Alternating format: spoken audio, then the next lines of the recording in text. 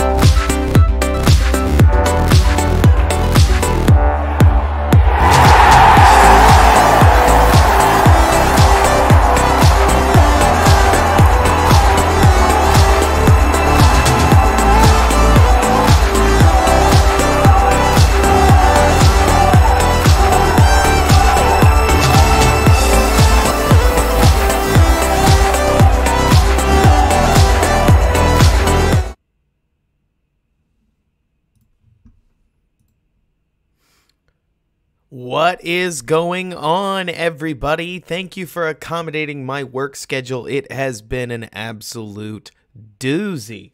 And I don't know if I'm 100% out of the woods yet, but we are here. We're at the old time slot, more or less, like Wednesday night football, just like it used to be, as we get to go through this Chicago Bears game that, well, Josh, or Joe, let me put it this way. You asked earlier, first you said, I hope we talk some.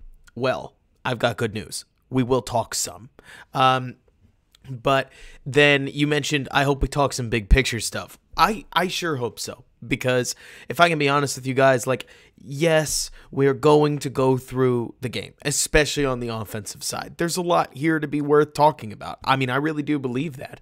But goodness gracious, this is a messy game.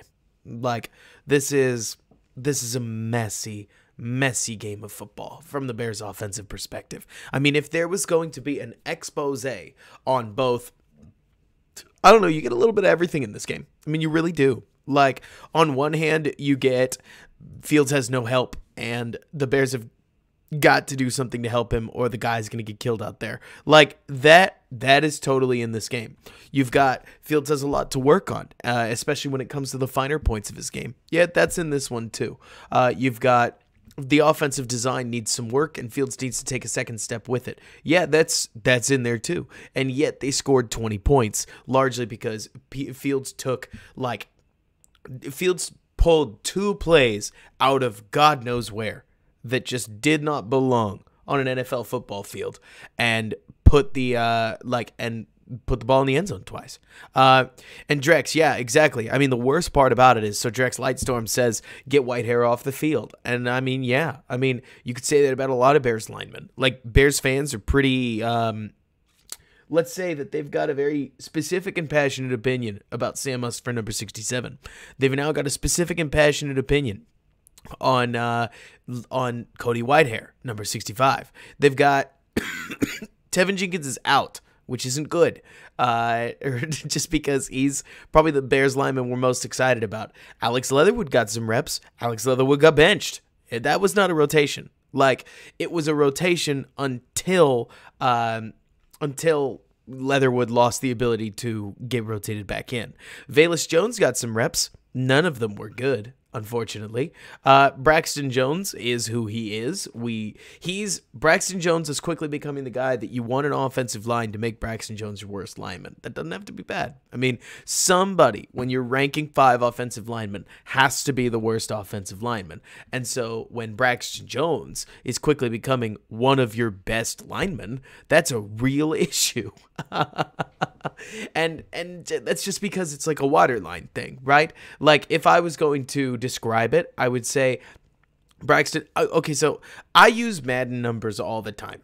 And it's not because I'm actually an avid Madden player. It's because I'm an avid enough gamer that I think talking in Madden terms helps everybody kind of see what I'm trying to say. Braxton Jones is your 75 overall tackle who plays like a 70 flat in pass coverage, but he run blocks like an 80 to an 82. So he's got something he's good at. He's got something he's only okay at, but ultimately he's enough, especially when you're talking about a cheap 5th round pick. Now, when you guys are talking about Alex Leatherwood, okay, I'm going to say something ridiculous because I think that there'd be plenty of people that may be surprised that, like, I actually want Alex Leatherwood to stay at tackle. I just think he still looks like a guy recovering from mono. Like, maybe that's not the case. Maybe he just flat sucks, and that's okay. But when I'm watching Leatherwood, I mean, guys, he got mono in week 1. Like, he's absolutely playing out of necessity. He's playing because Borum's hurt and because they're trying to see what they have. Like, they're forcing him, basically. Not like forcing, you get what I'm saying? But like, they're pressing him into the lineup and saying, man, if you can't go now, like, what on earth are we doing here? And because I agree with you, Drex, like, it's not, his footwork needs a lot of work. I'm not actually trying to go too hard and say, like, oh, he's not bad. Like, I don't really have an opinion. We've got like 25 snaps on Alex Leatherwood, and they're very up and down. I think there were a lot of people rushing lovingly to crown Alex Leatherwood after 10 snaps last week. And there's a reason that to open last week's stream, whenever the topic came up, we said, hey, let's wait a little while until we have more snaps. Now Hassan Reddick has shown us that maybe some people were a little too hasty, and that is okay. I'll tell you guys that even though this is on Wednesday, I don't have the tape absolutely dissected. Like, I've seen it, but we're going to go through it. You guys are probably going to hear a good bit of, what are we doing here? Oh, we're doing this. Oh, we're doing this. That kind of thing. But let's go ahead and dive into it. I actually don't know if we're going to make it past midnight on this one. I mean, hey, I say that all the time. But this one in particular, it's been a long week and it's only Wednesday. The holidays are coming up. The Bears play on Christmas Eve, which is great for a post-game podcaster. Explaining to you, it's better than Christmas, admittedly. Like, much easier to explain, okay, it's on Christmas Eve, than telling my wonderful, wonderful wife, I have to podcast on Christmas. So that could be a mess. But, oh, no kidding, Akusai, that sucks. But feel free to ask bigger picture questions, like Joe you're talking about, like Joe Calzano. Yeah, Myrtle, that sucks. I feel so bad for you guys. Like, Midwest is about to get dumped on.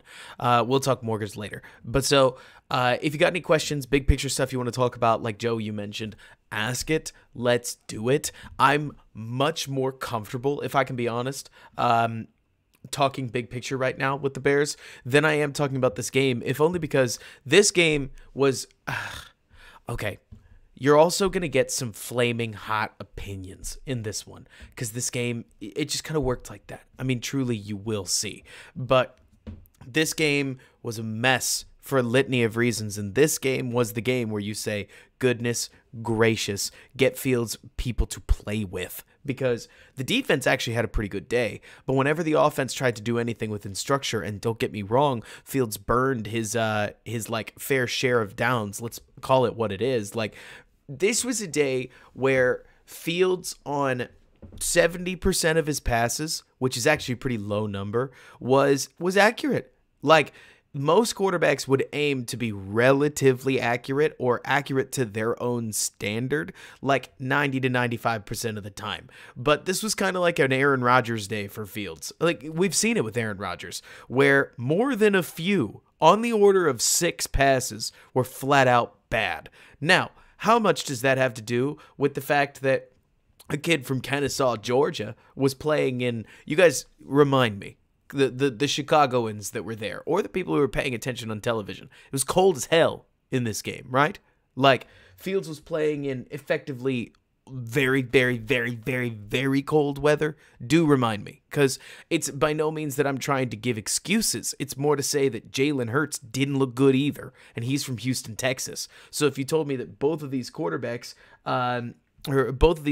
were playing in the cold and felt the effects, I'd believe you. But boy, oh boy, that doesn't mean that the ball looked good coming out of their hands, and it's not going to make anything easier. It's snowing on Saturday, right? Like, the Bills are having to come early. Yeah, exactly, Donald. I had a feeling that the wind chill was like in the single digits. I mean, I'm not... You guys know me. Yes, I'm a Fields fan. Plenty of times it is going to sound like I'm coming up with excuses. It is as simple as, let's be realistic about the quarterback that we're grading, because everybody likes to focus on Fields, despite the fact that Jalen Hurts did not look good down to down either. You could argue Jalen Hurts played a worse game, but boy, oh boy, if you want to, we can watch the Bears defense for the pure and simple enjoyment of watching receivers that can play the game. I mean, oh boy, oh boy, oh boy, oh boy, oh boy, oh boy, oh boy. Watching A.J. Brown and Devontae Smith in this game is flat out amazing. I mean, we've watched them before when we watched Eagles 2021, right? Or at least we watched Devontae Smith, but A.J. Brown and, I mean, for crying out loud, Christian, how you doing? This was a game where Jalen Johnson played his butt off and still had 181 yards hung on him, personally. Like, That's exactly right, Drex. That was what was crazy about it, right? Jalen Johnson got his. Jalen Johnson made some key stops, had some huge pass breakups, and stymied A.J. Brown quite often, and Brown still ripped off almost 140 yards on him. I mean, A.J. Brown has just been on a different level this season, and good for him. And Devontae Smith looks nigh on uncoverable. I mean, sometimes it feels like the only reason that Devontae Smith isn't ripping your defense a new one is purely because A.J. Brown gets the ball sometimes. I mean, like you're saying, John, I actually completely agree with you. If Goddard's healthy, Darnell Mooney might be target number 4. And, like, don't even ask yourself where not Chase Claypool. Like, sure, Chase Claypool applies in this case. But, like, John, I mean, if you ranked it based on pure receiving ability, I'm not even 100% certain that that Cole Kmet is in the top 5 targets. Like, and I like Kmet.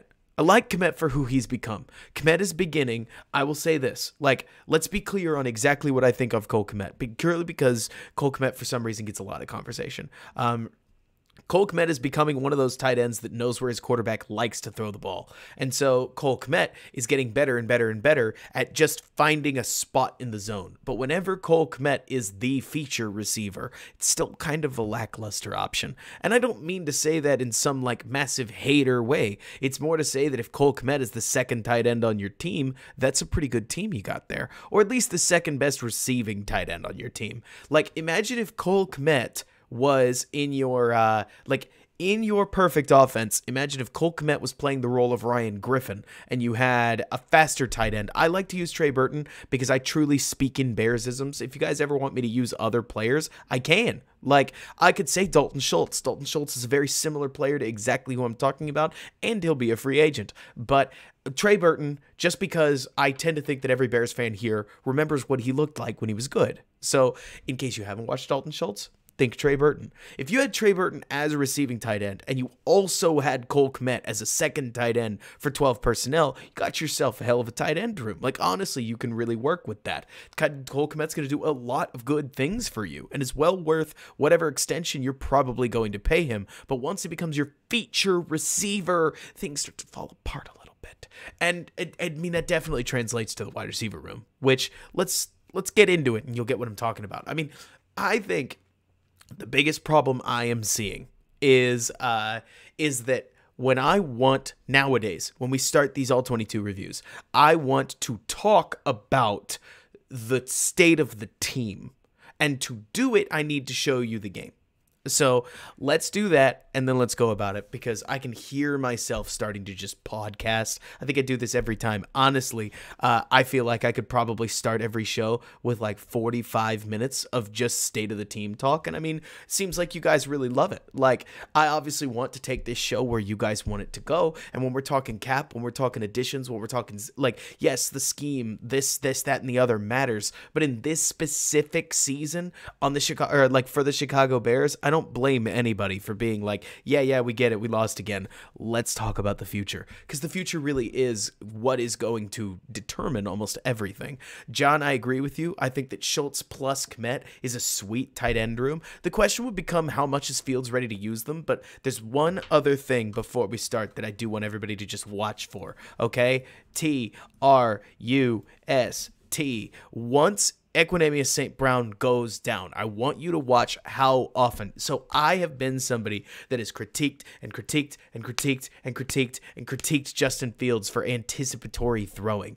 And the more I looked at this game in particular, the more I feel like I see a lack of trust between Justin Fields and his receivers. We're going to see this with Velus Jones. We're going to see this with Cole Kmet to some extent. We're going to see this with Dante Pettis. We're going to see this with the guys that are out there. After Equanimeous St. Brown goes down, Fields is absolutely seeing it and throwing it. And I think he's doing it on purpose, because the moment that he really starts to push is the moment that he threw an interception against Green Bay. So there's an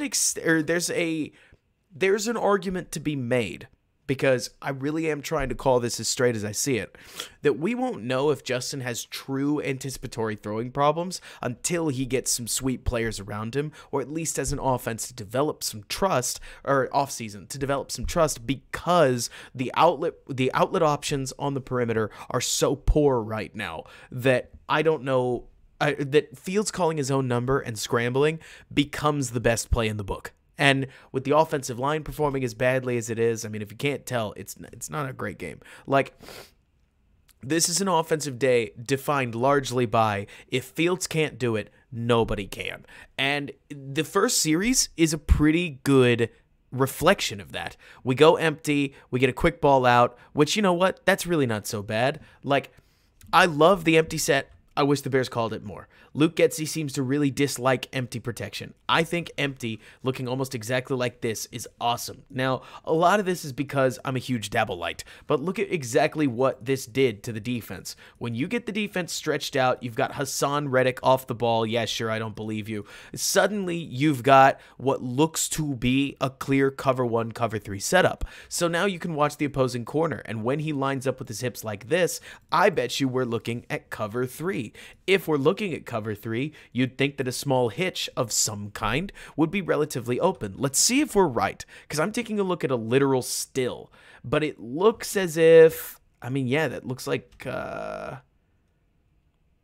it looks like cover 3 to me, with maybe a little bit of, like, I don't know, kind of like cover 2. It's hard to tell what this safety over here is doing, if I can be honest, because we've got a clear middle deep safety, and I wouldn't imagine that they're playing cover 2. I mean, it's possible, but with these corners sitting 10 yards off the ball, I would imagine that that's a variation of cover 3. So then Fields gets the ball down, Kmet gets a block down, the Bears turn what coulda, shoulda, woulda been a blown play last week into an okay gain. I mean, it's not like this is going to send Fields to Canton. I'm not even going to try to pretend to you that this is a particularly impressive play by Justin Fields. It more just kind of is what it is. It's quick game. The Bears are trying to get there, and like, yeah, the Bears are trying to implement some kind of quick game, and here they get like 3 yards. It is about as unimpressive as you're going to get, but I like the empty spacing. Haplo mentions, if you've seen the new thing that the Bengals started doing where they have their right tackle like 5 yards wide off the line and everybody else runs normal spacing, that actually doesn't surprise me at all. You're talking about the guys who go like way over here, right? A lot of that's because we're starting to see an absolute mess of these wide 9 formations where somebody that used to play here is rotating out here. And I imagine the Bengals the Bengals basically don't want to give up the edge, because that wide 9 Haplo gives up the edge really, really easily. Remember, the right tackle's like over here, right? So when you have the right tackle, I mean, I know you've seen it because you're talking about exactly what's on Twitter, and I'm going to bring it up. Like, you've got, it begs them to bend in, and when they bend in, the tackle just punishes them into the middle of the formation, and your quarterback deals with it or gets out of the pocket. It's really not a bad idea. I mean, you got to try stuff if you want to get anywhere. Michael Allman says St. Brown missed the blocker. It would have been a bigger play. Let's take a look what we're talking about. Which block? Because I'm looking at 57 being the real problem here. Like, he's relatively unblocked at this point. So while St. Brown did, like, I don't think that's the schematic block that they're looking at. They're just hoping that Velus would outrun a linebacker. But it's not like Kmet gives up gets an amazing amount of ground digging out number 29. So there's just not a ton of space. Hey, not every quick game play is perfect. It's just moving a little bit further down the field. And honestly, Drex, yeah. I don't blame you, Myrtle, by the way, for looking at this game and wanting Will Anderson. But so here, second play of the game, what do we get but a false start? Love it. Thank you, Ryan Griffin. Look, if you're a New Yorker, you're going to see a lot of Bronx cheers this game. There's a lot to jeer in this one, like within the Bears organization. Look, it's not even that bad, right? We are getting the chance to complain about a game where the Bears scored 20 points. How many how many games on this channel? I have an honest opinion. An honest question. How many games on this channel have we reviewed where the Bears scored less than 15? And is it more than the games that we've reviewed where the Bears scored more than 15? 15 should be an easy mark. Even the Broncos can average 15. No, I don't think so. I think they're just under 15 points. Though maybe with this last win, they bumped it over. We've done a ton of that. So the fact that we can start to complain because I know, Akusa, way too often. And in 2021, God, it was every game. The fact that I can crack open this 20-point game and be like, this one sucks. Like, this game is a bunch of trash, 2 amazing Justin Fields plays, and one pretty good Justin Fields play, and a lot of good field position, much of which gets squandered. Like, it's kind of a little bit of everything. I would tell you that if the defense didn't play as well as they did, it would surprise me. And a blown Eagles coverage at Kusai, but we take those. Every team gets them. And you got to cash in. We had a real problem with cashing in on blown coverages before. Harrison, like you're mentioning, it was impressive how we were still winning games. That is the only thing I will ever say where if somehow Matt Nagy had this knack for winning games despite everything going wrong, which was, it still doesn't really make sense to me, if I can be honest with you guys. Like, there's such a shocking amount such a shocking amount of games when you look back in old Chicago time where you're like, how were they 8-8 that year? They were awful. And then you see like the win over the Bucks, the overtime game against the Saints. Like, good Lord, they were just, John, they were too good to be bad and they were too bad to be good every single year. It was after 2018. But third play of the game, if memory serves, it's, so this is a weird one. So I watched JT O'Sullivan's breakdown. I'm going to try not to steal from him. If you're part of his Patreon community or aren't, you should be. J2K, glad to see you. This is called Midline. I don't actually know what it's short for, if I can be honest. But it's basically a read option play that reads the interior tackle, not the exterior player. You're probably accustomed, as am I, to a 4-down formation. 1, 2, 3, 4, follow the purple. Let me draw it again. 1, 2, 3, 4. Sometimes they do that. And so a read option play would, you're welcome, Alex. But so a read option play would generally isolate this guy right here so that Justin Fields could read him. Well, the Eagles countered a lot of what they were doing from a zone read perspective with a play that still read this 4th defender, but had Braxton Jones kick out to block him to create, best case scenario, a hole right here. Totally works. First time they use it. There's just one problem that I don't love. I would prefer it if the Bears offense, like, this is a clear take read, same exactly like he does it, keeps it, runs forward, controls the hit, I guess. Jordan, how you doing? I got to tell you, I desperately crave an offense that has more fangs than needing to option run our quarterback to take a hit right here. Can we get, I know we have a run game more diverse than this. I understand the Bears are trying to take advantage however they can of exactly what the Eagles are doing. But when you catch them in a 5-down formation with, take a look at this. Really soak this in, right? So the Bears are right here. If we look about 5 yards off the line of scrimmage, there's 2 defenders. 2 defenders that deep. That doesn't mean you always have to pass it. Like, for instance, it would be very, very easy for these 3 linebackers to drop here, and then it's not like a dig route, would fix everything, right? But if you had some perimeter weapons, you've got a press matchup right here with the safety shaded over here, and you've got a lot you could do on this side. Little button hooks, little ins, an in, maybe not perfect, like an out. There's a lot you could do within this formation that isn't, let's run our quarterback and take a hit. Well, it's not running your quarterback explicitly, right?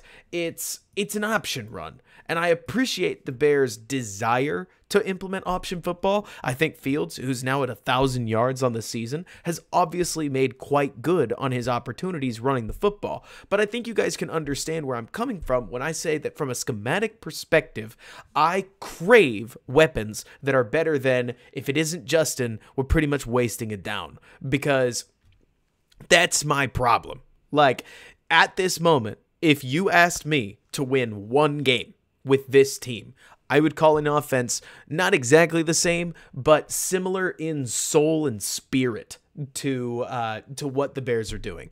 I'm more of a spread guy than a condensed set guy. It doesn't mean I can't see the beauty of condensed sets. Look, there's a lot of opinions we can talk about, but the idea of running Justin about 10 to 15 times a game, I actually get it. I just don't love it when you're basically running your quarterback between the tackles because it's all you got. Because to me, that's less of a play call problem. That's less of a design problem. That's more of a team problem. You don't need to run Jalen Hurts like this. Like, you really don't need to run Jalen Hurts this way, because there's just enough other stuff you can do on the Eagles that you could do enough on the Eagles that you don't need to. You mentioned, is Whitehair on the inside of Mustipher because the first option is a handoff to Montgomery. Whitehair is on the inside of Mustipher for a reason that I don't. It kind of looks like a screw up, if I can be honest. It looks like Mustipher is supposed to come off and then and pass the guy to Whitehair. I mean, just watching this, right? Because on the other side, we got a clear double team between Reef and Jenkins. And so on this side, you've got to pass off and go. Whitehair looks like he comes for the Oh no, it's easier than that. 72 just grabs Mustipher by the shoulder pads and rips him forward. Watch this. Like, really, really soak this in. This is wild. He just grabs him and yanks him his direction. And I guess Mustipher just sort of leans into it a little bit, right? But 72 establishes his hands. Mustipher drags him with him. And nobody ends up getting to 43, who I would love to get to, because that would be neat. Kind of sucks that 43 comes off and makes the play like this. Had Braxton Jones been able to get a little bit better leverage and hold off, I would debate that this hold right here, or her hole, is a little bit better. But hey, you know what? In the wide world of running the ball on 2nd and 7, getting to, or not 2nd and 7, it's like 2nd and 12, because it's illegal to pass the ball on 2nd and 12. Getting to 3rd and 5, technically it's a success. I can only whine so much. So, and the Bears line up in empty again, and God knows what they were going to do, because we get a second false start of the game. I mean, it's not like everything sucks, right? It's more like this game did an awfully obvious job of pretty much saying, like, for as many people walked out of the game saying Justin Fields outplayed Jalen Hurts, kind of true. Mostly true because the Bears offense looked so bad that the idea that anybody could make the game competitive from a quarterback position felt like they must have been a superhero. This is honestly a pretty good play. I mean, and it's a good example of exactly what we were talking about earlier. Like, so they're going to run an inside dig. It's a solid, yeah, Jordan, it's not good. He was really working. Anthony for cover 1 was really working to kind of be like nice about the Bears, and I was like, you don't have to be. It's okay. I really do too, J2K. I mean, I talked about that a little while ago. Huge empty fan, especially with Justin Fields. Like, I'm a believer that when you theoretically line up in empty, I'm moving everybody to where I want them to be. In this case, so you kick him out, and then who am I missing? I guess you could have Kmet on the line right here, so you can move him over a little more. Point is if you had people attacking all 5 what I've seen some books describe as files of the defense, right?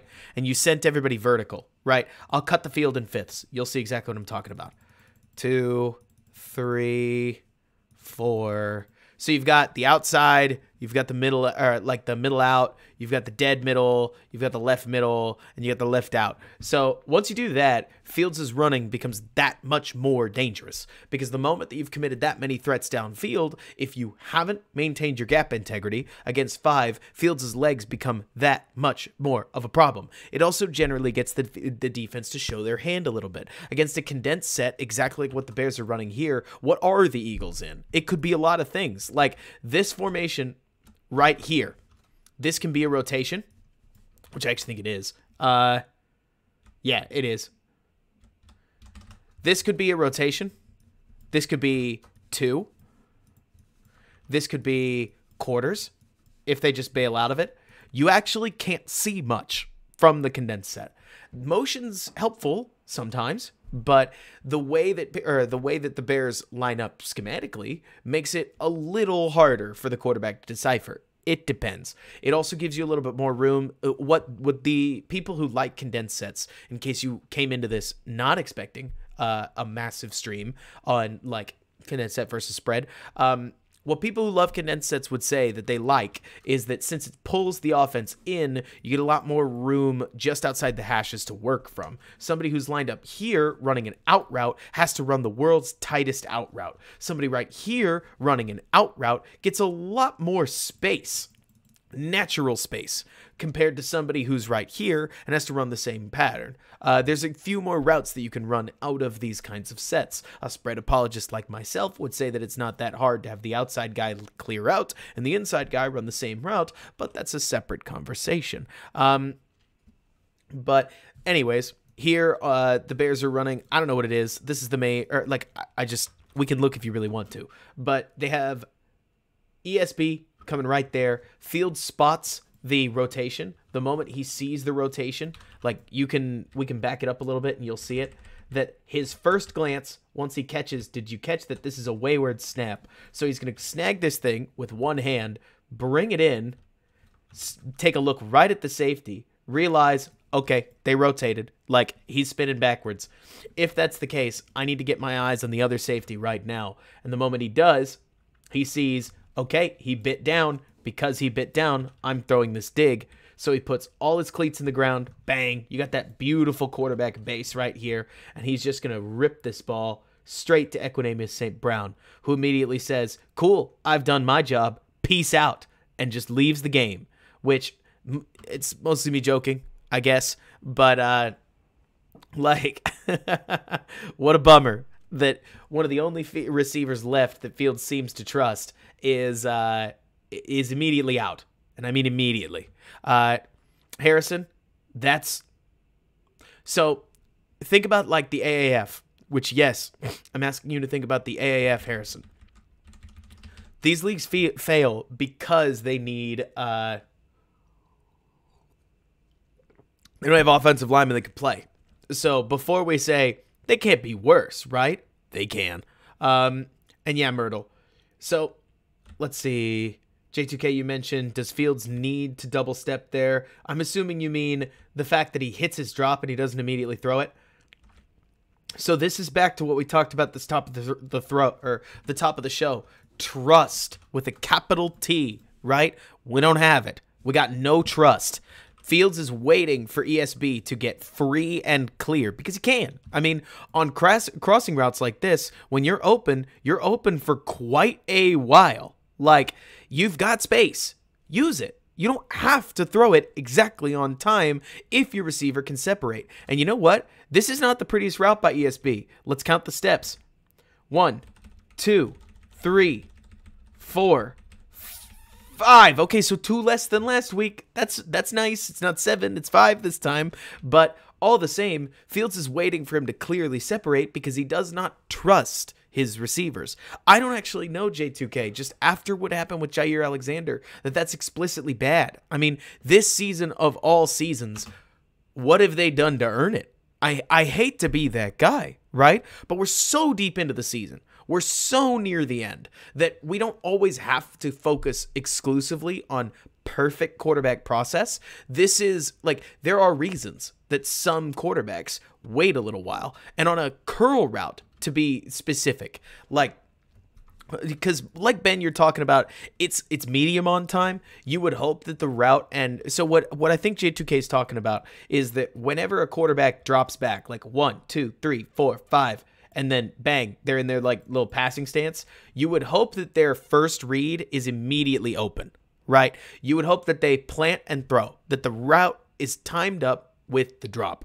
So what J2K is commenting on is he late because he hit the top of that drop and didn't immediately throw the ball? And I would debate, the answer is Maybe, but Equanimeous St. Brown didn't separate on the dig at the speed that I would expect an NFL receiver to separate on that dig. According to how ESB ran the route, Ben, I think you're right. According to the way that the route is drawn up on paper, I think J2K's got a point. That's what makes this offense so messy to talk about, right?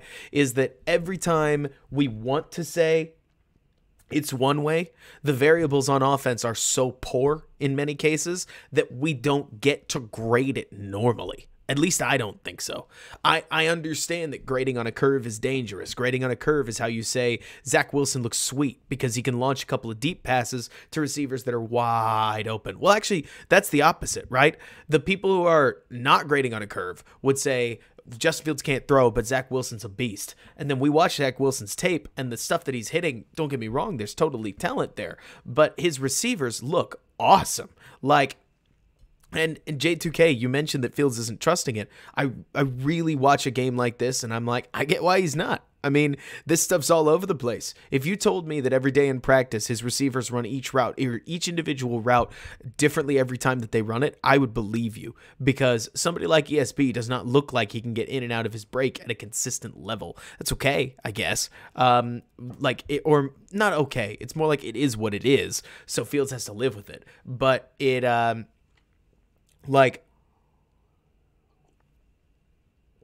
it does mean that you're gonna have to take an extra second to make sure the ball's worth getting rid of, especially on stuff that moves sideways. So let's continue with the drive.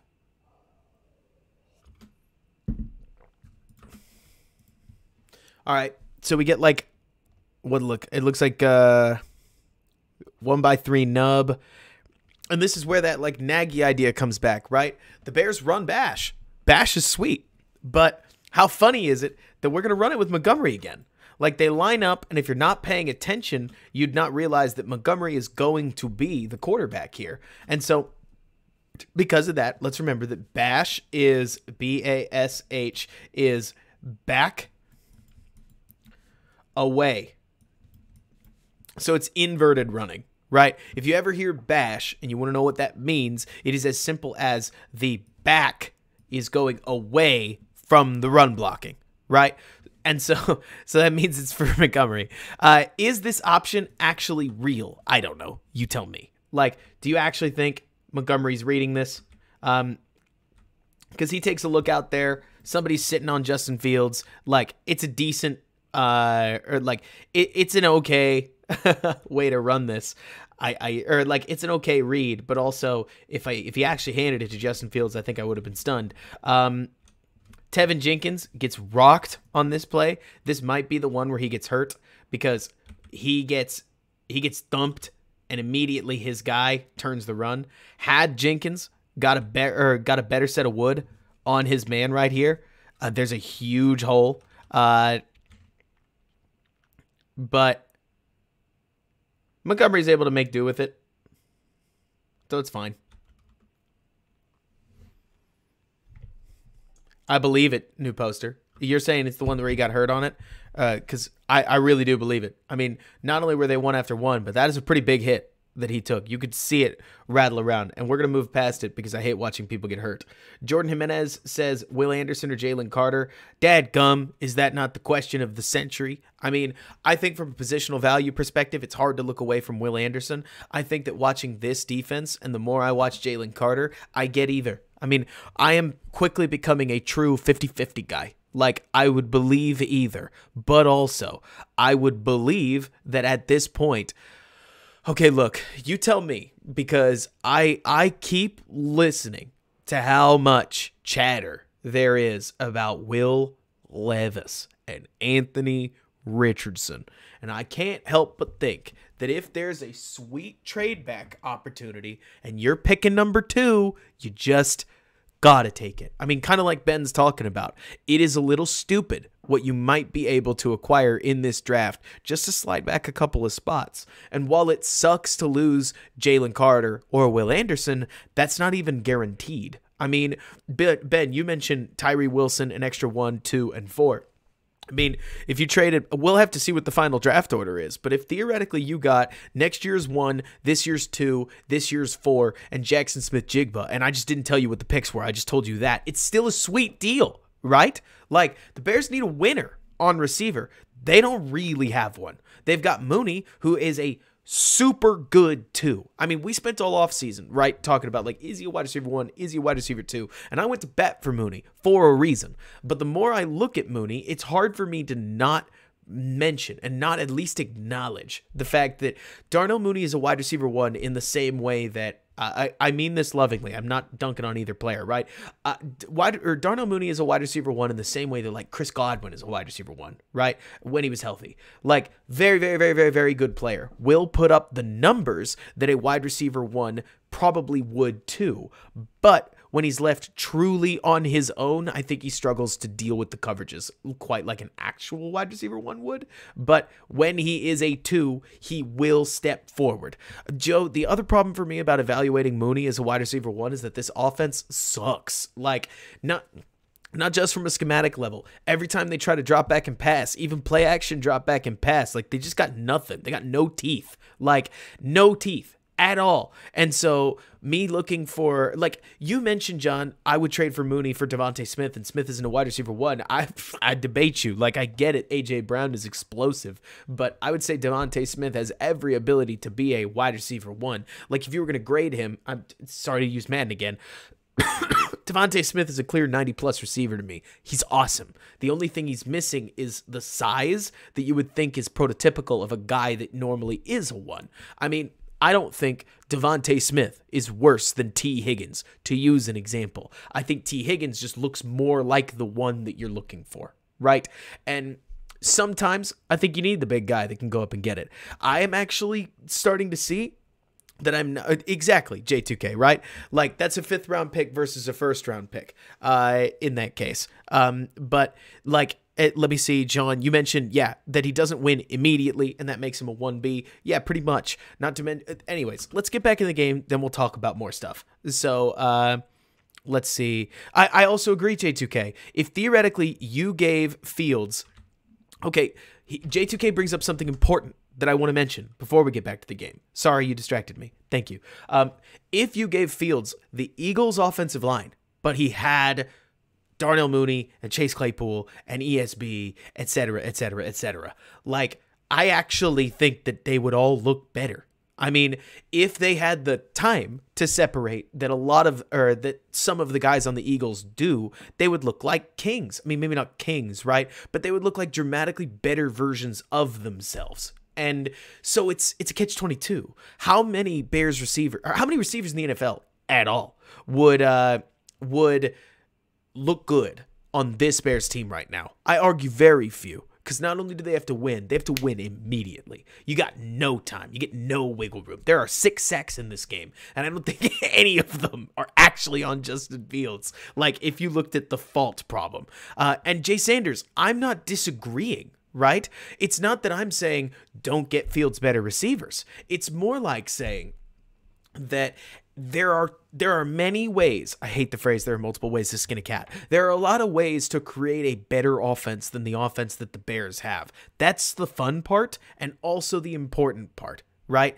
Because I would tell you that at this point, if they, like, because there's so much room to get better, there are a lot of reasons to expect this should get better, because you would expect that the superstardom from Fields isn't going to just disappear overnight. So if you can keep some of that and then get the rest, and then upgrade your talent level so that, in theory, let me put it this way. Right now, on this offense, the difference in points that Nathan Peterman could score and Justin Fields is pretty much all of the offense. Right? So 20 points that Fields scored would probably have been 3, just given the field position. And that, like, it was that Miles Sanders, like, fumble catch thing that probably would have gifted a field goal to literally anybody. So Peterman probably scores 3. I don't think he gets anything else, right? 17-point gap. If you could create an offense that Nathan Peterman could put 13 points on the board with, then Justin Fields takes that to 30. I know it's a silly way to think about it, but that's a good way to think about it. How many points would Nick Foles score on this offense? Like, just to use a guy, right? How many points would Case Keenum, Chase Daniel, score on this offense. There was a day and age where Chase Daniel could get you 17. And so if you build an offense that has a scheme and a player set around you that can play around your quarterback, like that they can play around your quarterback, then I personally think that like you're going to get better, not just from your quarterback, but just in general, right? Let me see. Jay Sanders mentions we haven't won since Quinn and Roquan trades.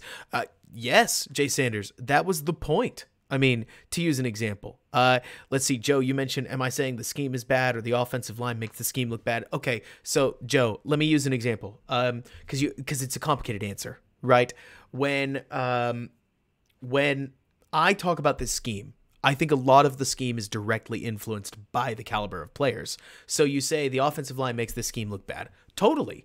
At the same time, I think that they would have invested more time in the offseason improving the passing game if they had better receivers to use. I don't think this staff is stupid. Let me put it that way. Am I saying they're geniuses? Smart?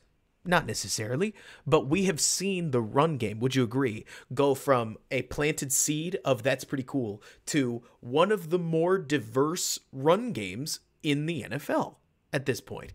And I think that's good. Like, I really do think that that's a good thing. We have seen the passing game stay in the seedbed. It has done nothing. If anything, it has sometimes regressed. This staff has called an offense like they know what they want to do, and what they want to do is not to throw the ball. So you got to invest a little bit in that passing game so that you can spend the offseason maintaining the level of play that you got from your run game, or as best you can. Like, you can keep pretty much the same catalog. The catalog is diverse, and then add more to the passing game because your quarterback gets a little better, and the receivers and offensive line would hopefully get good enough to allow your passing game to do a little bit more. As simply put, you got to be able to trust your passing game on 2nd and 11. Myrtle, don't remind me. So basic looks like, let me see.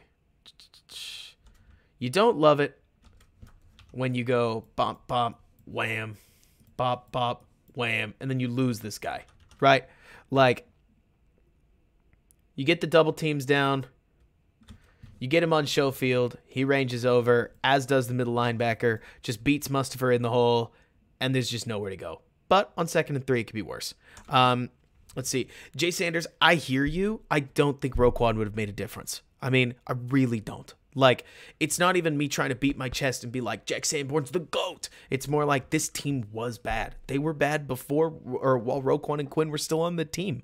A lot of breaks went the Bears' way, and then they started losing games 30-31. And while I understand that looks like it's a bad thing, I mean, I'm telling you, I think it's a good thing, and I really mean it. Like, this team was not intended to win games, and now they're about to sit at the 2nd overall pick in the NFL draft with a quarterback that they really like. This is the perfect season in the eyes of a front office that was willing to go that direction. And so it's just a matter of, it's shifting your paradigm a little bit. It's taking a year to save. It's taking a year to like get down. Let me see.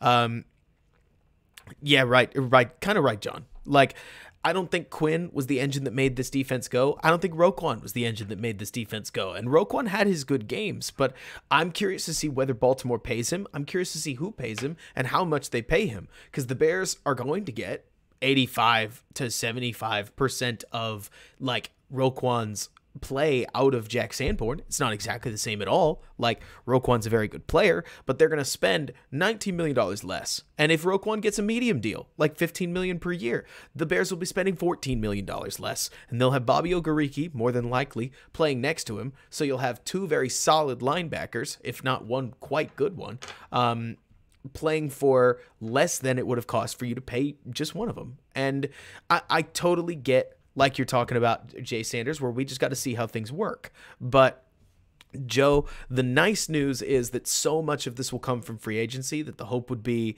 that you would get a good step forward next year and a great second step the year after that. But we're just going to have to see. I mean, if there's a reason to watch through the defense, because we do got to get through the offense, Myrtle's right. But if there is an exciting thing to watch. I thought Kyler Gordon and Jaquan Brisker from the broadcast view, I'm watching the L22, from the broadcast view, looked like Kyler had the best game of his life.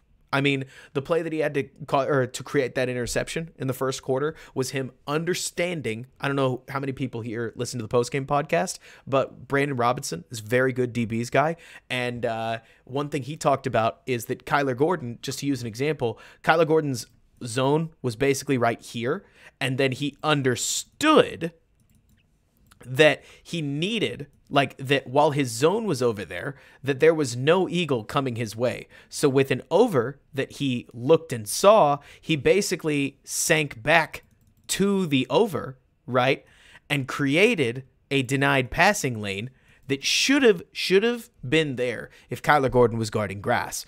Call it coaching, call it instincts, call it what you want, but I've been dying to see Kyler Gordon look like he understands how to play defensive back, and that was the kind of play where you saw the talent meet the coaching, and it was sweet. Like, if Kyler Gordon could become the nickel that Ryan Poles envisioned when he drafted him, which, let's be clear, just because Ryan Poles ideated what he could be does not mean Velus Jones looks good as a receiver. So it's not that simple, right?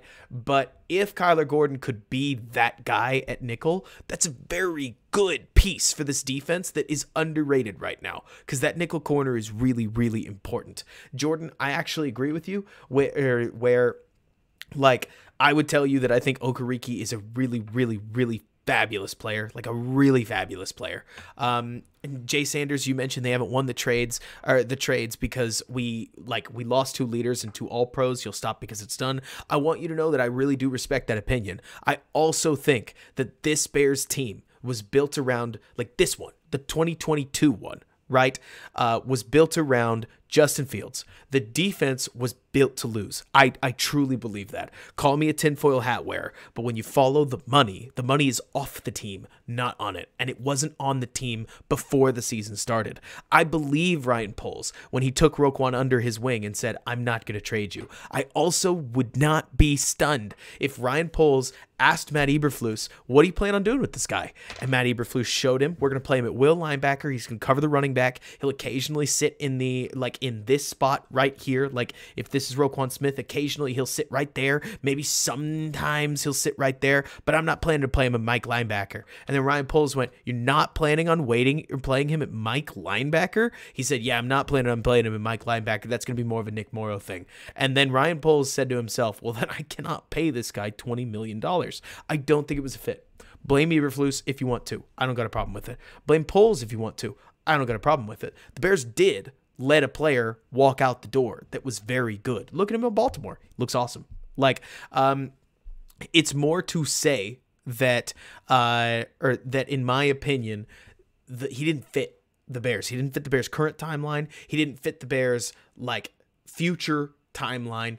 And so getting a 2nd round pick and a 5th round pick that they basically then flipped for Claypool, I think it made a lot more sense for all parties, Roquan, Bears, and the Ravens. And I hear you, John, on what you're saying about, like, Quinn was an all-pro in 2013. Honestly, I think Quinn is as simple as check X, check X, check X, check X, check X. You could say it's PEDs, I don't know, but like, this was last year, this is this year.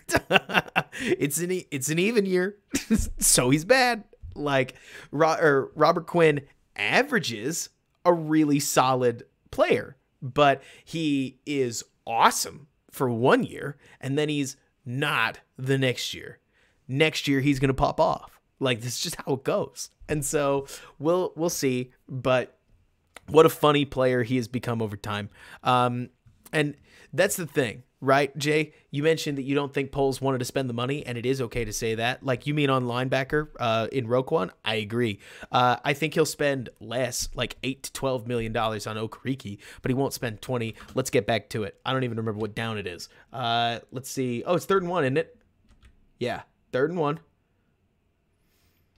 Bears go under center. They're just going to hand it off. I don't blame them. Like, isn't it, Ron? It's so interesting. But so, let's see what they do here. It's not like the Bears always make football complicated. Holy Lord. Talk about, I mean, what would you even call this, right? Like a successful failure, I guess. Cole Kmet just gets cranked. He trips, to be specific. Like, let's call it what it is. He steps on Braxton's foot right here and then just falls. I guess it's just a hold, right? Like, he just grabs this guy and says, if I'm going down, you're coming with me. And then Montgomery comes through. I mean, this is the stuff that you don't catch. And the referee who's looking right at it just sees Kmet getting chucked in the dumpster, right? Like, it looks so clean coming through that it doesn't look like a hold. Credit to 97. Is this one Jordan Davis or is this one Jordan Davis? Both guys look huge. But he immediately just wrecks the play side gap. And so Montgomery bounces back outside. I wouldn't exactly call it nice vision. The hole basically opened up for him, but good enough for a first down. So now we're on 1st and 10. And yes, thank God Herbert's coming back. I love watching him. That is a running back that is just flat out fun to watch. Let's see here. We're going to get a little motion into 2x2. Look at this kind of stuff, right? Like, this is where I don't love condensed sets. Because while I understand that this Eagles nickel corner is kind of declaring, like, we're getting as clear 3 high as possible, but we've still got some one-on-ones on the side that the read's just a little muddy for Fields, partially because of the condensed nature of the offense. Also, I'm a little curious as to what Kmet's going to do out there. I guess it's just a run block. So here's something that certainly, it seemed as if the Eagles, just to use an example, when the Bears went under center, had no fear at all of their like pass situation. Here's their first step, right? We've got run fit, run fit, run fit. They get it. The Bears run the ball a lot. The Eagles were happy to take their chances with fitting the run extremely aggressively. And on plays like this, it works out for them. I mean, these guys did not just pass rush for fun. Like 94, for instance, he's not thinking rollout, nor should he be, right? He's just going to establish, keep his gap, and win. Kmet's such a complicated one because it's not like he's Mercedes Lewis blocking, but at the same time, he's going up against a good player in 94. I can't remember who it is. Like Hassan Reddick certainly made me look up his number just to be sure. But like he's able to win against Kmet. It's not like I think Kmet's block sucks or anything. Like, I think he gets a little out leveraged. I'm not 100% sure what he's doing pressing on this outside shoulder on a run that looks like it's, let's see. It looks like inside zone to me. So it looks like you would be working this way, trying to create a hole right here. And let's see. Pringle, the receiver, eliminates 42. So theoretically, if we held this, we might get something. But I mean, like, how much analysis do you really want over these guys blocking? We can do it, right? But I agree with you, John. Our pass catchers are not going to get open against single high. And moreover, we're not going to be able to block anything that will get open against single high. So why leave it, right? Second and longish Bears, let's see. They go with play action, and it's a screen, which is nice. It's not great that Kmet can't outrun a defensive lineman, but that's more of like a talent question or like a personnel question than it is a design. Like, the design catches the Eagles. I mean, you've got him wide open, and like you're saying, 90 or like, what is it? The 93 here freaking goes. Like, you want to talk about a motor? Like, here it is in slow motion. No, it's just a straight race. Like, right here, Myrtle, you mentioned does he trip? It is a straight race starting now, and Kmet loses the race. Like, no kidding, Drex. I mean, boy, oh boy, watch him again. This D-line does a great job of understanding exactly where he's at and just getting out there to make a play. Sucks that Kmet can't pick up a first down, but, like, I don't know. I'm not trying to dunk on him too bad. It's more like Myrtle. Honestly, I think he was surprised that this guy was coming like a train.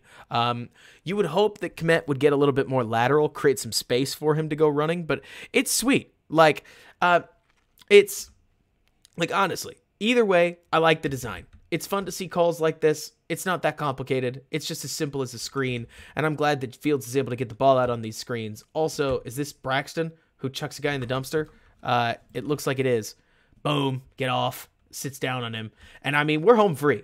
Like, it looks like Kmet stumbles a little bit, but if the player's a little bit faster, like, he's going to get tackled by the safety probably here-ish. But then at that point, like, you might have him just drag. Like, who knows? I don't know. You know, I'm really not going to try to be the Orlovsky touchdown guy. But so the only real problem with this, can I be honest? Getting run down by the defensive lineman isn't expressly the issue. The big problem is that on a play that open, we don't convert the first. So then on 3rd and 1, despite the fact that Fields lines his feet up the same way every time, right? I guess he does it the same here. Honestly, I thought he tipped it off. So on 3rd and 1, are the Bears actually going to pass out of empty? Have they ever passed out of empty, right? Like, you know me. I like play calls. I don't know. I'm not trying to be the guy that's like, oh, I'm so smart. I am so much smarter than an NFL offensive coordinator. That's really not my game. When the Bears lined up in empty on a 3rd and 1, after Equanimeous St. Brown, Darnell Mooney, and Chase Claypool had all gone out, did I really expect them to pass this ball, right? Like, is that really what we're doing? It's quarterback run all the way, right? Like, we know, don't we? And so, like, at this point, when they call the quarterback run, it's pretty obvious. 94 does a great job getting involved. Like, if you take a look on this, 94 does a great job getting through Kmet, who's lined up in a very normal-looking split. Like, you kind of get to pick the way your feet go, and JT O'Sullivan wants Kmet's feet to be switched up so that he's got a better angle on 94. But also, 94 just makes a good play. Like, he rips on through. That causes Braxton to get bumped. At this point, it's Braxton against the DB. The DB wins. Braxton doesn't keep his momentum from earlier. Fields runs out of bounds. I don't blame him. Like, it's a 3-10 team.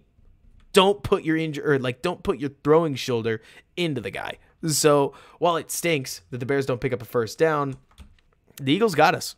Like, they were ready for this stuff. I mean, look at the absolutely minimal hesitation, from 94.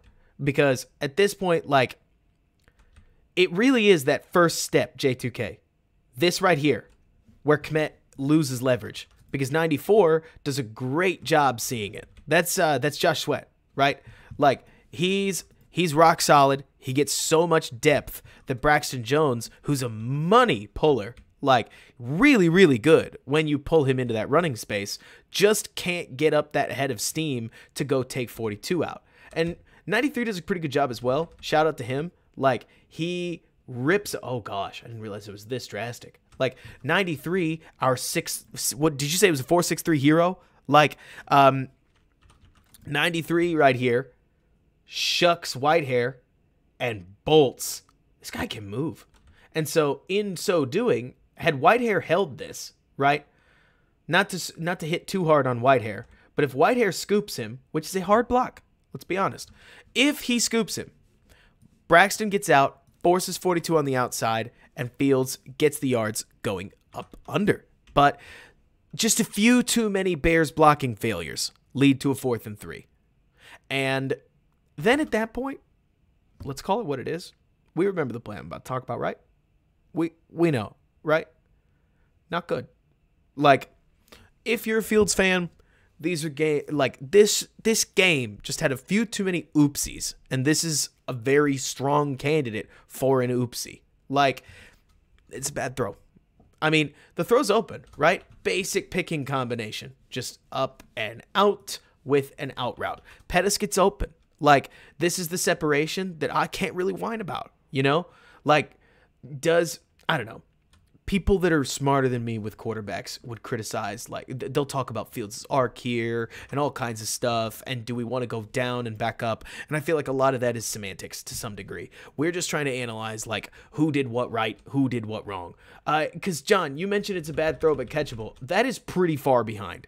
Like, maybe Justin Jefferson drags it in anyways, but it's not a good throw. I hear you guys. Like, truly, I will go to bat for Fields on a lot of balls that are, like, I think are catchable, and some people don't, but this throw just has to be better. Like, yes, better talent on the outside, but we love Fields. We can also say that this has to be better because it's pretty far out. Like, just taking a look at it. Either that or Pettis makes it look that much more impossible. Honestly, Pettis does not a great job of attacking it. It's almost hard to tell where the ball actually goes.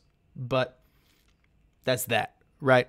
4th and 3, the Bears fail. Do I like them going for it? Well, apparently if the other option is punt on 4th and 3, then yeah, let's go for it.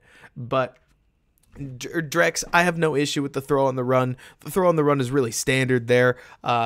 Sean, if you saw on like the broadcast view that we can't look at for monetization reasons, like, yeah, if it did hit Pettis' bicep, I would love him to catch it. But it's a throw that we want to fix. Let me see. It looks closer to his shoulder than way behind him. John, if you remember for the broadcast, I'll defer to it. Like you're saying, I mean, is this impossibly far I mean, this is a problem, isn't it?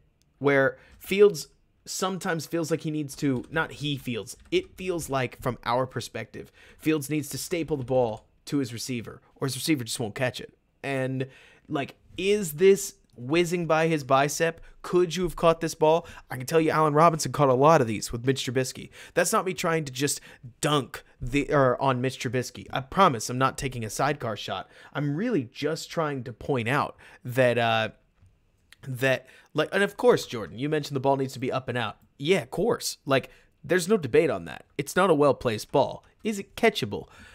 Maybe. Like, really, it may be. But that's just not the way this one's going to go. And that's not the way Fields' supporting cast is going to treat him. It is thrown on time. Like, that's right where it should be. There's a lot of the operational perspectives of quarterback that did look better even within this. But it's still, it sucks when you fail on 4th down, and that's the reason. This play got me mad.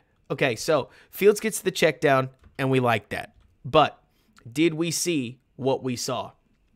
Bears are running. I don't actually know what you call this. I've just been calling it a post corner to make myself feel better.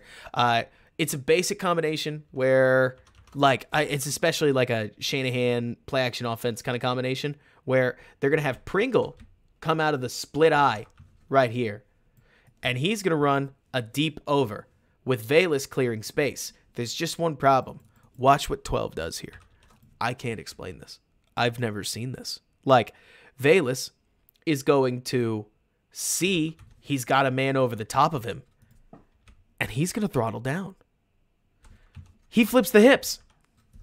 Velus just stops. Why does he do that? Like, yes, you've got this corner making a hell of a play, sinking. Like, good for him. Seriously. You want to talk about really good Fangio defense? Check out 24. Like, 24 attacks off a run fit right here. Recognizes, robots backwards, finds the combination, and cuts off a shallower passing lane. And Fields is looking for it. Like, he knows what he wants, you know?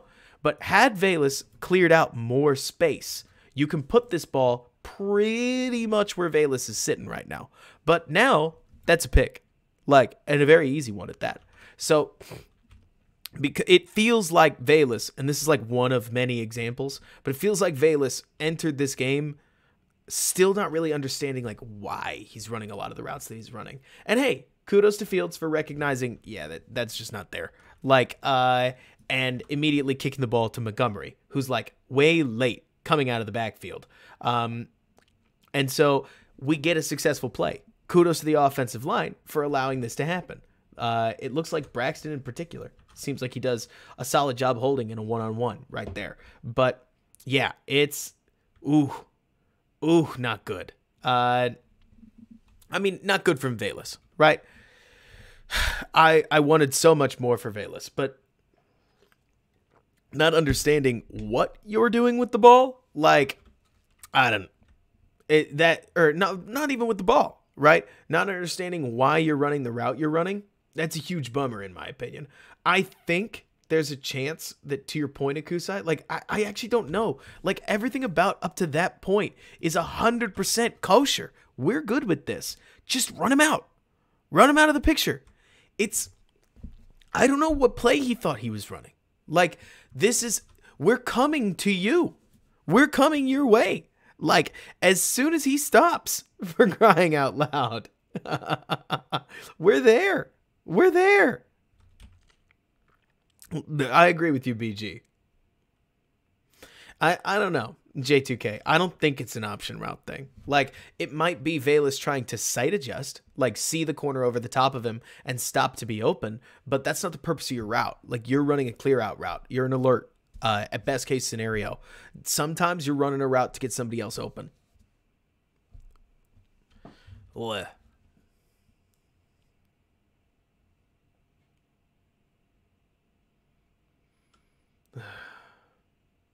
They run a bootleg. Oh, yes. Yes, thank you, Myrtle. Because honestly, that is another piece of this. So, if there's one other piece to talk about, it is from a pocket management perspective. Not management. That's really a bad way to put it. Like, we've got the play action fake. Braxton's one-on-one. You could check him out here. But the main thing I wanted you to notice is that Montgomery is going to go through this gap to get out, and it takes him forever to get there. So if part of you is looking at Fields and saying, why did it take him so long to get to the check down? Well, this is one of those moments where the All-22 tells you that Fields pretty much threw it to Montgomery the moment he turned, right? Like, he finally breaks away right there, and then Fields throws it. So I think Fields had his eye on Montgomery quite a bit longer than that. Now, is that excuses? That's up for you to decide, right? But Fields seems to take a look down the field. Let's see. Where's 94? Audrey, you mentioned... Let's see. Yeah, he did have 3 checkdowns. He has an awful lot. Vlad, I'm glad that the Bears didn't. We'd be screwing up the 2nd overall pick. Montgomery does his best, creates 7 yards. We love 7 yards on first down. It's a good thing. Like, you get more offensive, or you get a better offensive line. You can apparently create just check down plays. Like, that's good. We like those. Even with 5 not so great receivers, you can push a defense back a little bit, which we're all about. 2nd and 3, we're going to run a bootleg, and boy, oh boy, really take a look at this. Just drink it in, right? Freeze frame.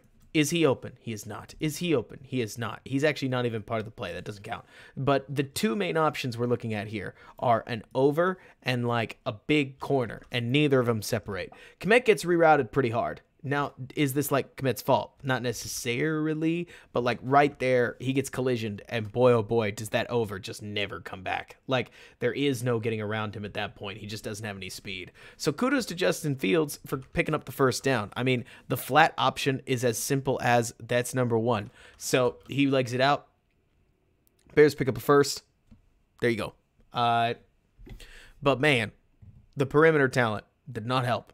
Like, it feels as if on a lot of these plays, to use the Pettis one as an example, when we finally got somebody open, something else went wrong for a lot of reasons. But the inconsistency that the Bears have from their receivers just makes it hard to pass. It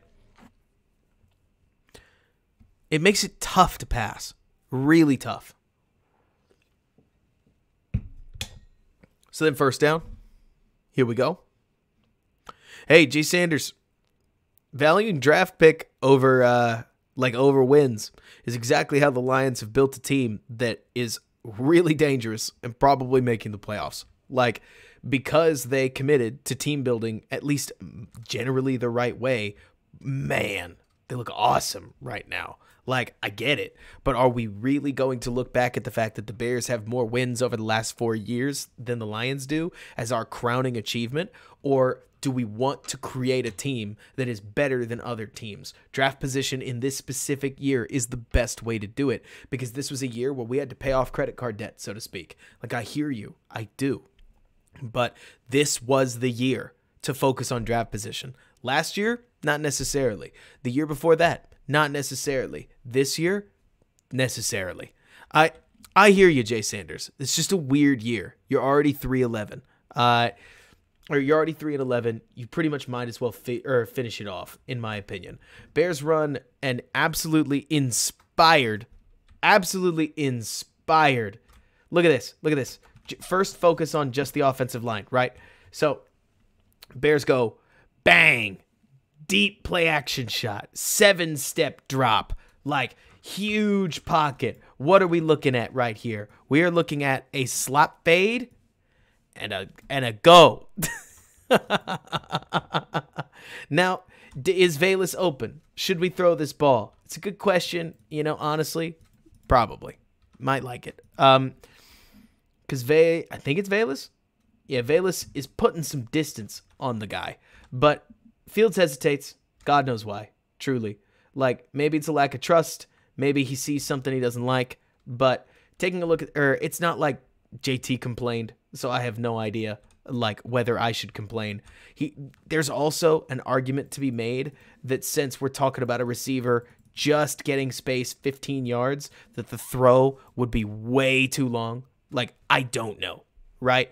Fields is an absolute gun of an arm, so I don't know. But I wonder if there's some trust issues there. Fields gets sideways. Fields cuts upfield. Fields creates some yards out of a play that JT didn't like. And so I'm reporting the facts. Or not reporting the facts. I'm reporting somebody else's opinion that I value over mine. But I saw that, thought to myself, is he even? But I don't know. Like, BG, you mentioned you hope that this would be another throw him open for Montgomery. I don't blame you. Like, I think creating 7 yards and generally getting down isn't a bad idea. Getting swatted by Ndamukong Suh is not fun, but even that's not near as bad a hit from an injury perspective as most of the other hits that you would expect. Let's see. Right.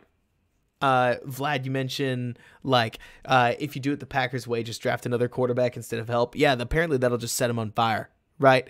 Like, apparently that's really what you need to get Fields going. So we get solid little quick game here. It's truly nothing special. Fields just sees a defense that he recognizes. We can go through it if you really care, but he understands he's got Byron Pringle, and he gets the ball out quick enough. Is this good quick game? It's like okay quick game, but getting over at all in the quick game is helpful enough. Like, right now, I don't expect Fields to ever be any better than a C+ quick game guy. Like, you would hope, just calling a spade, Andy Dalton would have gotten rid of the ball before that little hesitation, right? Like, step, boom, we would be throwing it. He takes a little bit longer, but he gets the ball to the target, and the Bears pick up a first down. Hopefully, that improves over time. But honestly, if that's as good as it gets, you can deal with that if you do enough right down the field. But that's something that I think I'm talking about more than some. And that's not a dunk, right? It's more like there are some things in this Bears offense I just don't think Fields needs to be doing. And so, did I see such hit Fields in the helmet when he went down? Michael, expand on that. I don't think I understand what you're saying. But so, some of these perimeter balls, for instance, that we're about to see Fields miss sooner, or like relatively soon, we don't need these, right? I think Fields looks more comfortable when we're throwing stuff like between 0 and 10 yards. I mean, obviously he looks even better at this 15 to 5 yard mark, right? This bucket is Fields' absolute favorite, but this one right here, this one's his worst. This is his bad zone. We don't like this. It's the bad zone. But so to me, that means that there's more we could do with like ins, with crossers that Fields can work with instead of continuing to try to like make fetch happen with bubble screens, which I don't think Fields likes to throw. That's something that I would love to see change eventually. But so Let's see here. Bears go zone read. Just catching the very end. No. The very end of what, Cody? But so, I think this is probably a give read, to be honest. Bears are running midline again. Same one where they block, or they have Braxton block right here. 97 does a very, very good job of presenting a read that you would expect Fields to beat. But you got to remember, there is no bounce here, right? It's not your standard zone read. It's not, hey, I can beat this guy, right? It's I have to beat this guy here. And so Fields pulls it, I think, thinking that he's got like a I think he's got, I think he thinks he's just got like the ability to beat his guy around the edge, but then 94 disrupts the play and Fields ends up losing 2 yards. Now, there's a shocking amount of plays, like as we rip through this, where Fields is able to just wiggle out of a tackle and go make something happen. That's just stupid. Like, I mean, so there are some plays that Fields makes that just don't belong in football. You shouldn't be able to do that, is a better way to put it. But that's not this one. So 2nd and 12.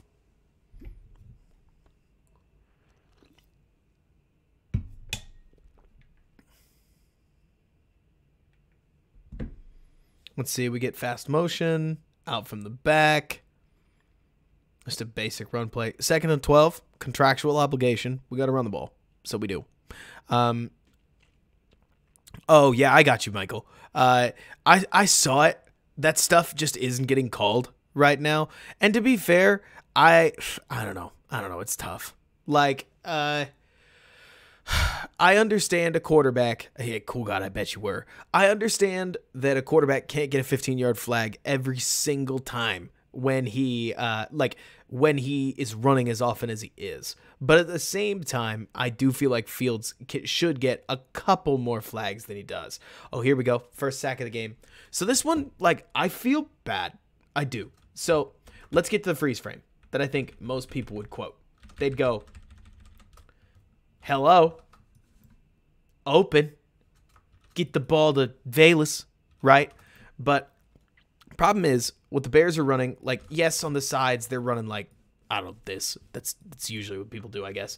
But they've got Kmet on an over route and Valus on an under right here. So standard-ish shallow cross, like with Kmet converting what is sometimes like a dig into what looks like a post. The problem that the Bears have here is, first off, they can't handle stunts. I mean, like, they cannot handle stunts. How many times have we seen a stunt get home? A lot. And it does here, right? As Cody Whitehair just gets left in space. I mean, the Bears kind of pick it up. This is close as they've been to picking it up in a while, but 94 has no problem and creates an issue for Fields immediately. So coulda, shoulda, woulda, Fields throwing the ball to Valus right here? I guess maybe. But then we go underneath. Let's take a look under. Let's get under the hood, right? And I don't blame Fields for taking a look at his first read. I mean, I really don't.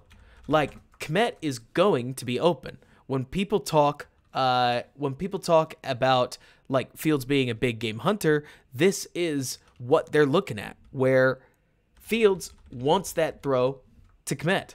But the moment that he goes to throw it, like you can even see it, so to speak. The moment he goes to throw that, I mean, we are moments away from releasing this ball because Fields doesn't like anticipation. Sweat is in our face, and we can't throw that. That's going to be a fumble. Like, loading to throw and throwing it would be a fumble. So that moment, Fields snaps his eyes to Valus, but there's no play to be made there. And he tries to wiggle out, gets sacked, sucks. So, I don't know. I agree with PFF. To me, this one's on Whitehair. Like, we've got to do a better job than that against a stunt. And BG, I don't know. It could be offensive line coaching. It could be all kinds of things. And I agree with you. I think it was Akusai mentioning that Braxton does a decent job here. I don't really think there's an opportunity to step up in the pocket. And I think it sucks for a young quarterback. Let me put it this way. If you made me choose between wait for this play or be scared of pressure and check it down sooner, with 57 probably just going to light Valus up. Like, if you threw this, just to be clear, at the Andy Dalton moment, where you saw this and threw the ball, Velus dies. Not literally, obviously, but like you're throwing the ball out here. 57 may jump the route. Like it's not near as open as it looks. So having a quarterback that wants to throw that seed right here, I'm here for it. I really am. I will live with these sacks.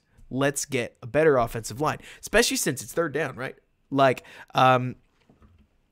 Jordan, I get where you're coming from, but I don't think wishing bodily harm on just about anybody is ever the right move. But, you know, I'm just being a parent at that point. Like, when I look at this play, I mean, it's funny. It even kind of starts with hands to the face. Like, look at this. I mean, gracious. Just like chop. Whitehair is getting cut. I mean, he gone. But this is, it will be open. We just need to block it a little bit longer. And then the play's there to be made. The sacks are a weird one. We spent a lot of time. I mean, do you guys remember just last week for the bye week, we were looking at some of Fields' sacks. Fields looked doe-eyed in the pocket, frozen, stiff. Some often would run into trouble. This is much more glaring. I mean, not to go all the way back, what are you supposed to do when you've got a really good edge rusher with this kind of space? This kind. Like, maybe you step up if you're absolutely Johnny on the spot. But even then, like, he's going to range over and get you because he's no slouch either. Like, it ain't easy to play quarterback. It definitely ain't easy to convert every 3rd and 10 in the book. And maybe running the ball on 2nd and 12 is part of the problem. But, you know. Sorry, I guess. There's a nice little strike. Yeah, no kidding, Grant, right? Like, who does know how long that's been brewing? I hear what you mean. I'm not trying to hate on Whitehair. It's more to say that I don't think he was part of the plan, and I don't think he's going to become part of the plan. I like this. I really do. Like, look at this. We finally get a route. It may be an option route, even. Like, it's hard to tell because of Pettis' little skip here before he gets out, or before he gets out of town. But also, Pettis may be just running a route like a receiver should. I love it when the wide receivers dress routes like there's something else, right? Like, when Pettis comes off this, what is he running? Like, what is this route? Is it an out necessarily? Not necessarily, but by running it the way that he does, he catches this corner, overcommitting, he's wide open. Fields gets the throw right this time, staples it to him, and you know, ironically enough, how funny is this, right? Like, Fields throws the ball. It's still on the outside shoulder or like the middle of his pads, but because he throws it where he does, like kind of a similar throw to the other one, just being blunt, Pettis is able to keep his feet and get upfield for about, what, 7 extra yards? Like, maybe we get generous. We assume that Pettis would have curled it up to there. So that's 1, 2, 3, 4, 5, 6. Like, that's a really, really nice throw just because the throw sets up extra yards after the catch. Let's see. Somebody mentions ESB takes a really long time to change direction. ESB isn't in this. Are we talking about Pettis? Like, or are you talking about Pringle right here? But, oh no, I think you mean Pettis. Yeah, he has to stabilize himself and then get upfield. And yeah, Drex, the $5 million that you can get in cap savings is probably better than Whitehair is, unfortunately.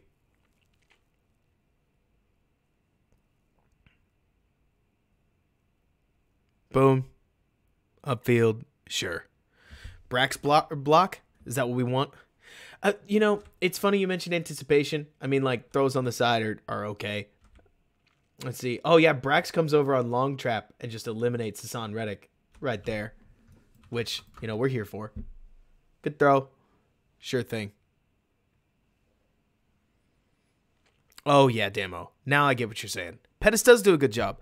I would like more receivers that run routes like this. Like, that is better. It's Pettis just, I don't know.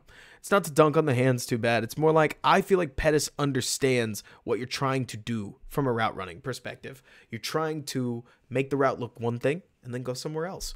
And in that case, he did it. He got open on the most common bootleg possible. The Bears have way too many of these bootlegs where their receivers coming out awfully loopy, right? They just chug the route out, instead of framing the route one way and doing something else. Basic duo run. We're taking way too long, so we're just gonna stream on through on some of these. 2nd and 7.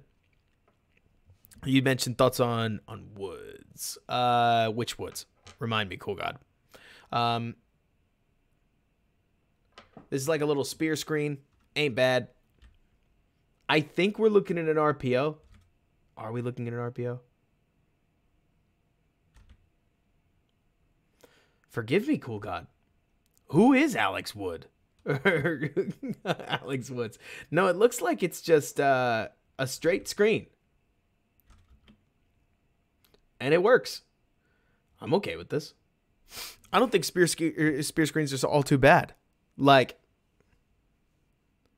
Leatherwood. I got you. I don't know. You look at a play like this, and let's see.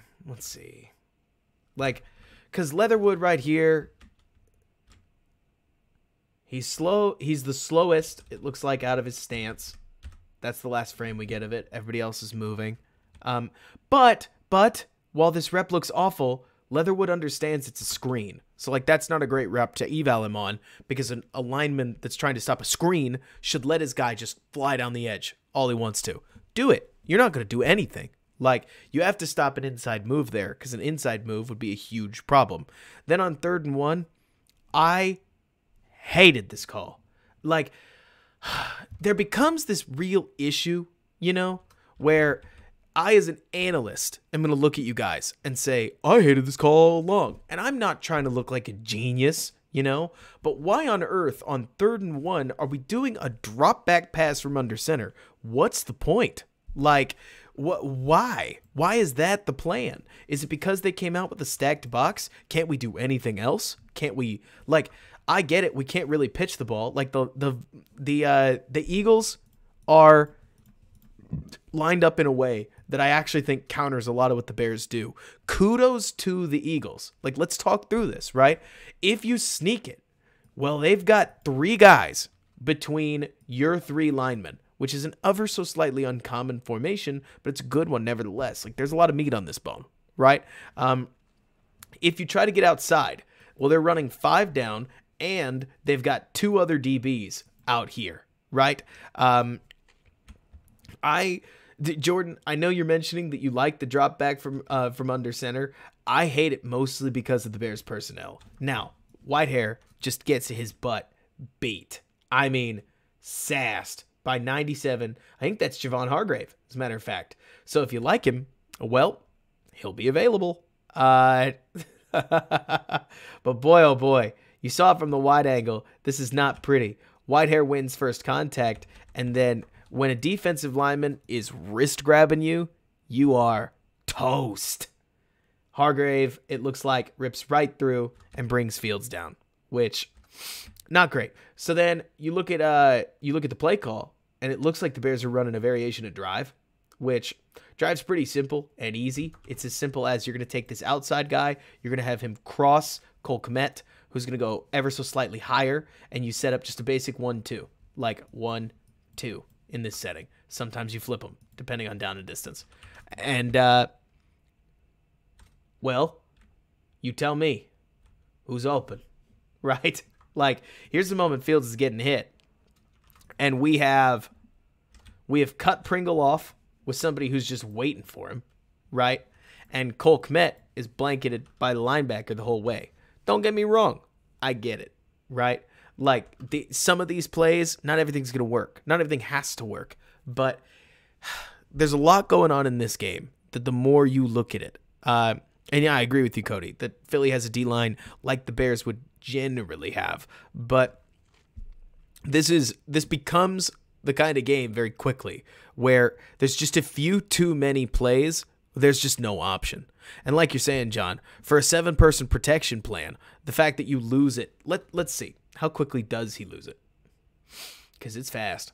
I mean, we go from snap at 14:30 or 14:31 to a loss at, this took 2.3 seconds, I think. So Fields hits the back of his drop. Maybe that's more important. Fields hits the back of his drop right here, and he's got a guy right about to smoke him. Just terrible. You don't need an analyst to tell you that, right?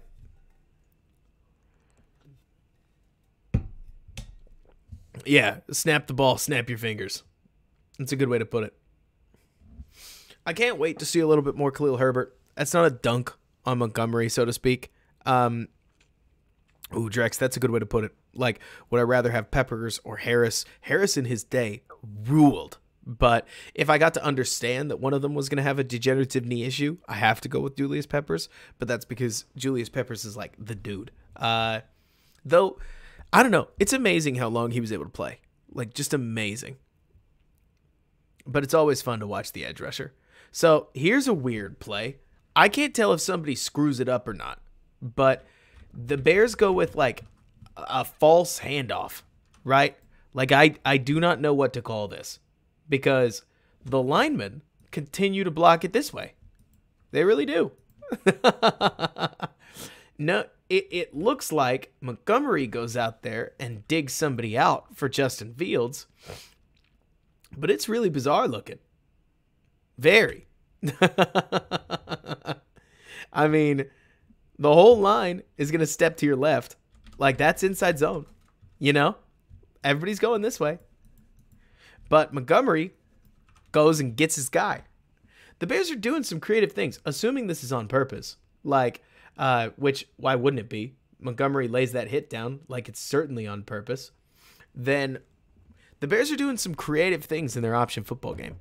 But it's, I don't know, it's like 4 yards. Yeah, exactly, Julian. Like, he's not trying to grab the ball. And it sets up a 3rd and 4. Which, on 2nd and 8, getting 4 yards, we'll take it. It seemed as if past a certain point, Fields had basically had enough. Because we're going to come out with, what do we do from a routes perspective? We get a quick in. Oh boy. Is this what I think it is? It looks like we're setting Pettis up on an option route. Remember when we talked about option routes a couple weeks ago, and we talked about Pettis coming off on a stem? He's got an in, he's got an out, and usually he's got a slant. Well, it looks like Pettis gets his option route where we're gonna clear out, and Pettis gets his one-on-one. Watch 18 right here. This is not what you want when you're running like option anti-man football. Pettis sees outside leverage. Maybe he makes the wrong read. It's hard to tell. Maybe it's not an option route at all. Because when Pettis goes outside, there's just nothing there. We're going to get Kmet running into coverage. We're going to get Pettis running into coverage. And Fields decides, all right, you know what? They left the A-gap for me. I'm getting out of here. And he does.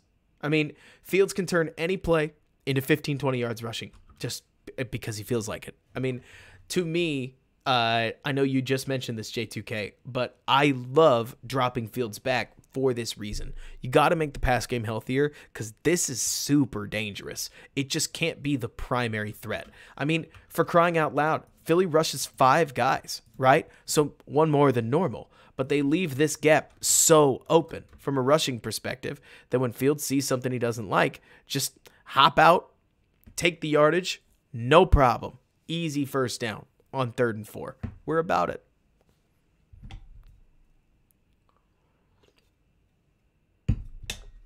So then let's see. They're going to bring Pringle in. I mean, no way this isn't a run, right? Of course it is. And Pringle fights hard for it. But man, oh man, the Bears didn't want to pass either. It feels like the moment that their guys went down, they were like, okay, so no. we're just running the ball. I'll watch Leatherwood. That's a solid block from 72. Let's see. One more look at it. Pringle gets in there, as does... Oh, Pringle gets wrecked. Now, granted, asking your smallish receiver, I guess he's not that small, to come inside and then hit 29 is a physics equation that is not very easy. But Pringle here against number 29, make sure you take a look at this. Like, bang. Play made. Very easy. Or not very easy, but at the very least a definitive win for him. 2nd and 8. Let's see if we pass it. It's not 2nd and 10 plus, so passing's on the table. But, okay, it's a check. How often are the Bears going to check to a pass? We'll see. They do. They check to a pass. Fields looks like he wants Kmet. Dumps it off to Montgomery. And Montgomery goes and makes some noise. Gotta love it. Okay, so. Yeah, who's he looking at here? Let's see. Takes a look at the safety. Goes, okay, so he's not looking at Kmet. He's looking outside. And who do we got? Is that VJ? It looks like it. We're looking at V12 engine right here. Let's see some speed. Because he's one-on-one with probably a cover 3 corner. And it looks like he's running a hitch. Pop, pop, pop, pop. Bang. I don't think. Okay, so just looking at the way Fields plays this thing. Fields lows to throw right here. Velus Jones hits him with a stutter and then stops. So, stutter right there. Fields loads to throw it. And then he keeps running. And Fields pulls the ball down. This looks to me like a miscommunication. Which, could it be on Fields? Could be. Could be. It's not like the separation isn't even that great either. Corner's on top of it. But it looks like Fields goes to release the ball to Velus. Velus isn't anywhere near there. Fields goes and just extends the play and kicks the ball to Montgomery. We're all about it. Like you mentioned, is 18 open here at the end? Let's find 18.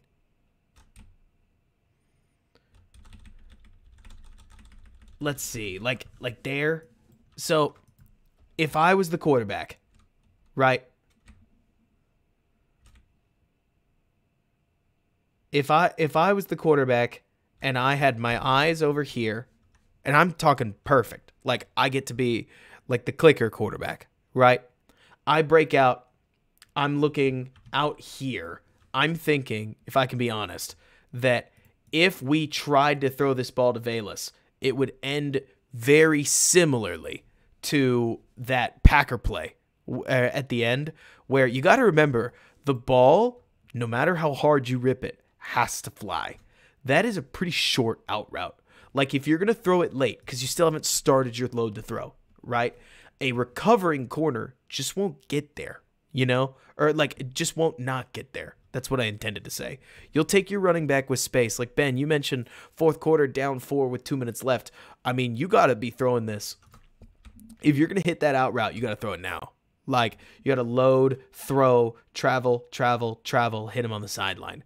We'll take this play. Even then, like if it was fourth quarter, down 4, 2 minutes left, you hit him, you ask him to squirrel out of bounds.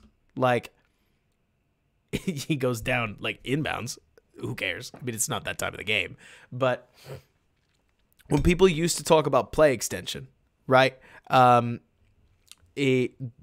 people would talk about Fields' mobility leads to extended plays, leads to breakdowns. It looks like here in the second half of year 2, teams are starting to figure out how to work with Fields on these extended plays. I'm about it. I mean, this is a well-worked play from Fields' part. Now, again, could he have, going a little further back, could Fields have ISO'd up Kmet and hit him if that's where he was looking?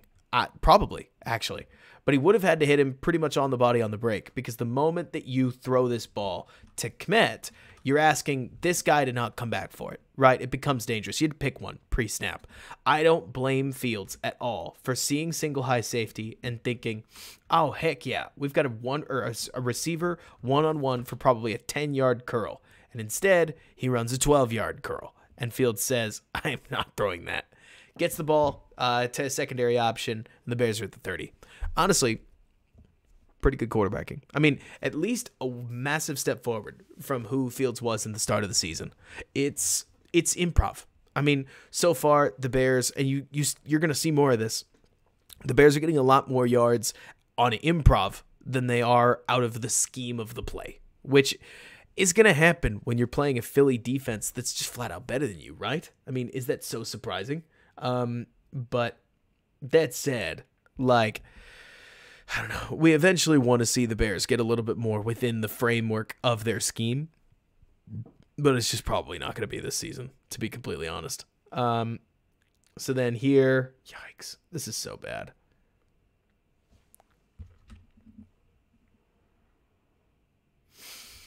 So the worst part about this play is that I don't really ever understand taking Cole Kmet and lining him up on an NFL edge rusher. I think it's Hassan Reddick on this one. Like, that always seems like a great way to lose. But let's see. On one of these deep plays, Kyle, I think it's one that we talked about earlier. JT didn't think he was open. I'm not sure. But to me, to critique Fields not seeing Velus Jones, it was Velus, and I wondered to myself whether Fields thought that he could get the ball there because it was awfully deep. I don't know. I'm trying not to cape too hard for him. Maybe he missed it, but I think it was also like a first down, and Fields wiggled out for 7 yards. And when on first down you can get 7, like, you'll take it. But I don't know. Maybe they were tired of blowing plays at that point. We could talk about that later. Like, within this offense, if Velus Jones isn't wide open, do you really want to throw it to him? And frankly, Kyle, we talked about this really early in the season, but Fields already had too big of a problem with taking 30% completion plays and immediately trying to throw them on key downs. And so I'm by no means saying, Kyle, that this is an improvement, but moving from, hey, on first down, let's try to get some yards instead of all of the yards. When the read isn't quite there, and especially if Velus is running the wrong route, which we've actually seen a couple times, then there's reason to think that, hey, was he open? Yes. Should he have been there? I don't know. And Fields is pretty by the book. Like, when Fields is on that first phase of his play, he's looking for where the guy is supposed to be. He's not going to look for where you are. Like, if you break open, but you ran the wrong route, you're not getting the ball. Like, that's just going to confuse a quarterback. Anyways, let's talk about this play. Bears are running like a double post kind of thing, which JT really likes. I'm a little ambivalent about, with what you call a sting up the backside. So it's got like a Y-leak feel, right?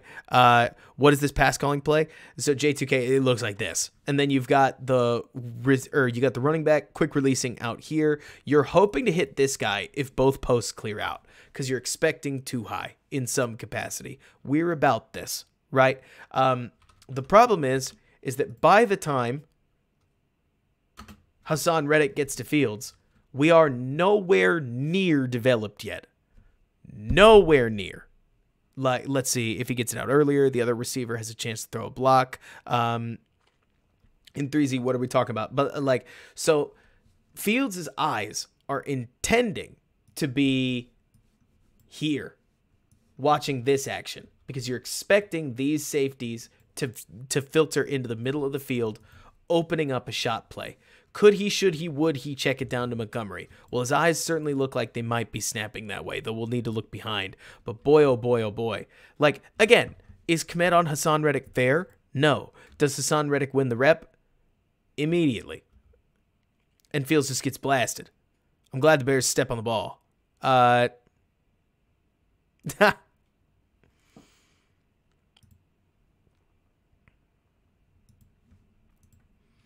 Like, yeah, because they motion Kmet in. I'm really not sure why the pass pro. Like, maybe it's because he's in such a wide 9, but this feels like gifting the Eagles with exactly what you'd want. Okay, so it looks like, by the way, this is 100% me using freeze frame. Fields' eyes are down here, and as soon as he sees Reddick win, he snaps his eyes to Montgomery. I think he's thinking check down. But as he goes to throw, he just gets freaking cranked. And when we talk about, you got to throw it sooner or you're going to fumble. This is a classic example because in the middle of this throw, as soon as he, like, had he had two hands on the ball, which I'm not dunking on him, I'm more talking about how sometimes we can talk like, oh, yeah, he should check it down here. Well, in this case, just like what we end up seeing, if Fields loads to throw, he's going to give up a sack, not get the ball out, because there's some things that you just can't do it in human speed, and throwing the ball is one of them. So I don't really understand why Cole Kmet is ISOing here. Like, Leatherwood's right there for us. What are we doing? But, like, because 3Z's World, you mentioned, like, that, let's see, when teams don't want to spread, it's usually a bunch of traffic back there to muck things up for the defense. Absolutely. The Bears still gave away plenty of one-on-ones, and the Eagles certainly beat them. Braxton does a solid job here. Like, if we wanted to give some credit, because we like him, like, it helps when we get a natural chip from Montgomery, as he's going to shave that route down, keep Sweat just a little bit in, but it sucks that we give up a fumble. Thank you, Michael. Oh, it's Leatherwood. Leatherwood's the one who gets the ball. Like, Schofield competes for it. Leatherwood gets on it. Sets up 2nd and 27. That's our down. Am I right? Am I right? 2nd and 27. We've got him right where we want him. As Fields, could he throw this? Maybe. Do you think he might be tired of getting hit? Also possible. Because, oh boy, Leatherwood gets spun on. Like, take a look down here. 18. Reddick. Hi, honey. Nasty spin move. Fields may see this, to be honest with you. Just really looking at exactly what's going on. Fields may see the spin move out of the corner of his eye and say, I am just so tired of getting hit. Like, yeah, exactly, Grant, right? But so, at this point, it really wouldn't surprise me, just being human, right? Like, again, this is the moment where Fields seems to see it and react, which is a little sooner than usual. But you get hit, I think, 3 sacks already, and your mind changes. So then he's just going to snap this tackle, because whatever.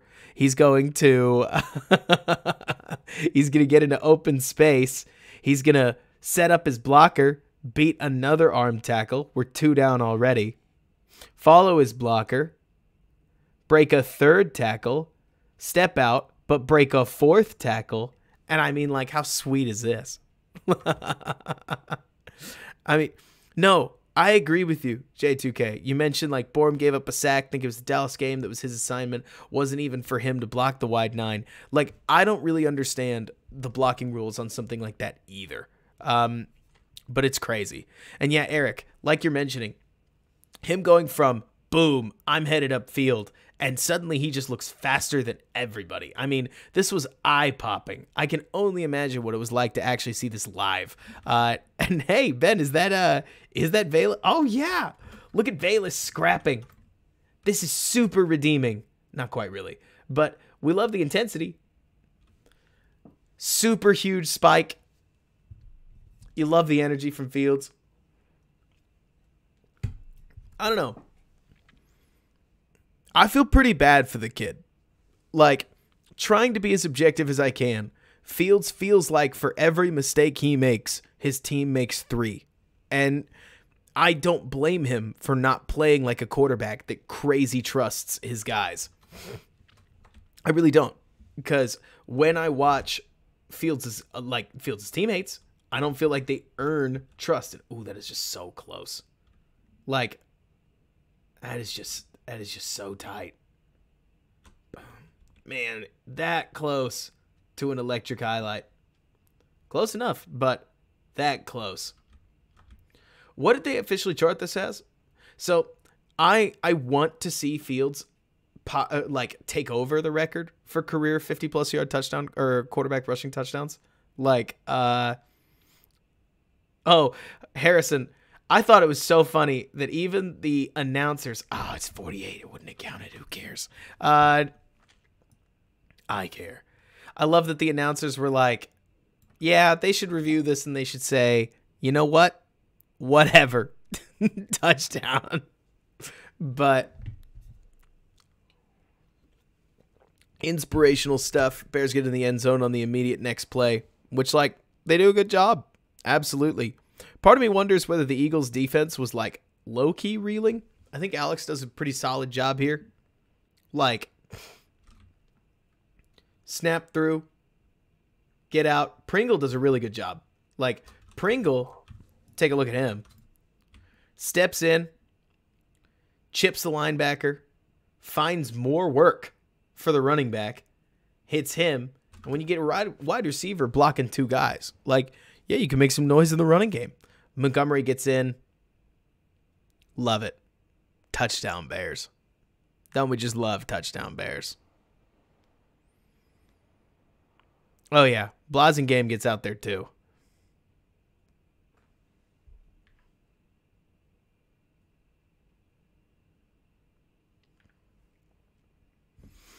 Yeah, and Santos misses. You love it, Julian. You love it.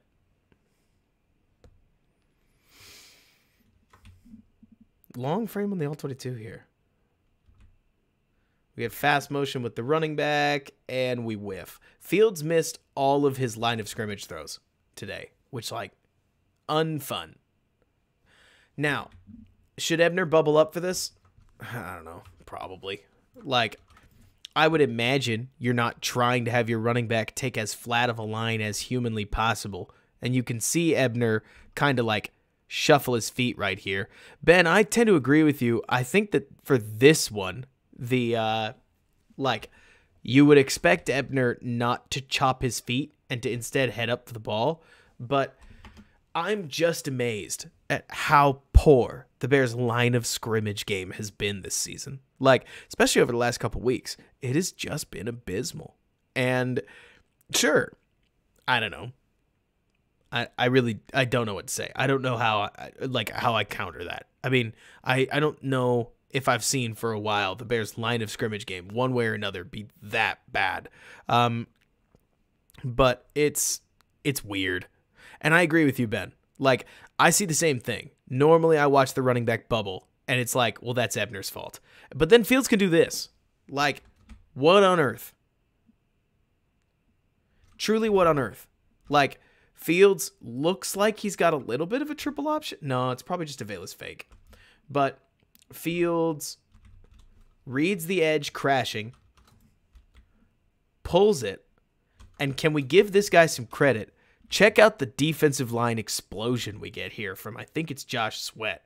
Bang! And he's on him. Like, look at this angle. It's so small. I get it. We're focusing on a small thing. But you want to talk about the beauty of football. Like, how many quarterbacks go from this spot right here, foot planted, right? Where Fields is coming this way, he's coming downhill. How many quarterbacks get out of this? Like, boom, he's on him. But then Fields is just too fast. There's no arm tackle to break. He just runs around him. Like, what on earth are we looking at?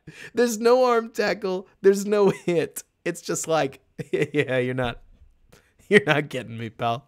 Like, that is amazing, in my opinion. Let's see. Somebody asks, why is Kmet on the ground? Okay. I think he gets his foot stepped on. Because nothing else makes sense. We can't really see it. But whiff. It doesn't visually look good. But, like, man, oh man. Oh, so it's not like 95. It's like a 55. So it could very well be a linebacker type. But he doesn't even touch him. Is that Brandon Graham? Wow. So, you know, if you can't hit your line of scrimmage throws, at the very least, you can just run around somebody for 15 yards the really easy way. Now, it is stunning to me that if memory serves, the Bears go from right here, really soak this in. 1st and 10 at the 14-yard line. and I believe the Bears are going to punt. Now, there's, I guess, a couple of reasons, but we start with this, which looks to me like a give, right? I don't know. Mesh point exchanges are going to be split between the quarterback and the running back. You just can't have these. But at the same time, I can't help thinking within this that, like, Fields is leaving the ball for him, and Ebner just doesn't keep it. And I watch this, and it's like 99 or 91 is presenting a give read. Bears are running midline again. But so it looks to me like Fields is trying to give the ball late, but Ebner doesn't take it. Which, who knows? Like, Sir Lord, you mentioned that. If you told me that the running backs are now expecting Fields to basically just take it all the time, I'd believe you. Fields has called his number a lot. But it looks like a give that Fields left in Ebner's hands, and then Ebner didn't control it. So they lose 7 yards. Bummer, right? Second down. Crushed.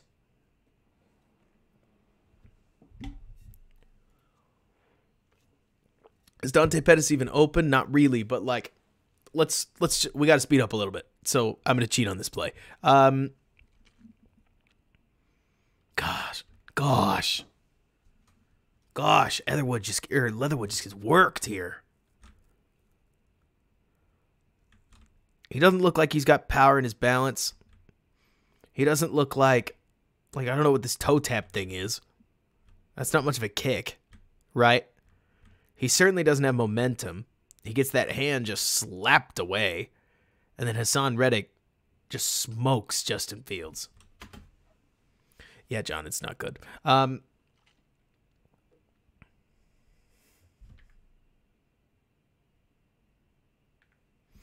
then, third down. He gets worked a second time. Once wasn't enough. Bears are running mesh. And here's the moment. Oh, it's a screen. Oh my gosh, it's a screen. It's a screen. Where's the screener? Is it Montgomery? Man, the Bears and their third and long screens in the red zone. For some reason. I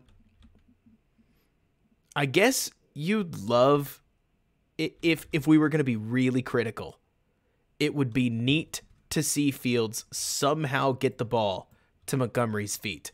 But I don't know where to put it. Like, at least from that angle. Because they get it sniffed out. Oh, yeah. The defensive lineman figures it out, but, like, where are you going to throw this ball? 94 is on the inside of Braxton. You'd literally have to throw it there. Like, you'd have to angle it away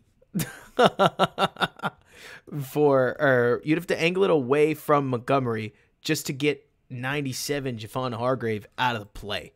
Let's see. Could it be as simple as a left to right slide thing with Leatherwood? I don't know, Eric. I think it looks like mono. But he looks extremely awkward. I mean, in the extreme. But so, let's see. It's totally too Monty. Let's see. That screen is not in space. Isn't that the point of a screen?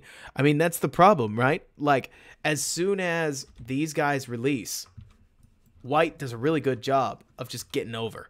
And I don't understand it, John. But, like, so here's another sack. It sucks. The amount of screen sacks have been insane.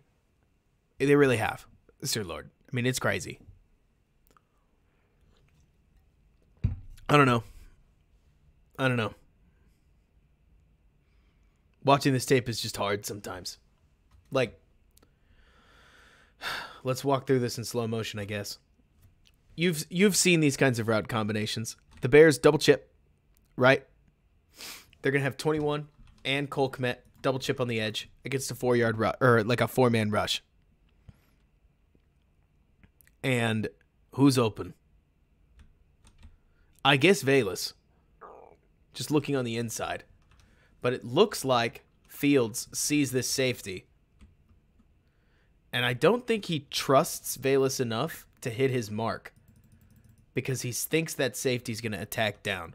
Look, am I trying to say that's the right decision? That's for you to decide. Some hardcore quarterbacks would be like, we got to see it, we got to throw it. Like, JT, for instance, is yelling, you got to throw this, you got to throw this, bro. And if it's Equanimeous St. Brown, I actually wouldn't be surprised if he does. But it also wouldn't surprise me if after what we've seen, Fields is just looking at number 12 and needs to see him crazy wide open for that to work. Then he sinks back in the pocket. I guess he's open-ish at this point if we were going to launch it. But Fields is suddenly looking in check down mode and just throws the ball away. I don't know. Not really a good rep for anybody but the offensive line, I guess. But the offensive line is facing pretty much the lightest rush of their day with double chips, control. Certainly nobody's like crazy open. Yeah, no, I agree, J2K. Like, it looks like he doesn't trust him. It looks to me that way anyways. And we saw earlier like a decent tape reason why. It's also worth remembering. I don't know. There's some of this stuff that's like all rookie mistakes, and then there's some of this stuff where it's like, I don't know if that's exactly a rookie mistake. Eagles run another stunt. Guess what? It works. Boom. Should Fields have thrown it right now? Again, you tell me. Is that a fumble? If he throws it, it sure might be, which is why his first move isn't to load and throw. It's to just, shoot, we lost. Bang. Hold on to the football. And from there, the 2-minute drill is over.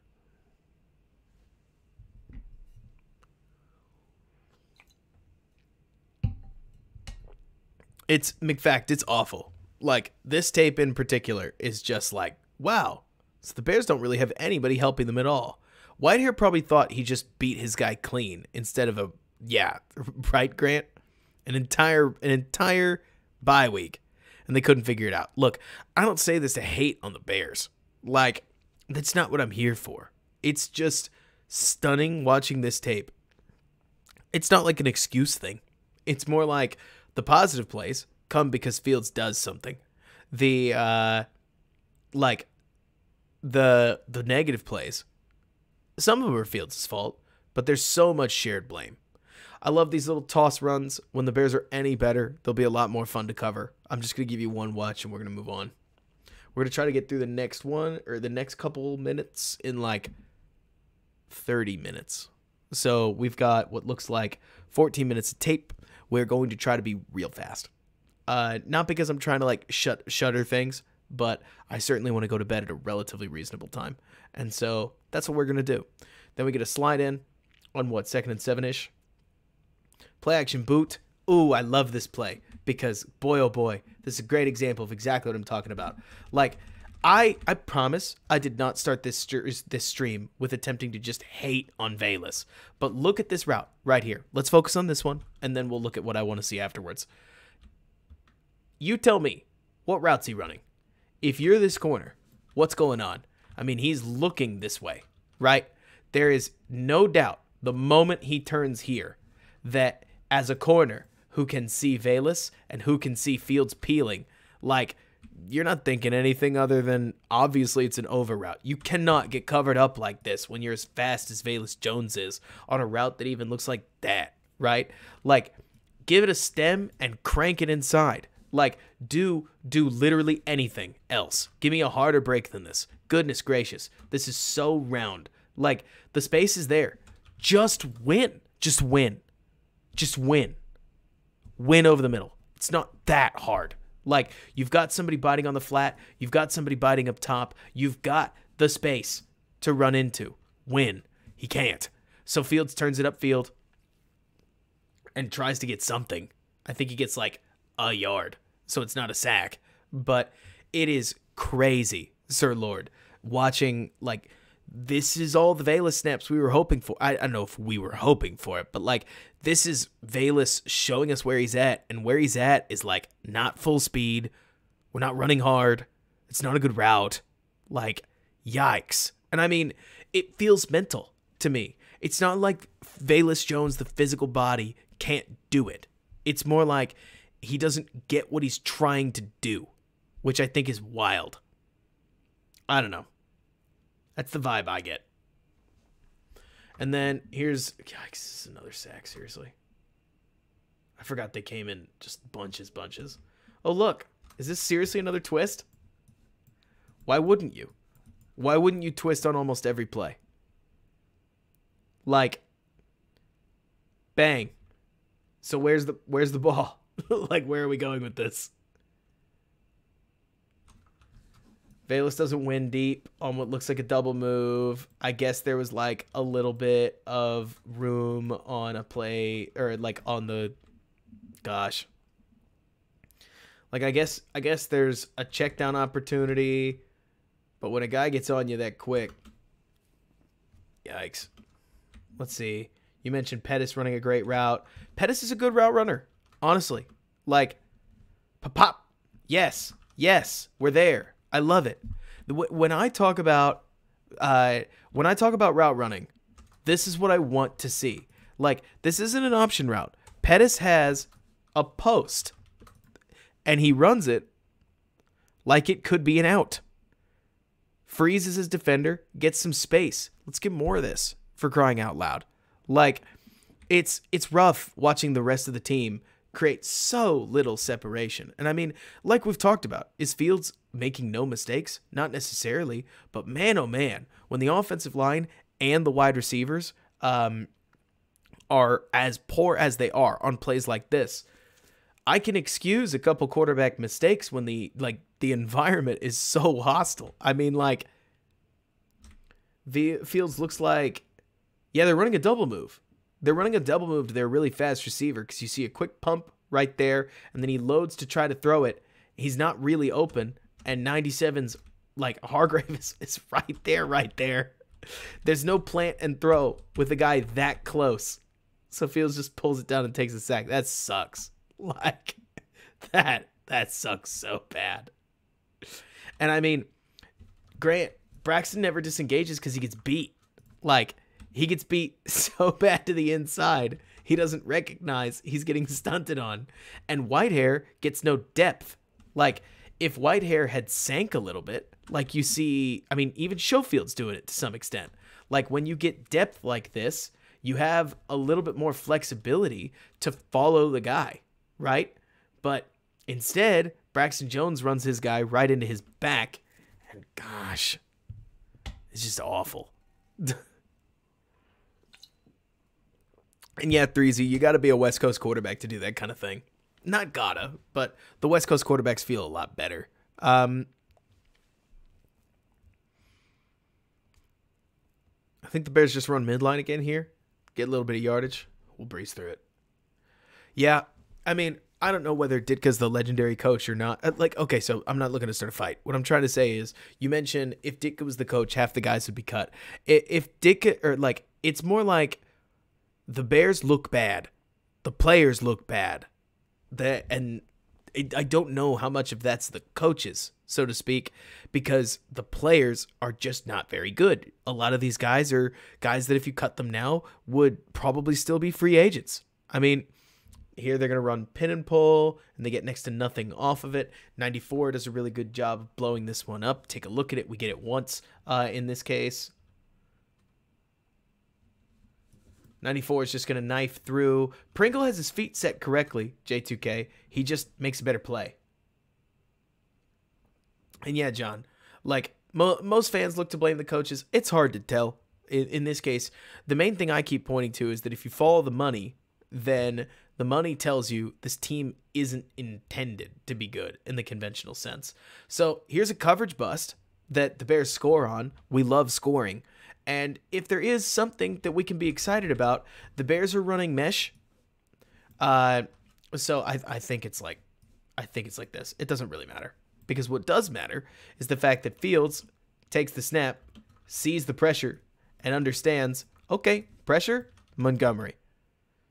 He abandons the play. We used to actually see him not throw hot. So this is an improvement in the technical sense.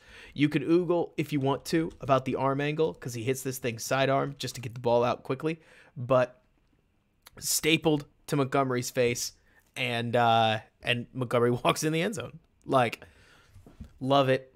Now, you're starting a possession in the red zone, so it's a bit of a cheap touchdown. But all the same, we throw hot. We hit Montgomery right where it needs to be. We're in. Yes. Let's see. Our GM signed no one he thought was good. Yeah, I agree, Ben. Like, he beat the blitz. It's a major improvement over getting caught doe-eyed. WFM, you mentioned, did Quinn play at all? Is he injured? Quinn did not play at all because the Eagles are just loaded with players better than him. That's the honest truth. Like, the Eagles have a lot of edge rushers that are better at rushing the passer. I mean, they've got Brandon Graham playing sub-minutes. And when you're playing, like, sub-minutes at that stage, yeah, Darren, I agree. Better than getting in the red zone and punting. And Drex, yeah, it's 90%. I like that. It's 90% guys on rookie contracts and guys that nobody else really wants. Because it's true. Yeah, Quinn getting hurt makes a lot of sense too, honestly. Like, if you can't tell, especially right around now with it being baby season, I'm not following the rest of the league as much as maybe I could have, should have, would have be. But we can always talk Bears. You love watching Fields just race around people. I mean, it is bananas. Hit like, by the way, if you're enjoying the stream. Fields gives him a look and says, Brandon Graham, you just cannot catch me. Like, this is the second time on Graham, and Graham doesn't get near the step he did the first time. And he just, like, says, peace out, Girl Scout. See you later. Yeah, he did, Myrtle. Just turned the corner and bolted. Our highest sack player is Brisker. Yeah. We're going to pull Kmet in. Oh, no. Such a promising start to the drive. Only for this. I mean, what are you supposed to say? I mean, I can only imagine what PFF grade, so to speak. That's not to make fun of PFF. First, if somebody knows, like, what PFF grade they gave Velus, I would kill to know, because goodness gracious, like, Velus is playing, because Cody, you mentioned, like, everybody in your section wanting to hunt Velus down. There is so many plays in this game that I did not catch the first time as, like, wow, that was really bad on Velus. And then, of course, there's this one where, like, a huge hit knocks the ball out. The ball says, yeah, I'm staying in. And is this Velus's third mission critical fumble of the season? Like, is it more? Like, is it just 3? I think he also fumbled once in the preseason, didn't he? Let me see. Fields should have widened out just a little bit. Widened out on the run. Let's see. Yeah, honestly, like, you could make a strong argument that the Bears spent the 3rd round pick on a guy who locked them in at the 2nd round pick, baby. Like, crazy. Just looking at how many of these, it's nutty. Oh, and I catch you now, Threezy. Now I get what you're saying. If Velus widens out a little bit, like if he gets just that little bit wider and turns up field, yeah, we're counting muff punts, Cody. I don't know what he would have done, but boy, oh boy, crazy. 44.9, Julian? Yikes! That is so bad. Oh my word. Oh my word. I mean, yeah, it's just 3, but Sean, like you're saying, they've been huge moments. Just gets chipped, loses the ball. You got to think he, like, basically watches his career bounce inbounds because the ball doesn't bounce out. And bang, 17-13. Now, the game's still on at this point. Let's see, 3Z. What are we? How far are we? Oh, I get you. Not only the best D-line. Oh, yeah. I don't want to hear it from you guys. Lovingly. I say this as nice as, or truly, I say this joyously. This is a miss. Now, why is it a miss? I don't know. Kind of looks like it comes out of Fields' hand really badly. Or maybe Fields has a different idea of where to throw the ball. Fields really likes these lasers. this has got to be a slightly loftier ball. Like, this has got to be up and down, right? But instead, it is a laser that Hassan Reddick tries to pick off and probably should. He just whiffs it. And he's trying to sit Cole Kmet down, I think, but he doesn't need to. Like, Cole's got space. Completely seriously. It seems as if, like, Ben, you mentioned he seems to throw behind everybody who's sprinting out. There's truth to that. Cole Kmet so far, can I give the kid some credit where credit is absolutely due? Cole Kmet makes the right side adjustments. So far, every time a play like this has come down, or like we've come down to breaking it down, I end up siding with Kmet. Like, Kmet needs to run this thing out of bounds, just like he's doing. Like, he should, there's no sense with this coverage that he should be sitting this. And so he doesn't. So I think it's on Fields. And let's see, Sean, you mentioned he knew he needed to put air on it immediately. I think that's why he does that little stupid hand flick, right? Stupid. Fields can do whatever he wants. But, like, throwing it right here, it's a laser. It doesn't look tipped to me. It does not look tipped. Like, looks to me like it just misses. And then, let's see, how long do we get? Okay, we get a good little stare. So I want to see Fields' reaction for fun. Oh, how hard do we zoom in? Oh. Too hard. But it's a miss. They happen.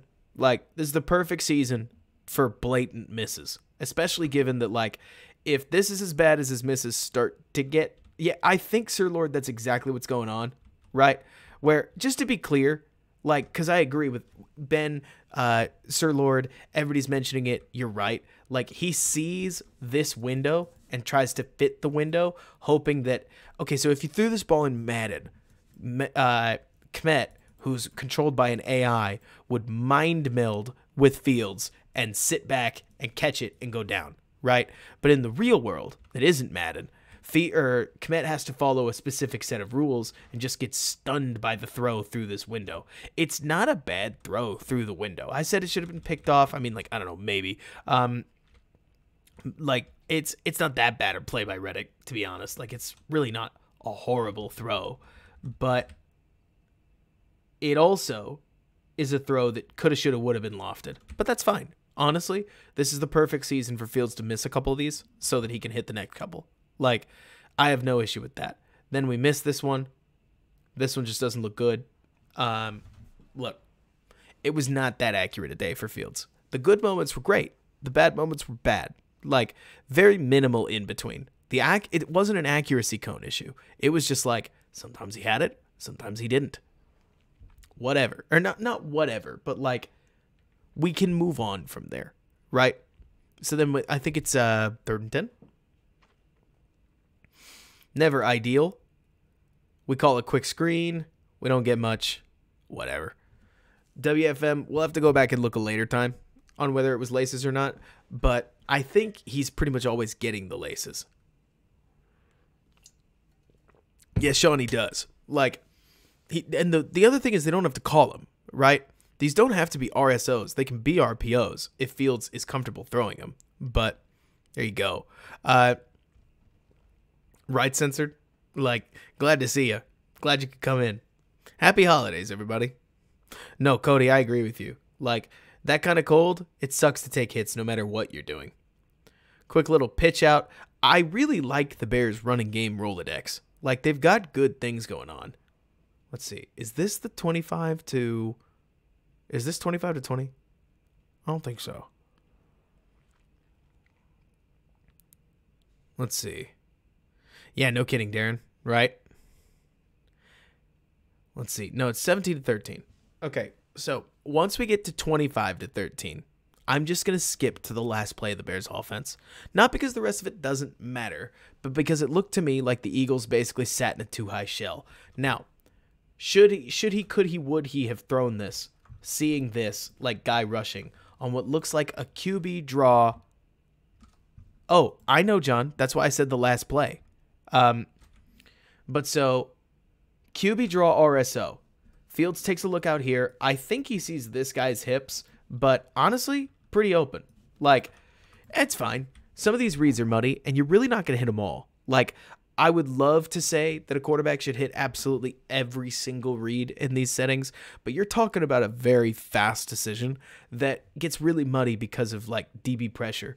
The Eagles were crashing a run fit pretty much all game. Kudos to them. Like, I feel like this Eagles defense scouted the snot out of the Bears and did a very good job. Threes, they certainly don't call normal ones. So then 3rd and 4, let's see. Philly's O wasn't great. Otherwise, it wouldn't have been a one-score game. Cody, Philly's offense definitely had its, like, serious struggle bus moments. Here. Oh, man. Holding ruins a sweet play. But it's sweet. And it's a hold. Like, I think it's Reef. Take a look at him, who just gets danced. A lot of dancing Bears today. Not in a great way. But Reddick just takes him for a ride. Fields, of course, just steps out of it. Why not? Absolutely crazy how hard he looks to bring down right now. Then he got hurt. And so we got the Peterman play of the game, baby. Ripping it. Boom. Did we notice after the fumble,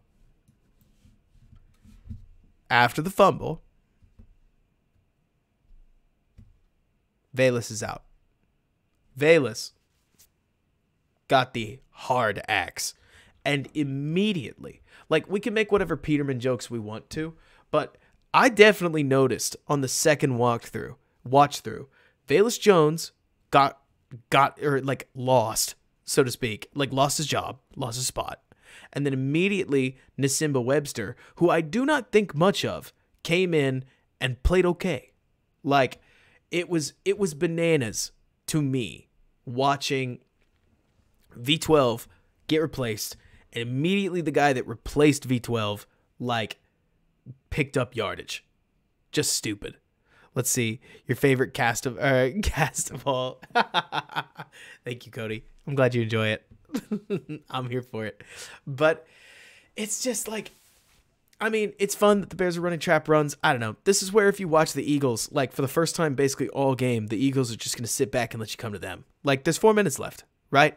The Eagles are not only confident in their offense, but they're playing an extra guy back deeper in the defense. So it's not to say that these yards don't count. They're not garbage time, right? Like, a throw like this on second down, if you really want to, thank you again, Cody. A lot of times I react when it shows up in chat, but there it is. Thank you so much. Every single donation is seriously appreciated. But so, throws like this, we like it. We're here for it. And the funny thing is that you can't call it, like, garbage time, because had the Bears gotten a stop, they were well within the ability to win this game. I mean, it's different when you're down 2 scores here at the end. Or, like, I guess that's exactly right. It's different when you're down 3 scores at the end, right? Like, at that point, the defense is just going to let everything in front of you. And the Eagles kind of are doing that to some extent, but it's not as severe as plenty, or, like, I don't know. These kinds of moments in games are always a little strange for me. Man. Velus just gets nothing. Nothing. They put him back in for the flea flicker. They're like, heck yeah, man. Run a big post. Go get him. Fields goes, heck yeah, he's got him. Cross his face. Go. Shoot.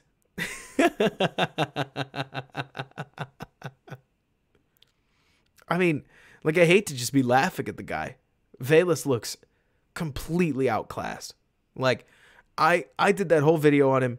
I expected a lot better than this. A lot better. We can get across a guy's face. And it looks like Fields gets hit as he throws, so who knows if that's exactly where he wanted to put it. But, man, oh man. Velus just not separating at all. And then I think this is our Nasimba Webster moment. Boom. Yeah, I forgot about this.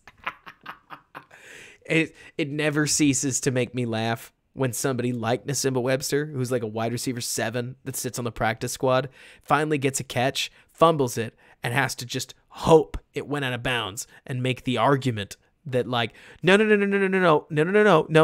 credit that a catch. That's my catch. That's a catch. Give it to me.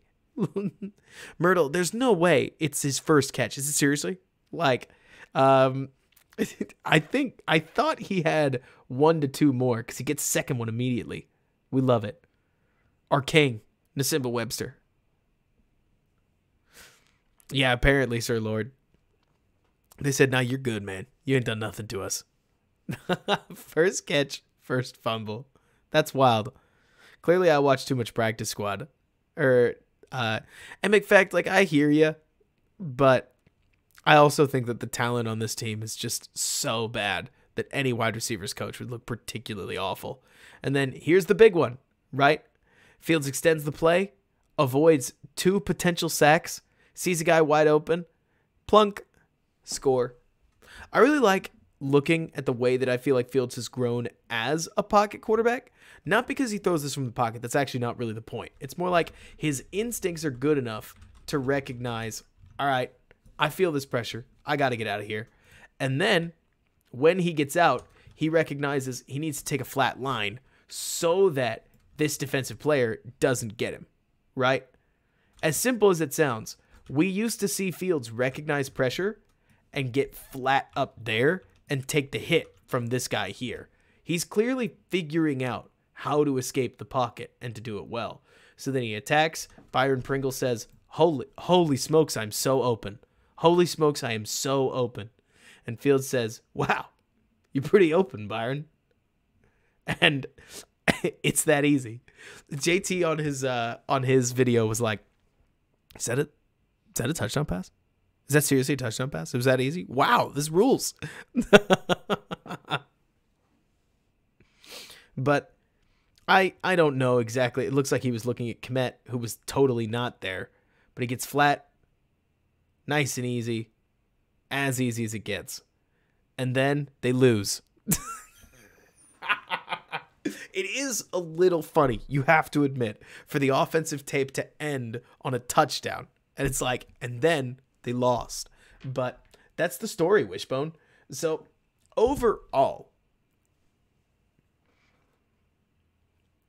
I never want to be a fanboy, right?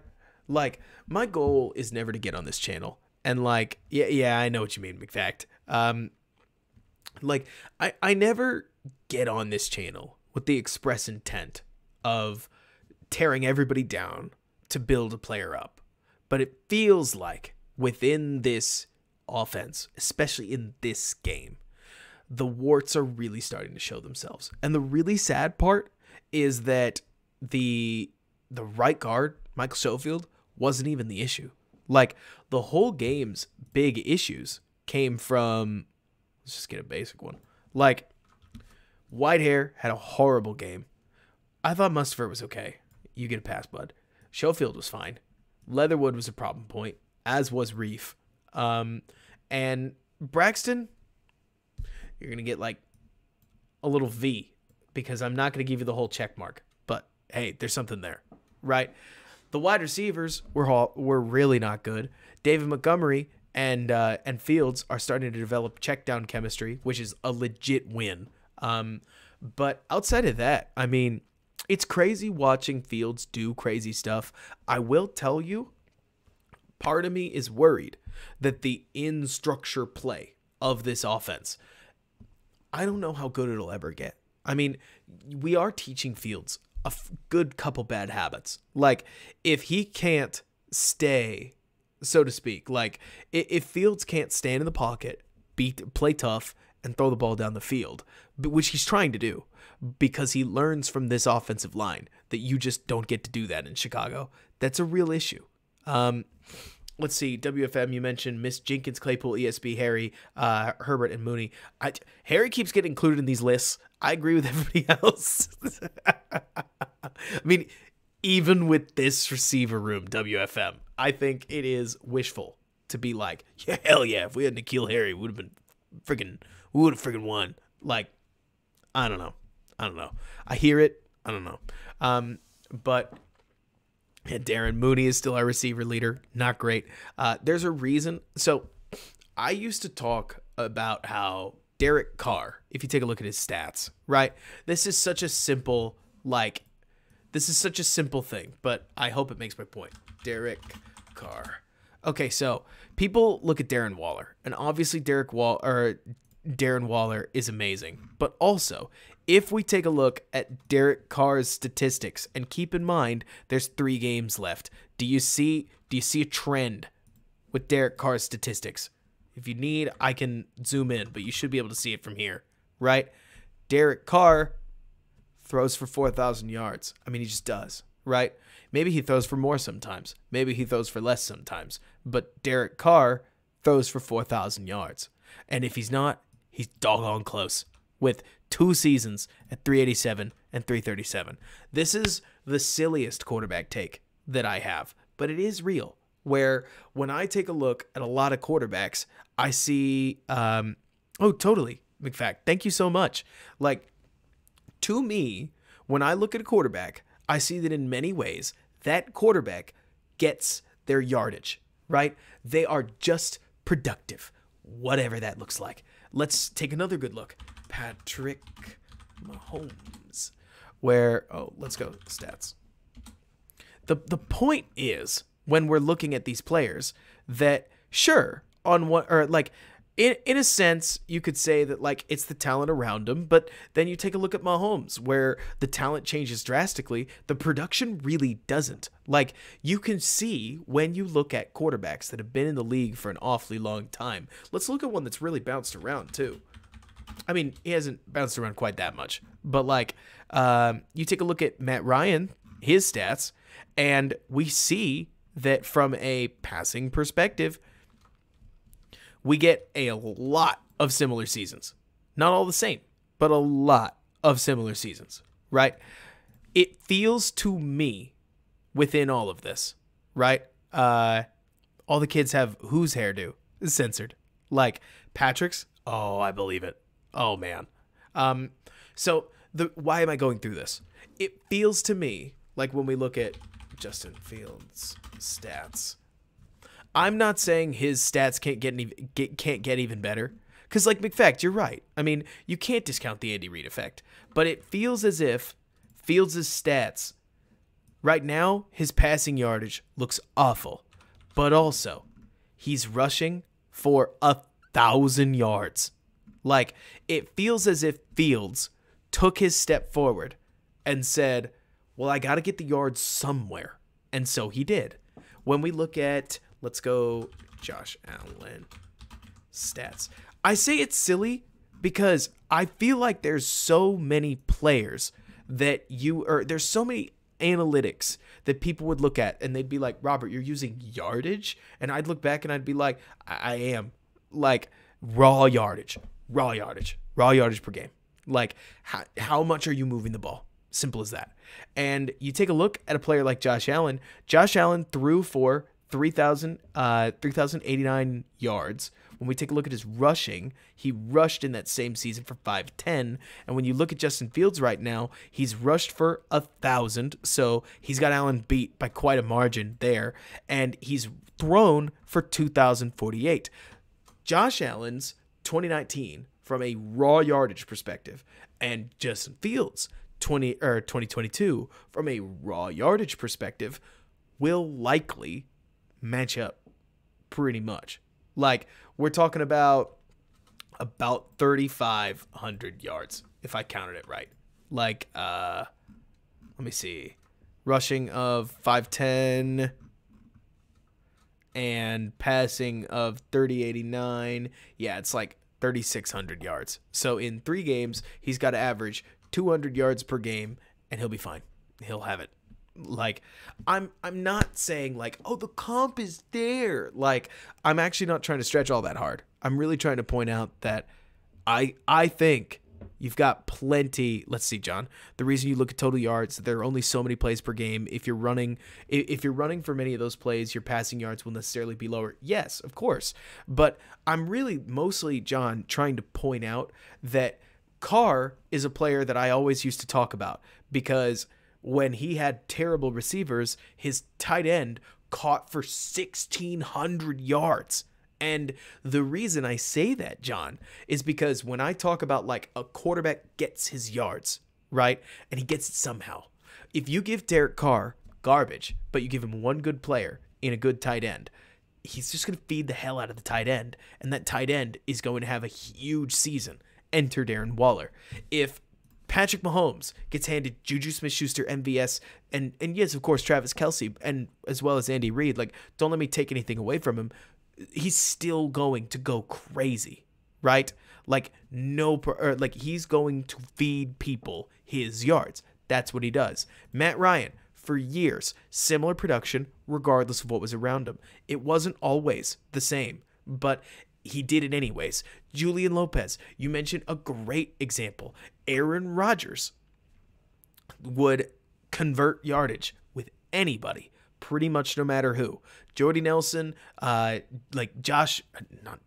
James Jones, like, it did not matter the name, right? What I'm trying to point out, guys, because I'm not actually trying to focus on passing yardage as much as it may sound. What I'm looking at this point is the fact that Justin Fields is converting his yardage. He's using his legs to do it. My guess would be that as the passing offense gets better, that Fields' passing is going to start to take more of the yardage. Like, that right now he's showing us that with nothing around him, Fields is going to be like a 3,600, maybe 3,900 yard quarterback. But he's going to end up with like 1,300 rushing yards at this rate. I mean, the guy's just killing it. It's a lot. He'll end up, I imagine he breaks the record, but I think he'll break the record with like 1,250 or something like that. Depends. I mean, 150-yard run one way or another is going to tilt it a lot. But then as his passing offense gets better, I imagine he's going to continue to get better. Like that his passing, or as the passing offense talent gets better, I think his passing numbers will naturally improve, very similarly to the way that we see Josh Allen. Look at this. We've got rookie Josh Allen with like 2074. We've got sophomore Josh Allen, who still really didn't get much investment from an offensive perspective. And then we get like MVP Josh Allen, right? Because they threw Stephon Diggs in there. They drafted Gabe Davis. They invested in that passing offense, and therefore the passing offense flat exploded. So I'm not saying that it's a guarantee one way or another what'll happen. I don't know. But the Fields that we are seeing, like Vlad, or like, I don't know, Vlad, you kind of mentioned it. I think it was you, Vlad. Like, it'll come. I think so. The Fields that we've seen is doing enough right to think that the passing offense will come. And 3Z, I agree with you. Was it, who asked me about MVP? J2K said, do I think Fields will be in the MVP talk next season? I think he's priming the pump, so to speak. Like, I also think you have to win. I mean, you got to remember, Tua Tagovailoa was an MVP favorite there for a little while and then fell off, right? Let's see. Okay, but what other quarterback have we ever talked about? 150-yard run. What halfback has anyone ever said that about? Like, that's the thing, Cody. Like, on one hand, I agree with you. On another hand, I think that you got to pass eventually. Like, I'm not a purist. Like, I am of the opinion that a quarterback is there to produce yardage. And right now, the real saving grace for Justin Fields is this. His rushing yards per attempt is 7. 7. Most passers, 7 is a pretty good yards per attempt for throwing the ball. Like, his yards per carry is 7 yards. What? Like, David Montgomery has way more than 143 carries. I don't think he's got 1,000 yards. Like, I mean, I understand they're not the same, right? But it is crazy looking about it. 62 first downs, like you're mentioning, Ben. I mean, he's so productive with his rushing game that I can't help thinking that, like, Cody, to your point, they're never going to try to, like, totally take the wheel off of, totally take Justin Fields' wheels out of the game, but I do think eventually they want to strike deeper. If I got to choose, hate me all you want. If I got to choose, I would probably never run Fields on purpose. I want Fields as a scrambler. I want Fields as a read option quarterback sometimes. I don't want to take away the zone read piece, but if we start running zone read midline like we talked about, I'm not really about that. I don't like quarterback power. Like, I get it. And I'm glad Fields hasn't taken any nasty hits on it, but I'd really only use it in the end zone. Like, it's too good in between the 5 and goal line. Like, that's fine, right? Because red zone plays are hard. And at that point, if you got to go 11 on 11 to get in the end zone, like, I'm here for it. But for me, between the 20s, Fields is more dangerous as a forward scrambler than he is as, I don't know, just like trying to run Lamar stuff. You know what I mean? The human body can only take so much, or like can only endure so much. And I want to decrease Fields' hit count dramatically. Now, the problem is that if you asked me what I thought about this team, right? The team is not good enough to keep Fields upright. When you call a Washington game, would we agree on this? When you call a Washington like a Washington Commanders-esque game plan, like the one Fields had, Fields is going to get hit. Like, the fact that Fields came out of the Washington game with not just his season, but like his career still intact is like a blessing from, like, a divine blessing. I mean, some of the hits that he endured, let alone played through, was nuts. And censored, as much as I know everybody's making a huge deal out of the Sue thing, like, Sue popped him in the head. Football players get popped in the head all the time. I hate saying that, but like, some of the hits that were legal that he took against Washington were, oh my gosh, bone-breaking hits. Like, I mean, I cannot believe his left knee endured what it did. And so I point this out because right now, sitting in the, running the pocket, it's kind of all the same, you know? Like, it at this point, there's just no good way to design a game plan that doesn't get Fields hit, because the Bears are just so bad at so many pieces of the offense that if you plan to move the ball, you have to put Fields in harm's way. There's not a good way around it. I think we'd agree. You can move the launch point all you want to. Like, that's neat, right? Like, I'm not trying to dunk on it. It's more to say that eventually you're going to have to pass. Eventually you're probably going to have to use like a true pass set. And when you do, Fields is going to get rocked. Probably. Maybe. I don't know. Especially when you're going up against a D line as good as the Eagles, you're going to take some serious hits. Now, against the Lions, we'll see. I'm not saying their defensive line sucks, but it's not the Eagles. Against the Bills, we'll see. I mean, that's going to be a cold game. Against the Vikings B team, we'll see. Would not surprise me. I'm going to say something that's a huge bummer, okay? Because I know I just said I think Fields will break the record. Fields will break the record if the Vikings have something to play for. If the Vikings have nothing to play for, and the Vikings announce that they're resting their starters, it would not surprise me if suddenly Fields' shoulder sprain hurts a little bit. Like, I'm not saying it's that simple. Like, I'm really not. I am saying that if we're talking about a guy in Ian Cunningham, who's the assistant GM, that was part of the Eagles brain trust that threw a game at the end of last season.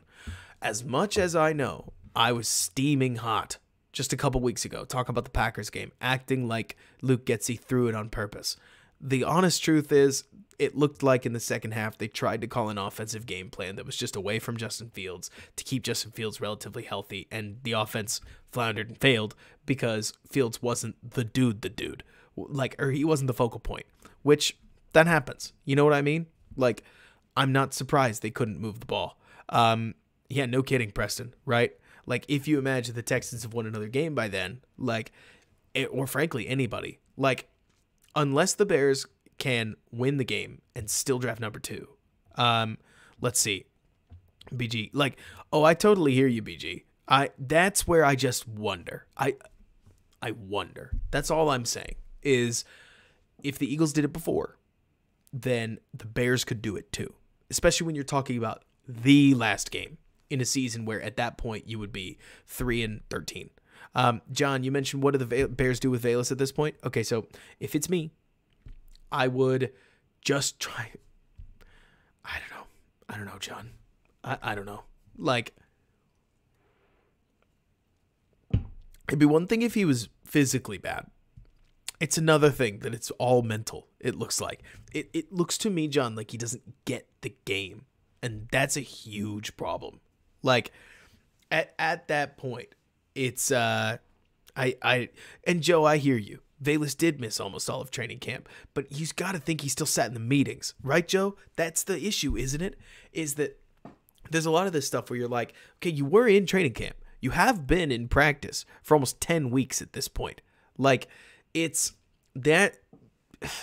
I feel like whatever the ethos of the Bears receiving core is, to be fair, guys, to be fair, Darnell Mooney did not run every over route with the route running style that I want. You know what? Who better to teach us how I want these routes to be run than the Eagles? What a segue. Am I right? We're going to roll the tape. We're going to talk some Bears. Holy smokes. These receivers are good. Like, A.J. Brown rules. Just watching them play and the way they play is a riot. Let's see. Fields has a touchdown every 18 rushing attempts, a first down every 2.3. Oh, I mean, Fields is brain bending, like, on some of this stuff. Like, the way that he has attacked defenses, and especially scrambling. Like, what I don't think people, I don't know, I wouldn't say they don't talk about it enough, but the part of Fields' running that really pops for me is his scramble to first down rate, especially on third downs. Like, Fields' third down usage rate is probably pretty high, I would imagine, right, Q? And compared to his usage rate, his first down ratio on those, like, plays where Fields' number gets called is strong. Like, Fields does not fail to convert third down near as often as your standard quarterback on, like, a 3rd and 10. Like, sure, the percentages are supposed to go down, but, like, 3rd and Fields is a thing. Like, he's awesome. Also, rip Jack Sanborn. This is actually, like, oh, the instincts. Oh, you love it. I know he got hurt. You know what? He got an extended tryout. He passed, right? But, like, Jason Kelce coming out for him. Check this out. Jason Kelce. Sanborn reads the read. Like, I don't know if they're doing a gap exchange. It looks like they are. It looks like they've got Gibson crashing and Morrow coming down here. So Sanborn hops out to fill. But Sanborn sets up getting out of the block relatively easily, comes through, and shuts the run down. He doesn't have to be the most violent player. Like, we're looking at the next Hunter Hillenmeyer. I'm here for it, you know? Like, he doesn't have to be Urlacher. We don't need to make him Urlacher. Roquan Smith had a better shot of being Urlacher. This guy has a chance to be a 10-year Bear and never be, you know, good. Sorry. Never be an impact player, but always just good. You know what I mean? Like, it's not like he's going to be Lance Briggs, like twitchy and crazy with some pass rush stuff. Like, he's just good. He'll just be good. And when I talk about Devontae Smith, by the way, being the dude, like, let me see, where is it? It's 6 over here. Check this out. This is so good from quarterback and receiver. Snap back out, look for the ball, cut to it, find it. God. I love it. I really do. Like, this could be not literally Jackson Smith-Jigba. That's not 100% fair. But, like, man, talk about poise. Talk about what a wild throw, actually. This is crazy. This is Hurts is easily his best throw of the game. I mean, easily. That is a dart. That is so good. Wow. That is, wow. That is so sweet. Wow, that is so sweet. And Q, I'm not surprised. Fields is the number 3 ranked quarterback in the NFL by success rate on third down, behind only Mahomes and Burrow. That's good company. Sir Lord, I agree with you. Sanborn is exactly the kind of person that you look at and you say, if he can make the play, he will make the play. That's huge to me, because the Bears have way too many players that if they can make the play, they still may not. Man, talk about getting open for your quarterback. What a sweet play by the receiver. Catch his money. All right, let's see. Is this... Oh! Boom. What did he think he saw?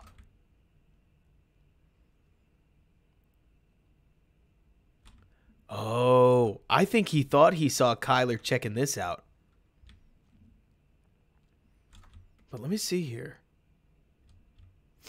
So, I didn't see this at first. Like, this is the first time I'm really watching this. But it looks like, and I love this, Kyler sees A.J. Brown cutting outside. He puts a hand on him. Hell. Let me get back to it. Like, from a technique perspective, it looks like he sees him. He basically starts to back up because he thinks A.J. Brown is going to escape, right? And he bumps into him on accident, which kind of tells him, oh, shoot, there he is. But then he feels him leave, right? He feels him disengage to go behind. So he checks behind him. He sees, okay, is that where you're going? He knows he's got a safety back there. So when Hurts drifts right, he recognizes, oh, heck, look at all this space, right? Like, look, he's checking the route. He sees the route. So then he takes what his zone would be, and he takes a clear, hard step backwards. And I don't disagree with you, by the way, Vlad. Like, if Hurts could push the ball out to here, it's a touchdown. But Kyler extending his zone a little bit is awfully neato. I know it's simple, but it's exciting to see the nickel corner kind of understand zone coverage. That's the thing, right?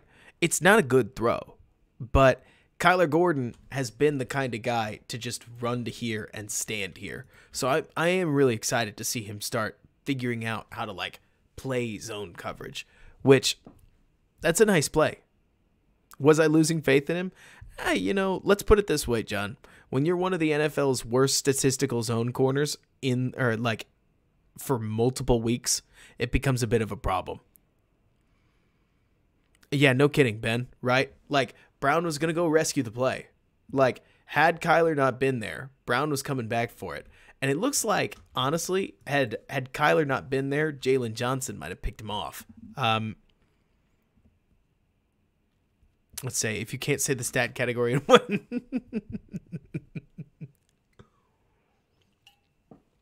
There are some long ones, Threezy.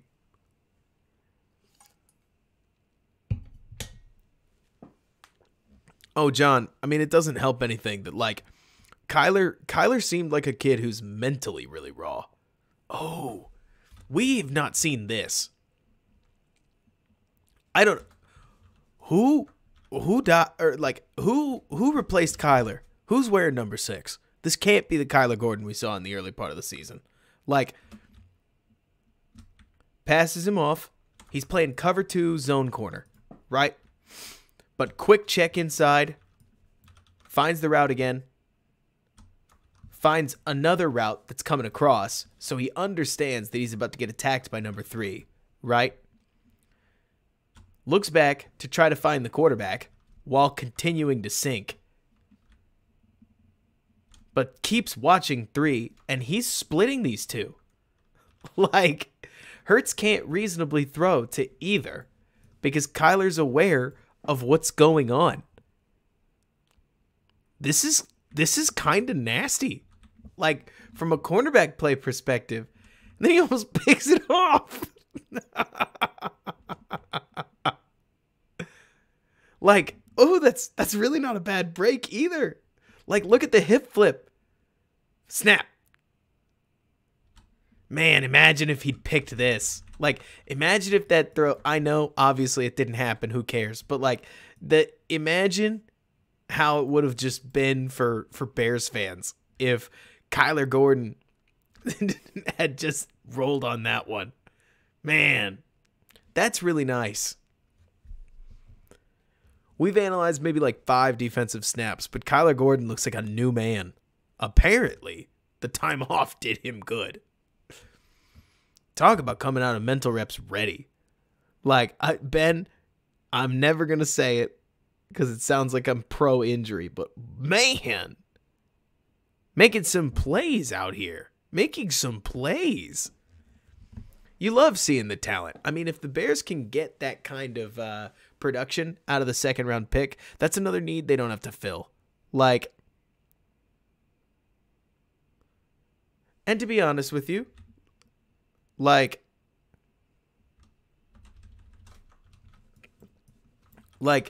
this one right here, to be fair, I have no idea what the coverage assignment is, but I don't know where he's going, right? Maybe he's going out in the flat. I'm probably overanalyzing it. Yeah, that's probably what I'm doing.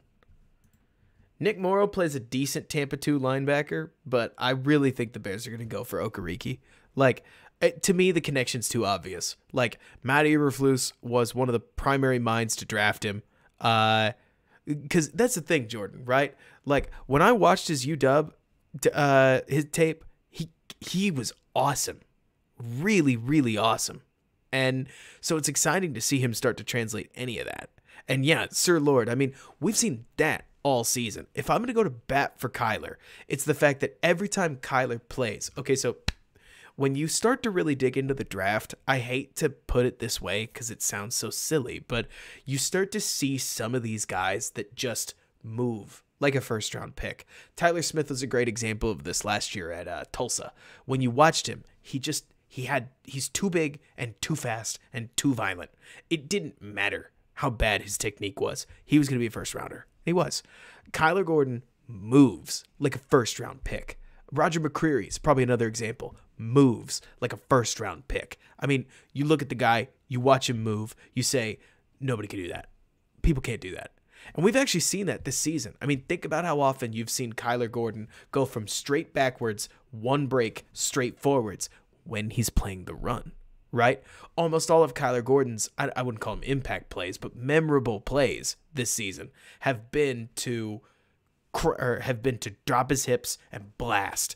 And starting to see him translate that to the passing game with nice jagged movements within coverage, within zone space is fun.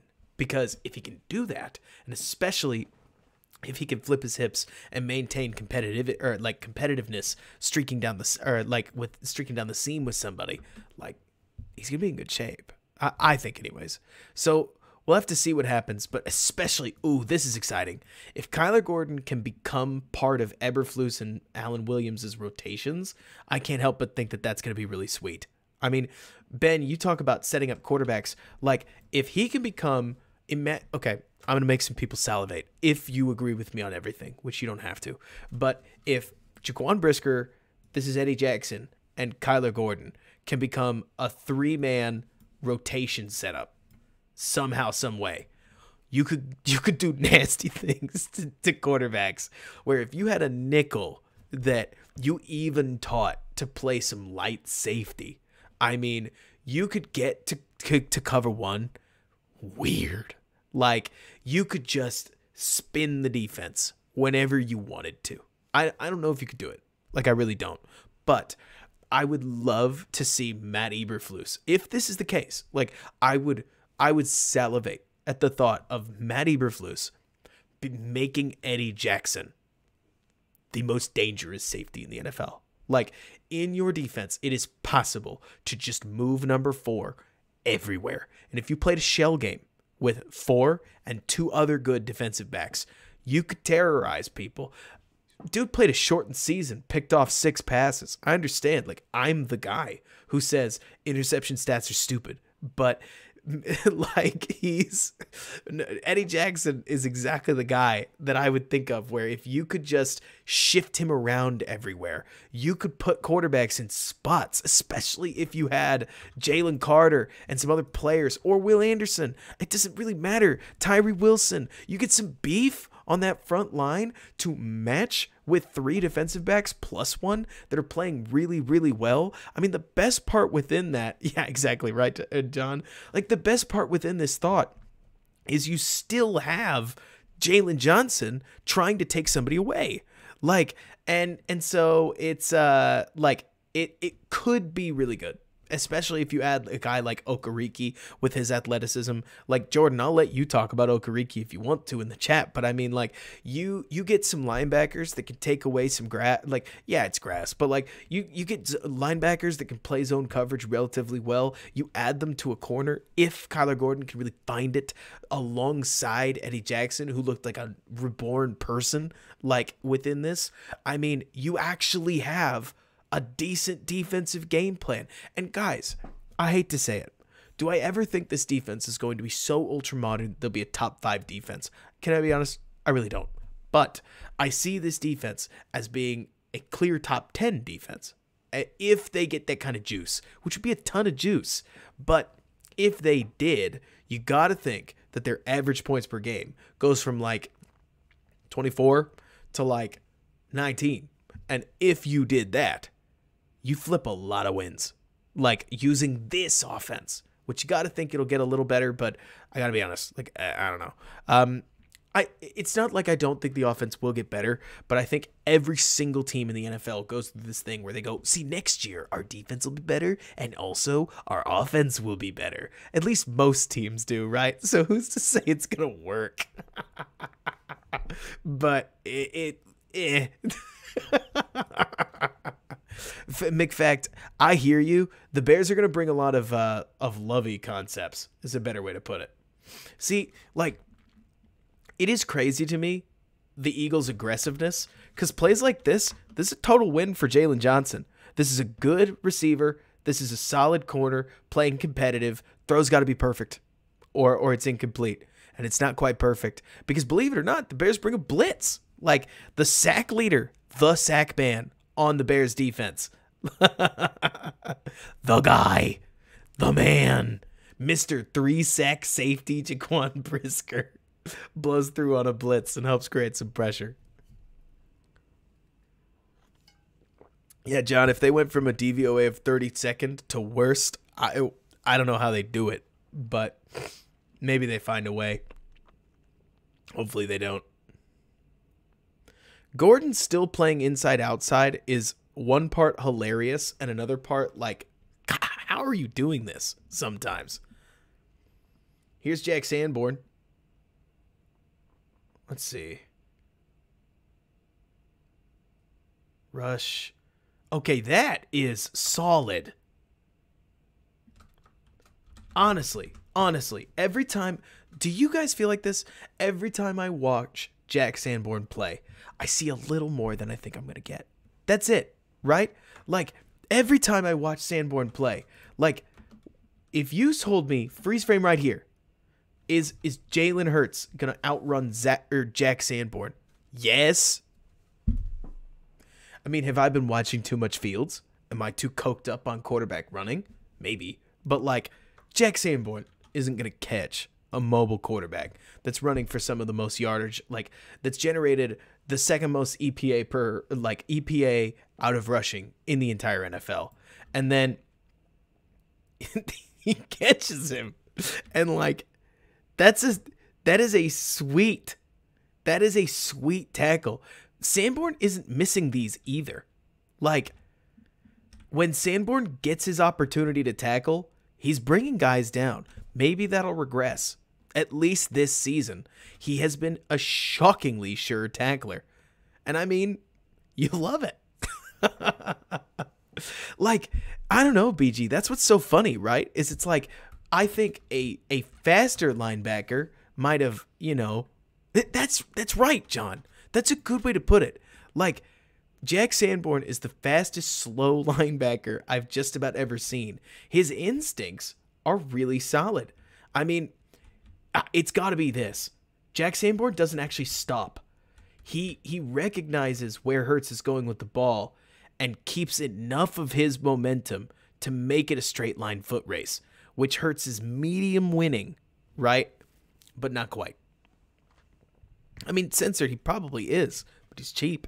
Also, I think Jack's coverage like instincts look a lot better than I would anticipate. And you got to remember, he's still a rookie. Like, you would think he will get better. Oh, man. Here's an inside dig. I don't know enough about coverage to tell you that, like, that it's specifically Brisker. Like, I don't know. But, man. You can't tell me that Devontae Smith running this stem so, like, look at this. Check this out. Okay. McFact, you talked about going bit by bit. Let's get really granular. Really watch Devontae Smith. You're going to see him. He doesn't run this route straight up and out. He's just barely fading out. I mean, that's not even a good route path. That's too exaggerated. Like, look at this. He's going to go from here, and then he's going to break at the 30, right? You see him just barely fade that thing out. So then Brisker has to get over the top of him and try to out-leverage him, right? So then when he turns inside, I mean, he's totally open. And it's because of the way he ran that stem, right?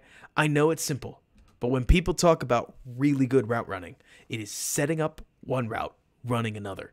And this is a great example of making it look so easy that you sit there like, how on earth is he so open? And the answer is this. Like, it's just the fact that he doesn't have to be that fast, right? To run or to get Brisker all the way off him and convert after the play. What a huge play. Set up by a really good route. And a terrible angle. Absolutely, Ben. Like, you would expect better from DHC, who gets just completely caught. And then, man, Gordon almost got him. Now I want to watch Gordon. He sees it, almost gets him. But I would swear to you, Gordon literally looks bigger than he did. And he gets kind of beat by A.J. Brown on that one, but I'm not surprised. A.J. Brown's going to win his.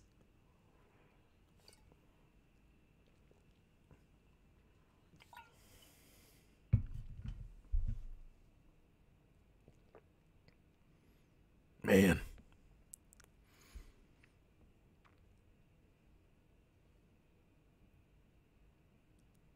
Gosh. Devontae Smith is so good. I know A.J. Brown comes on later, but gosh. It looked like it, Sir Lord. I mean, I think Jaquan Brisker had Devontae Smith in man on that play. I can't think of anything else. Like, maybe it was a busted coverage, but I think he just got beat. Like, in a roll kind of thing, where he didn't want to roll all the way down and let him just run over the top of him, but played it wrong. Guy gets wide open in the middle of the field, and it's that easy from there. Let's see. Oh, yeah. This one, let's see. Who's 81? He certainly didn't do much.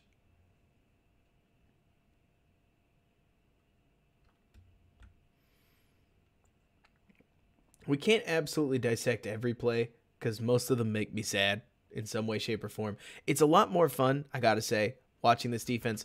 I'm not even talking about results. It's just honestly a lot more fun watching this defense play with the rookies playing again, like in the secondary, than it was without them, which was just sad. Like, I mean, almost literally nobody on the defense that we could watch for next year. I don't want to hear about Jalen Jones. I'm starting to hear some people making Jones a thing, like Jalen Jones. And here it looks like somebody just gets lost. It might be Sanborn on this one. Because Gordon sinks back and Gordon's taking Smith away. Not literally, right? But like Gordon's sitting in the piece of the zone that would take him away. And I don't know, truly always hard to tell. with some of this stuff.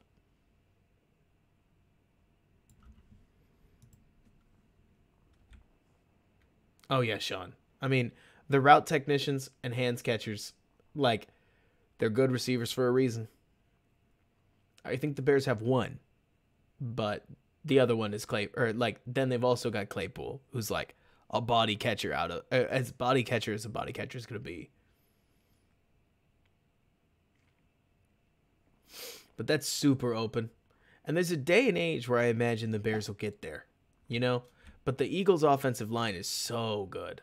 Like, super good.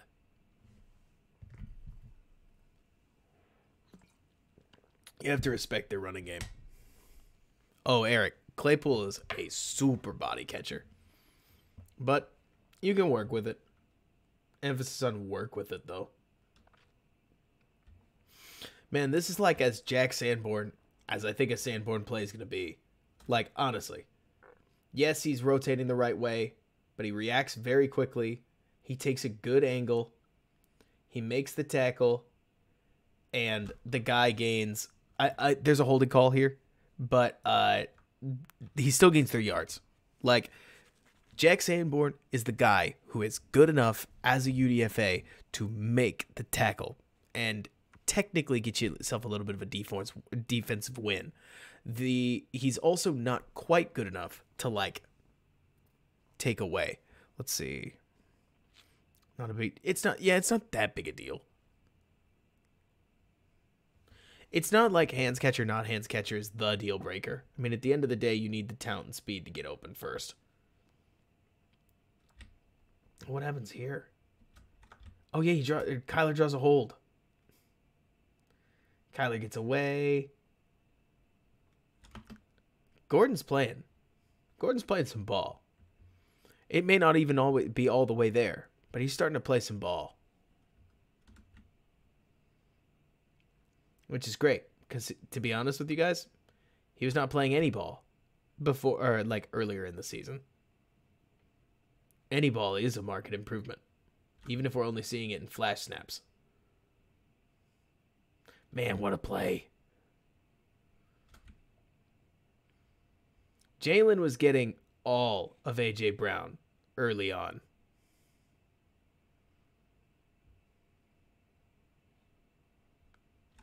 Oh, yeah. Now, if Hurts doesn't put that thing on a line, I imagine he doesn't get a hand on it. But he did.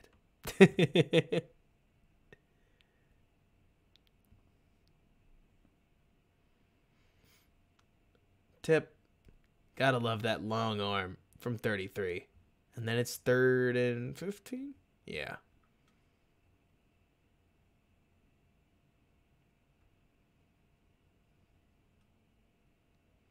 Looks like the Bears lined up in like a pseudo quarters.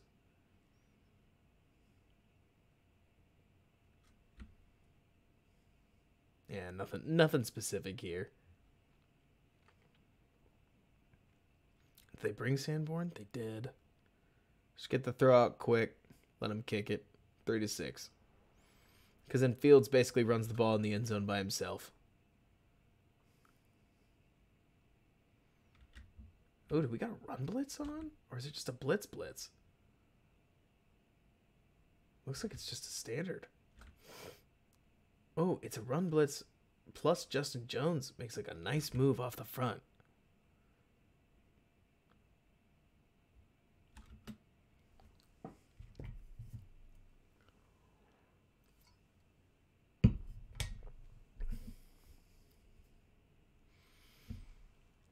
Justin Jones is, in my opinion... Okay, so I understand I'm just a guy on YouTube. I get paid for this sum. I get paid for this as much as you guys want to pay me. I guess the honest truth. Like the stream, by the way. But either way, it's all done out of love. So for whatever role I am, Justin Jones is the worst kind of player to talk about. Because Justin Jones is not that bad. But he's not that good either. Like, in the world where I want to make this defensive line nasty, Justin Jones is a rotational player. right now he's a starter. He's the best starter on a bad defensive line. And so it's, I don't know, like, he's the kind of guy that when you say to some people, I want to replace him, like, exactly, Sir Lord. Like, maybe you keep him around because you want him as a depth 3T. Maybe you don't. I don't know. It's all going to depend on what decisions they want to make. But is he better than Vildor, John? Vildor's actually looking okay as a cover 2 guy. But let's see. I don't know what you do with him. There are a lot of decisions Ryan Poles has to make. Ryan Poles has got to put a good, like, Ryan Poles needs a good offseason. And it's not because, like, I'm worried about his job or something like that. It's more like situation just kind of demands that Ryan Poles has a good offseason. Needs it. Let's see here. Okay.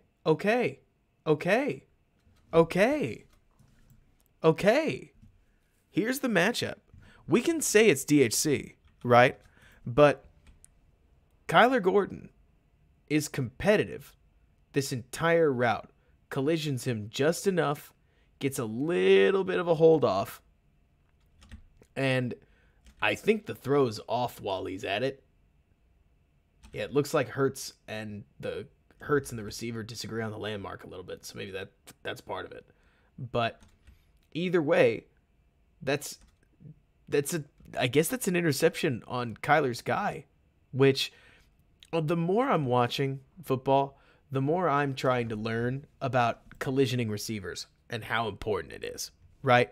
Like, when you watch some of these routes, especially the ones a little bit off the line, like, let's watch Nick Morrow right here.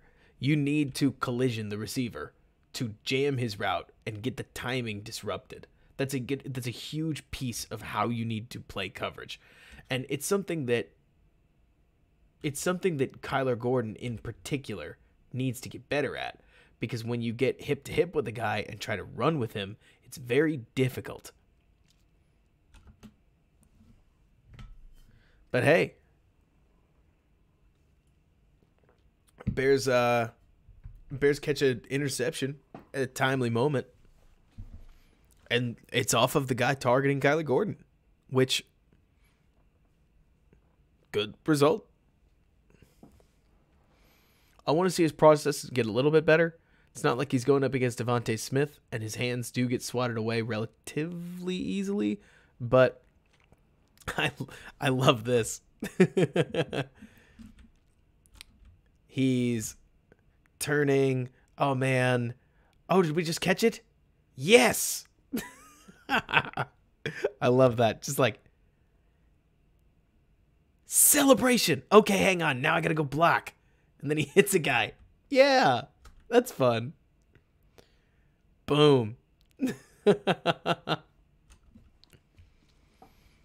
But right, Sir Lord, if you don't reroute the receiver, it's basically on air for the quarterback and wide receiver, which, Sir Lord, have been a lot of Kyler Gordon's routes. Like, they unfortunately do get pretty airy, like, at least in the past. So it's good to see him stepping forward, because whether he's going to be playing outside corner, inside corner, or both, getting away from running routes on air is going to be huge. Now, the Eagles' running game confused me a little bit. The Bears did a lot to bottle up Miles Sanders, but I'm surprised they did, because I don't feel like the Bears did anything special. They just, I cannot believe I'm saying this, because, like, look at this. Sanborn's gonna fill the lane, follow the back, disengage. Like, I can't believe Sanborn gets his hands on this guy and then gets off of him. It's still like a 5-yard gain. It's not like it's that amazing a play, but Roquan used to get locked up. I mean, Roquan used to have guys glued. Like, an offensive lineman got his hands on Roquan. Roquan's shoulder pads were glued to that guy's hands, generally speaking. RPO.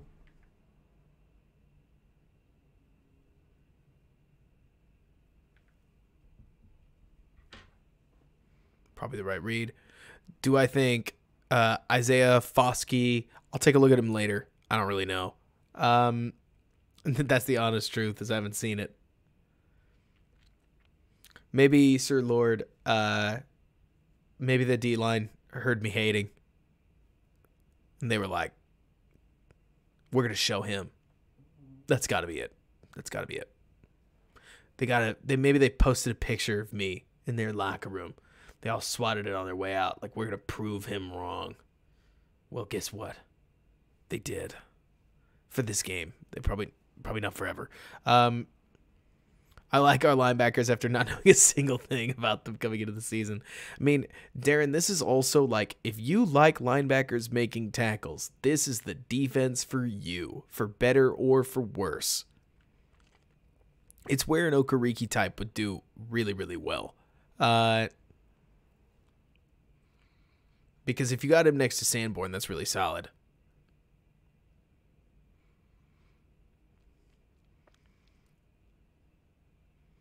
I am basically just becoming completely content where if you victimize Jack Sanborn and you get a first down and you have to play 3 more plays, I will live with it for how cheap he is. That is fine. Like, especially with the youth upside piece of it. Like, that's really, you could do worse. Let me see, what's going on with the coverage net? Her checking it down is probably good news. Man, I didn't pay any attention to that.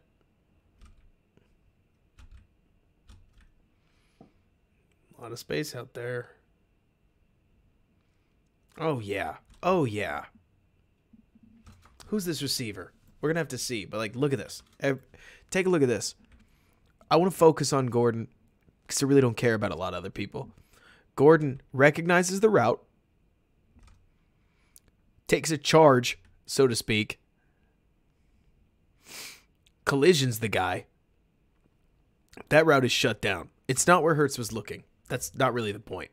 But as far as him getting better at that nickel position, that's much more competitive. Much more competitive. Grant, I just now recognized you meant taco. Like, you said taco came out a little spicy here and there. And I need you to know that I'm apparently hungry enough that I read that comment 3 times thinking that you were talking about Taco Bell. And I now realize you're talking about Taco Charlton, the football player. So that's where my head's at, apparently. Sean, we're about to close up.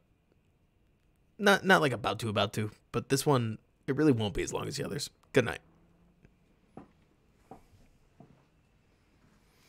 Man, there were some, I say this, there were some bend, don't break moments. Bend, don't break. Like, I mean, they bent, they didn't break. If there's one thing, okay. I hope that us Bears fans have a cursed existence, okay? I would like to curse us, and I think you guys would agree. Gosh. Is that AJ? Oh, how open is he? I will explain the curse in a moment.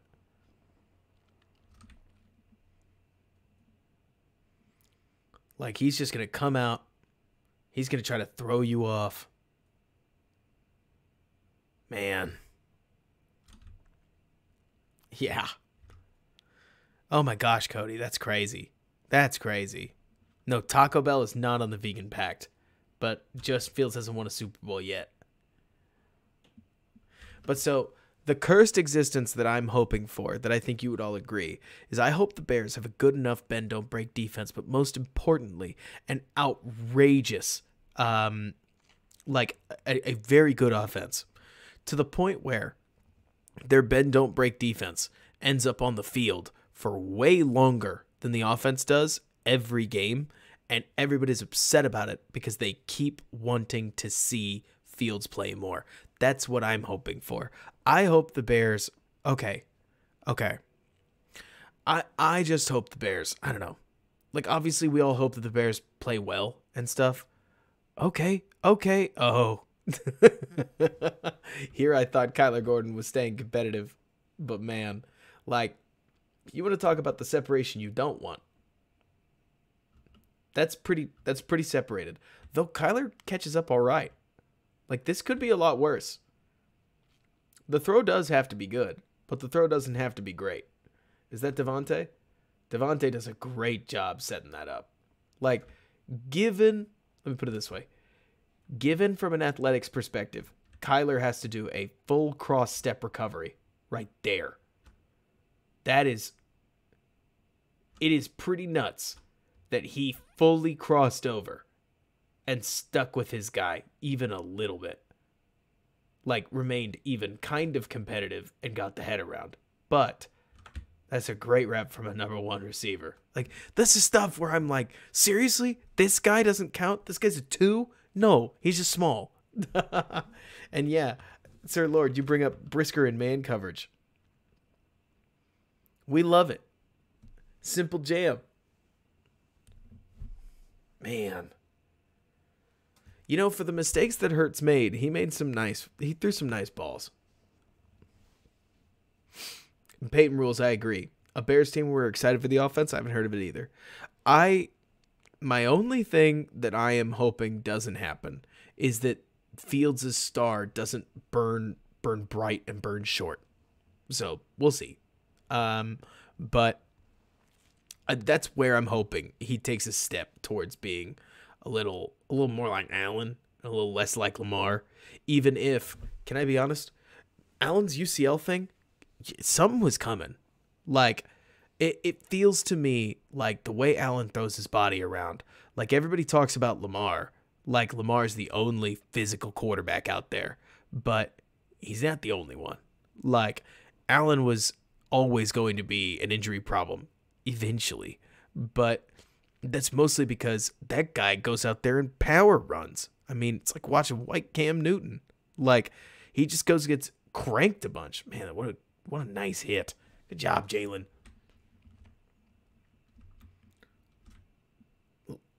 Just comes out here, levels the guy.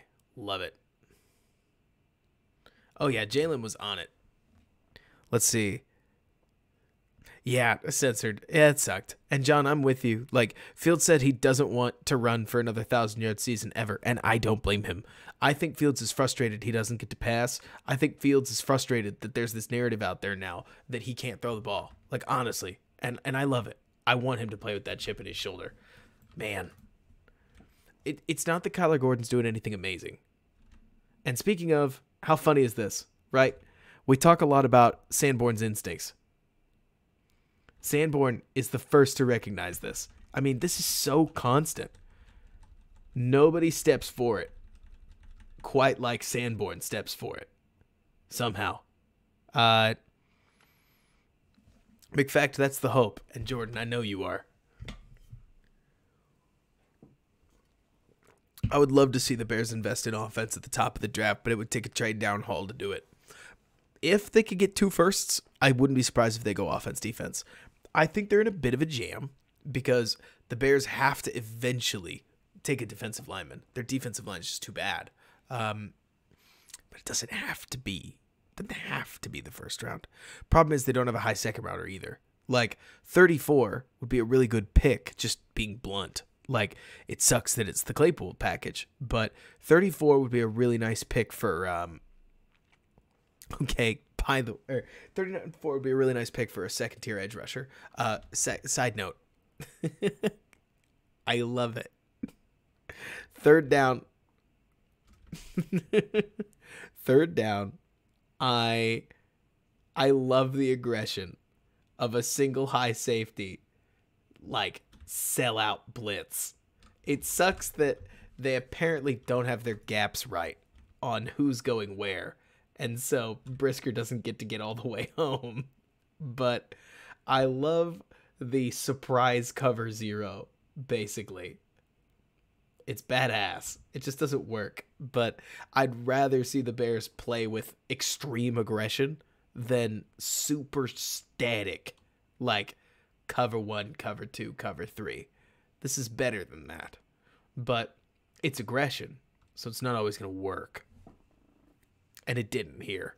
Like, in theory, all he's got to do is go there. Like, and they've got it all. Like, oh yeah, Sir Lord, that's a huge problem. But all he's got to do is shift that way, and the Bears bottle it. Completely bottle it. Instead, they commit 2 guys to a gap. Now, how did that happen? I don't know. That's the kind of thing you're supposed to work out when you're going to do a delayed blitz. But I just want to point out the fact that Brisker absolutely nails the timing. Like, if you're going to run a delayed blitz with a walk-up like this, Brisker is on it. Full freaking speed. Like, if all he's got to be, Armon Watts is right here, and Hurts has nowhere to go with a safety just ripping at him. They totally might. I don't know. What did he say, Eric? I have a really bad habit of not making time to listen to the pressers. So, like, what did he say? John, I don't know what they're going to do with the receiver. I think free agency is going to tell us a lot. Because if they don't do anything... Oh, also, we have to know their draft pick. Like, at 2, I actually think they have a ton more options than, for instance, if they win a game and they're at 4. But that's just going to matter. That's just going to depend. Because at 2, your trade down options get a little louder. Somebody mentioned Houston potentially taking Anderson or Carter. I don't think you're wrong. I think that would potentially make the market for number 2 that much better, which is fun. We'll just have to see. Like, says you're thinking Brisker hit the wrong hole? I believe it. He may have just seen where he thought he was supposed to go, and then he hit the wrong one.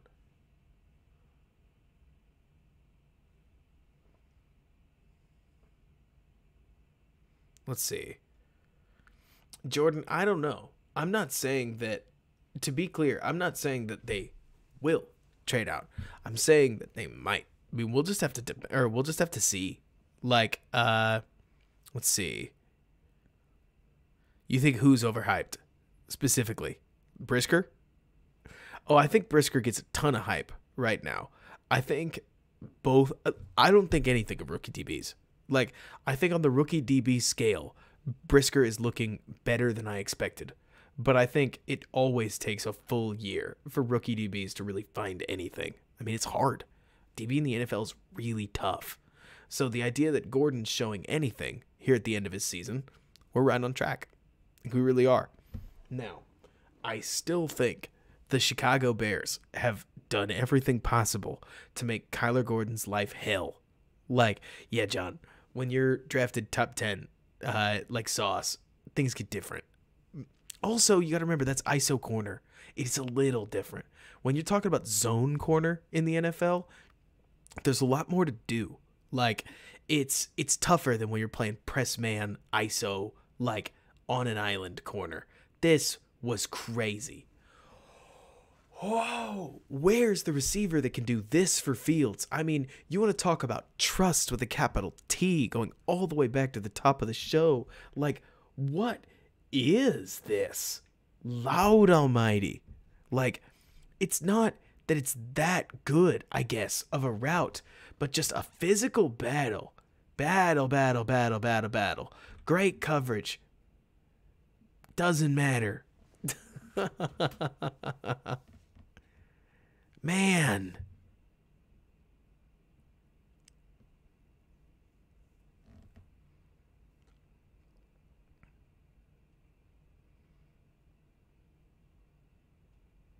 That was 2019 A-Rob.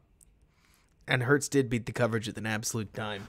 But, I mean, there are a bunch of these, Sir Lord, where I feel like we get the theme of the receiver makes a play. And Hurts makes a play to give the receiver a chance to make the play because the receiver can do it, right? Like, let's see. So what wide receiver one is out there? I mean, nobody called Miami getting the KC dude or Philly, right? Like, it's, to me, I think the most interesting piece about Let me see. I think we saw Poles be stubborn about moving back due to what I can only imagine was a lack of perceived return last draft. Can only imagine being exacerbated in April. That's all. So I got the impression, Jordan, and granted, we'll see.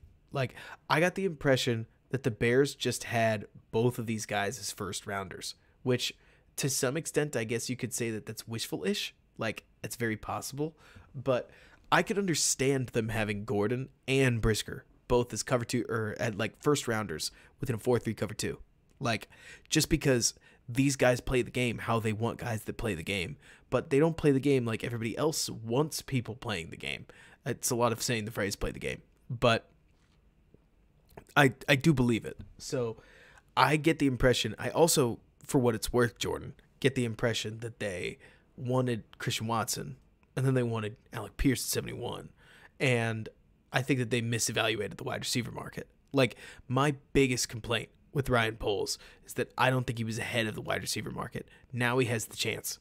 Like, at this moment, he has the chance to be ahead of the wide receiver market. But we'll have to see if he is. I don't know what that's going to look like, to be honest. I just think that, let's see, if Anderson is gone at 2, trade down. Otherwise, take Mr. Anderson. Insert matrix tone. I don't think there's a bad option at 2. The nice thing, Jordan, is that unless they drafted Tyree Wilson at 2, just to use an example, I don't have anything to be frustrated about. Like, at number 2, they'll get a sweet player. Or they'll trade down and they'll get a sweet player plus more. There are going to be too many people in the offseason, Bears fans. I just caution you to think about this. There are going to be too many people in the offseason that are going to cook up these mock draft trades where they're going to trade back 8 spots. They're going to pick up 2 first-round picks. They're going to pick up 2 second-round picks. They're going to pick up 2 years future firsts, of course, duh. And the mock draft simulator is going to let them accept it. No.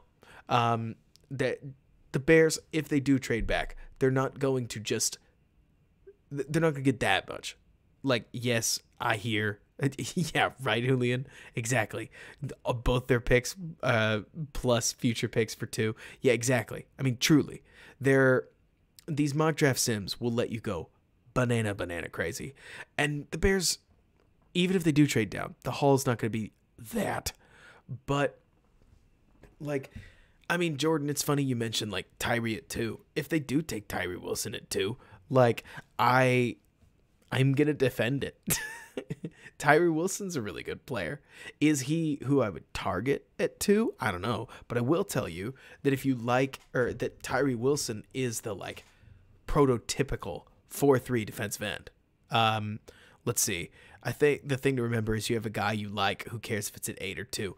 So, yes, but then, Jordan, if the guy you like is somebody that everybody else hates, I'm looking at you, Valus, everybody gets mad. So it works until we disagree with the front office, and then everybody gets really pissy. In my opinion, I think that if the Bears can trade down and stay within the top 10, that would be a coup. They'll need a trade partner. There will need to be a player that somebody needs to trade up for, but when I look at this team, I think to myself, if you could find a way to get a mid-first round receiver and an edge rusher, you would cook with gas. But if I had to guess, okay, so let me think. Like, I'm trying to let's see. Yeah, the trades offered are crazy. I agree, Eric. Like, so let me think. Like, Falcons could be a trade partner, John. I agree. I'm trying to think of, like, what am I thinking of? I think, like, I don't know why I have to draw this, but I do. I think trade down. I think Deron Payne. I think. Okay, here's what I'm trying to do. So help me out, Bears fans. I'm trying to name the possible but not probable things that could happen this offseason. Like, the trade down, and Deron Payne are the first two that come to mind. Deron Payne is playing so well that if Washington let him go, they would be on crack. But they might have to, but they might not. Like, they could franchise him. He would get paid a ton. They could extend him. He would get paid a ton. They could make the decision that Montez Sweat puts them in a position to let Chase Young walk. They could say, screw Chase Young, bird in the hand. Like, it could happen. I want Deron Payne. I'm here for Deron Payne. It's just not a guarantee. Trading down, not a guarantee. So help me out. What others are there? Because I think if there's 3 or 4 of those, the Bears have a shot at 2 and probably will get 1. But I don't think the dream offseason will truly happen, where it's like the dream offseason. I mean, don't call me a hater. It's possible, but I doubt it, right? Let's see. Oh, that'd be sweet, by the way, John. And I mean, if the Bears could get Buckner, that would be awesome. Hargrave is, I think, a good one. Like, but Julian, I'll tell you, I think Hargrave's just like a standard free agent. The Bears have a freaking ton of money. Like, the Bears are going to get connected to every free agent out there, and it's going to be proper to do so. They have to spend money. Like, part of the reason I think Bobby Okereke and Elton Jenkins is a good one. Like, Elton Jenkins breaking free at all, Jordan, is a good example of exactly the player that I look at and say, okay, good player, may not get out of Packerland. And so he makes this list for the same reason. We'll have to see. I mean, it's I wouldn't surprise me if Alan Lazard would potentially be open. Let's see. Well, BG, I keep coming back to Deron Payne for a specific reason. The Bears obviously want to play a nose, and Deron Payne is so good at that nose spot that he's in Washington right now. He's just whooping ass, like, at that nose spot. And the only reason that Washington might not pay him is because they have a superstar, and a superstar, right? They've got a former number 1 overall pick, they've got a flat-out superstar, and they've got a flat-out superstar. And can they pay a flat-out superstar? Like, all 4 of them? I truly just don't know. I don't know. They might, but that's paying all 4 guys or letting Chase Young go. I don't know what they do.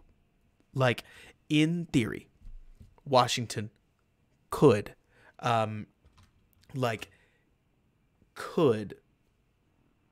let him go and then replace him. That could be an option. Also, Deron Payne might just return them the fattest comp pick you could possibly ask for. But it'll be a good question. I mean, I really don't know, right? Like, if you get a Deron Payne and you pair him with anything from a Draymond Jones out of Denver to a Jalen Carter, it would be rad. And I mean, BG, that's the biggest problem with talking about anybody in this offseason, is how many words do you want to risk wasting? Like, completely wasting. Man, that's honestly a solid play by both DBs to just get him out of bounds. Like, Jalen does a great job turning him, getting him way, way out there.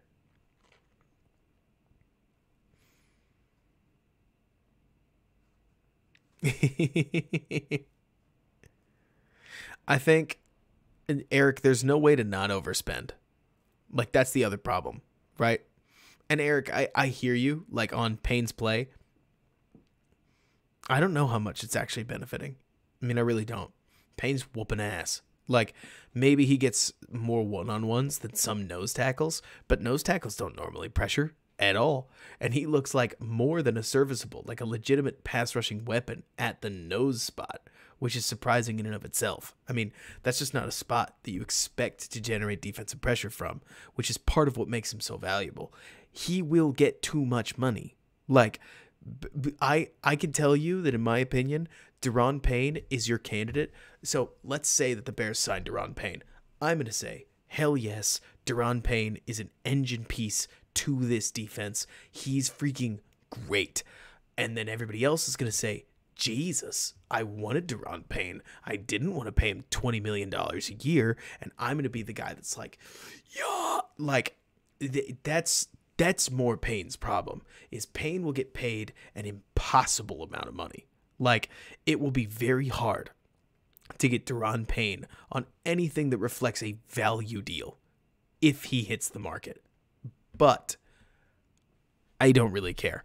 I mean, in my opinion, the Bears have enough money to spend. I would rather spend there and get somebody that really helps your defense that you're just not going to draft. Like, the Bears aren't going to draft a sweet nose. They're going to draft a 3T or a DE or a wide receiver or something else. So if you did get a sweet nose tackle, like a legitimate put a star on him, very good player, then you can draft to build. You're not building it around Deron Payne, but Deron Payne becomes a force multiplier within that.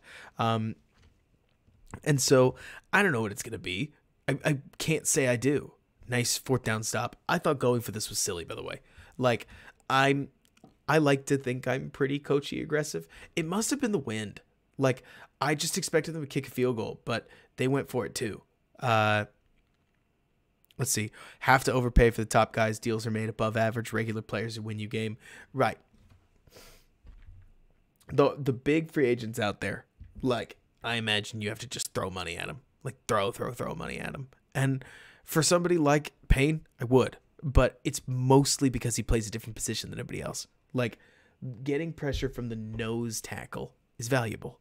Yeah, it must have been wind, Grant. Like, that's old Dr. Weather playing in the Bears' favor again. Though I guess it's more evened out than anything. I think it's funny that both Gordon and Devontae Smith seem to slip here.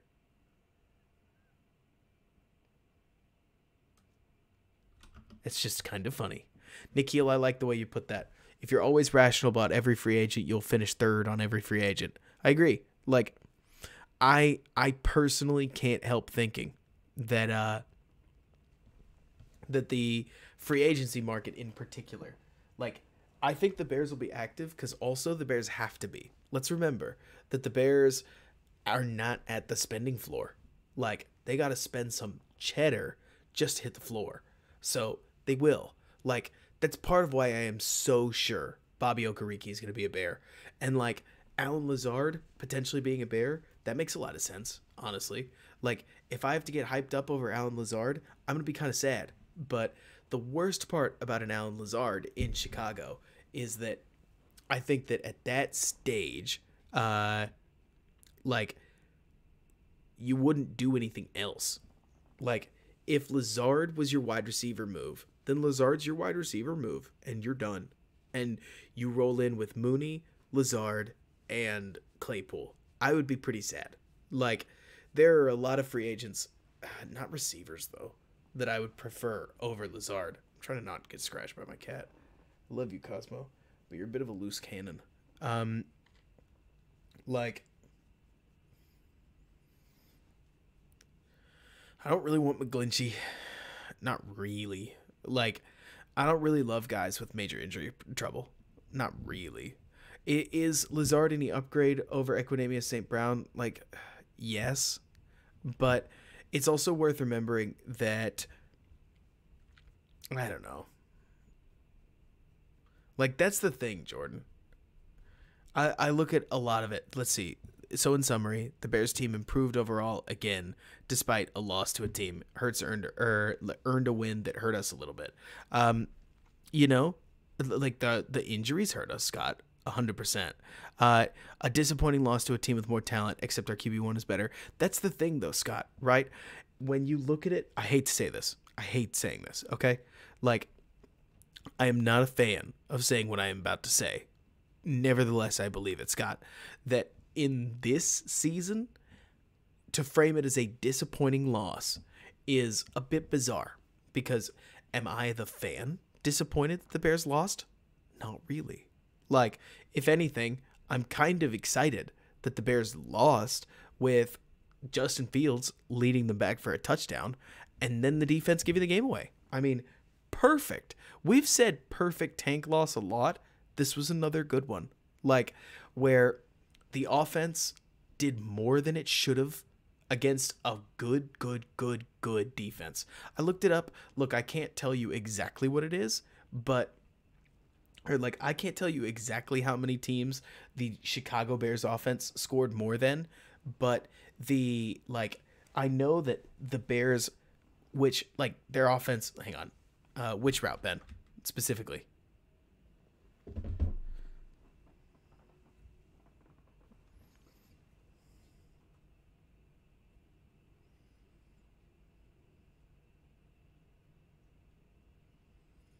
Yeah, I got you. Let's see. Oh.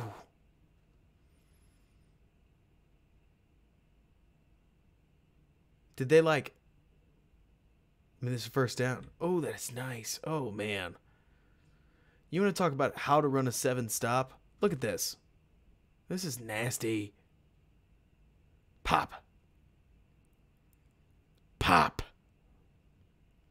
How are you supposed to cover that? Woo.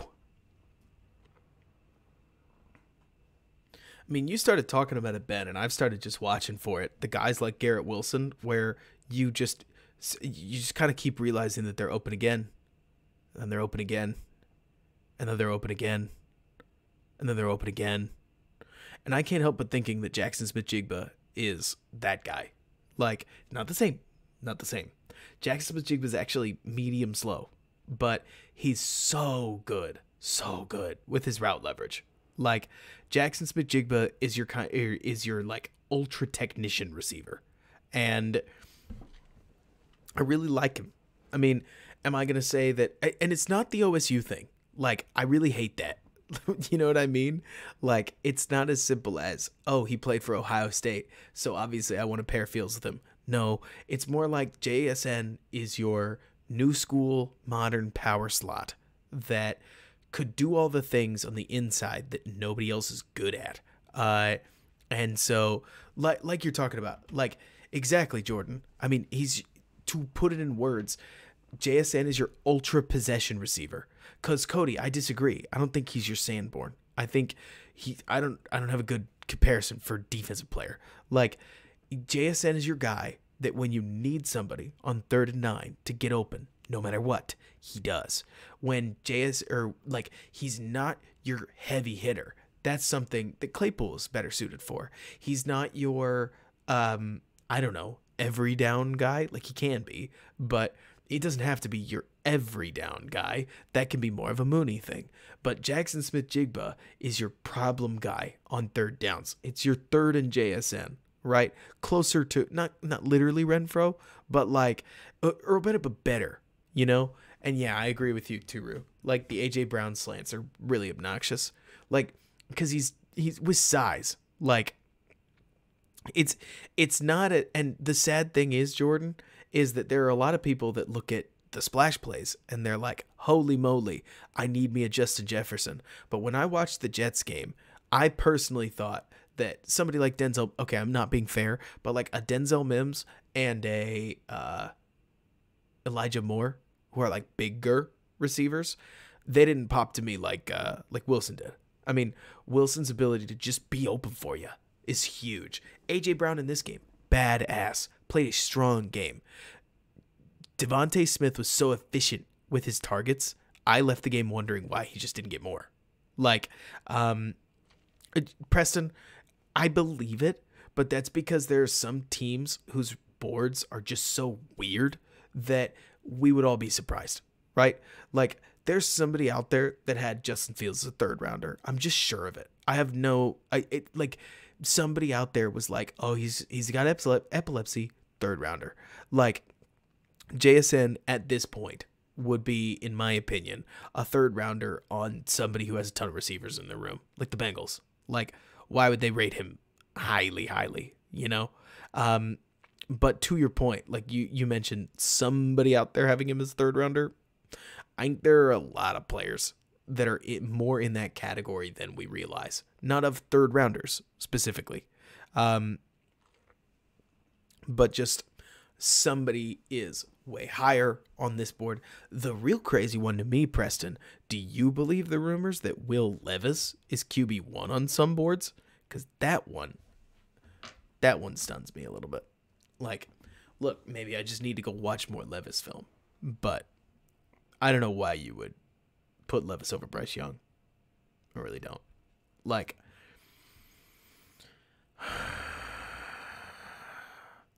I don't know. Yeah, that's nice. I'm okay with this. Good job staying patient, then attacks downhill, ushers him out of bounds.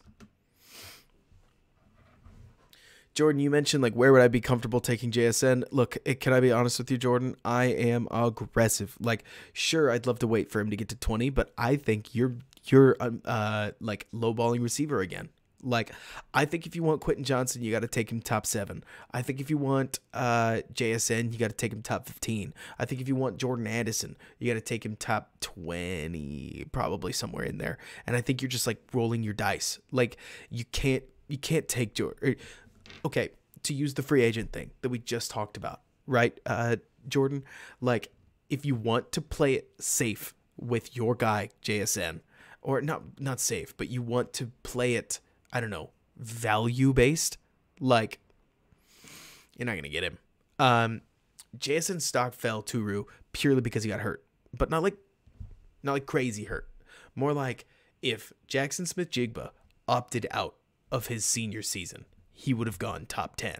But instead, because he played a game, got hurt really early, and then shut himself down, like, he's going to go lower. And Jordan, I can see what you're saying, but I think that the Jackson Smith-Jigba stock down is a lot more artificial and draft nicky than what I see on tape. I think he's too good, basically. Like, I really like Addison.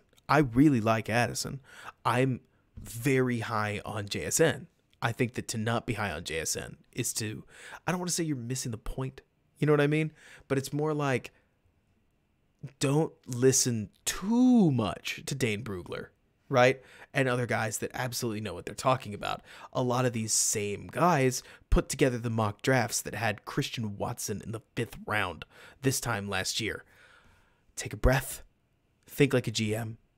If you think he's good, he's probably good. You know what I'm saying?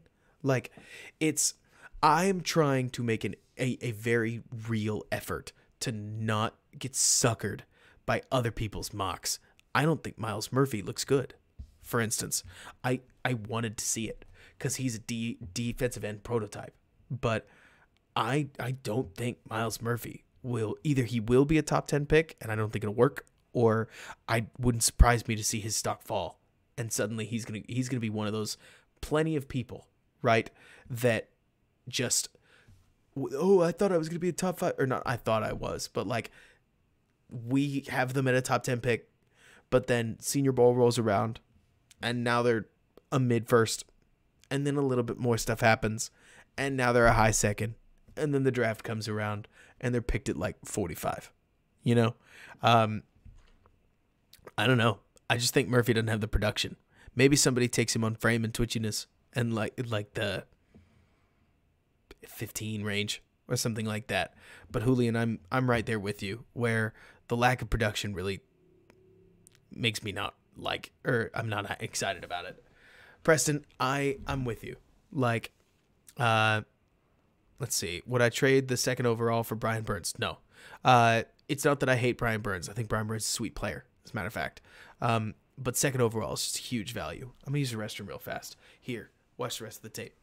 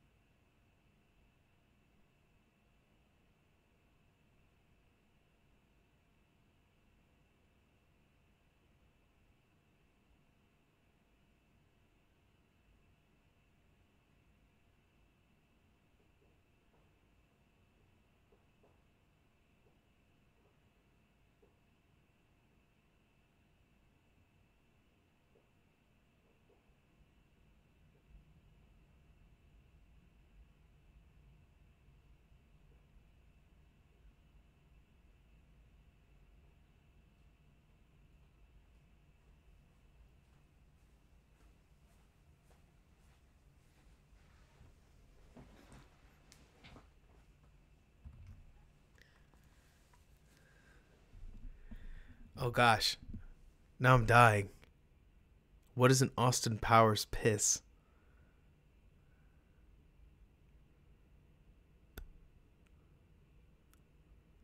It's just piecing it out. Let's see. Let's see. All right, what am I catching up on?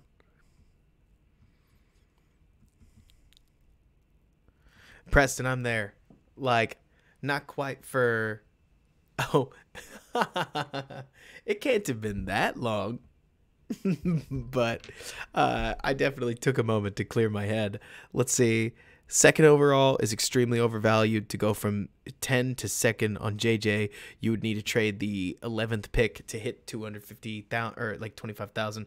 Okay, so look, I didn't get bored by the defense, just to be honest with you guys. It's more that since we're not, I do not believe that the defensive line is good enough for Allen Williams to play the scheme that they want to play. So I'm not investing that much in watching a lot of them, or like in anything other than individual player performance. And I mean, this throw is dirty. Like, here we are, lucky me. I come back and we get to see this one. But man, oh man. Like, I feel like Jalen does a good job on this route. Is that what you want, Josh? We can do it. But like, maybe you could say Jalen needs to reroute Brown just a little better. Little better. But this throw is dirty. Boom. And then he doesn't go down. I thought for sure watching this live that he was out. I thought for sure.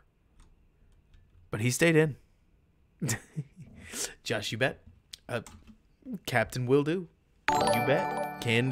We can do that. But so, like, it's awful, Jordan. I mean, it really is. Like, this defensive line is just so poor, especially at generating pass pressure. Like, let's see here. I know they got a couple of sacks off of like blitzes and whatnot. Oh, they blitzed again, and we didn't get anywhere. Hey, we made it Thursday without yawning. Let's see. They played so much single high that they just threw a bunch to AJ Brown. And I mean, like, look, come on. This is a 5-man rush. What are we doing? So why should I care? Is that bad? Is that bad? I don't think so. Like, the Bears are so poor at pressing the passer. Like, so he had a bunch of sacks, but you got to remember that Gibson also didn't start. So he came in rotationally. It's kind of like Marion Barber, to use an example. Remember how the Cowboys always used to close games out with him? Because it would be like, fourth quarter, let's bring in Barber. And then he just runs everybody over. Like, that was kind of what Travis Gibson was doing. Lightning in a bottle, but lightning in a bottle extended over an entire game doesn't quite have the juice that it did when you could bring him in as a third down specialist. I wouldn't say he regressed. Honestly, I think the fact that Travis Gibson looks like even a medium starting level defensive end is pretty good. It's just he's not a 13 sack guy. I mean, at least for me, Turu, just trying to be as fair as possible. There were a lot of people that I think, let me see, no, not bad. This GM, as you told C1 today, chose to scuttle the ship voluntarily by evacuating all the reasonable talent. Yes, I agree. Like, that is what I think. Like, no kidding, Julian, they really do. But I think that this team was built to lose. Like, I think the money says it was built to lose. I think the problem I have with it at this stage in the game, just being blunt with you guys, is that watching Fields play behind an offensive line this bad is so sad. I don't like it. I mean, watching Fields get hit so many times and like eat 6 sacks feels so bad.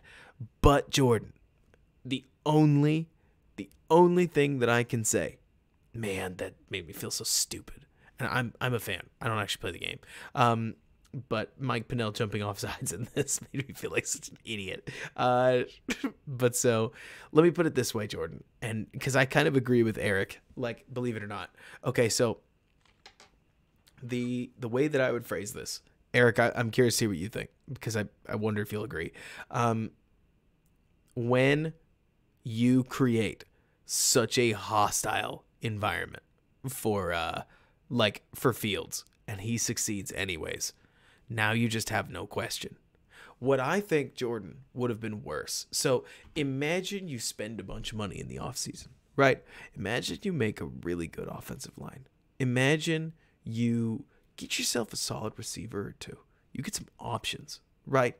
Defense is still going to be bad, but they're not going to be amazing, right? And then Fields isn't the Fields we think he is, right? Fields is more like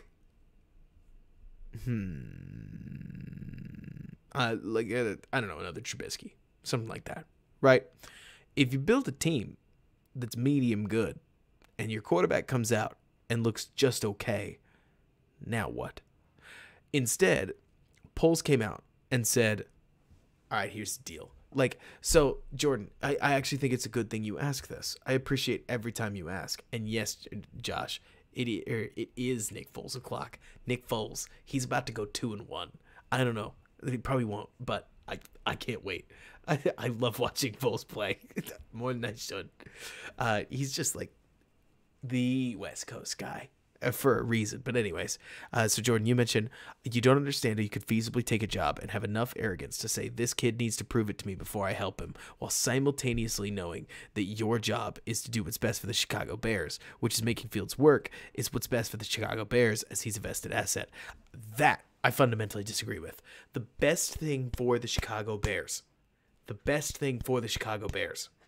my opinion, was always was always going to be piling up resources, purging poor players, and ascertaining whether or not Fields was the dude or not. To me, the third part is key, because I think there are a lot of people, Jordan, I agree with you, who go, I love Justin Fields. How could Ryan Poles not love Justin Fields? I think it's I actually found it admirable. I know that's not going to make me that's not going to make anybody a fan of me, because I'm not a fan of selling Fields out. I think Fields always got a raw deal. I think Pace gave Fields a raw deal, a very raw deal, because the moment he drafted Fields to a failing team, was the moment, in my opinion, that Fields was always going to be off timeline.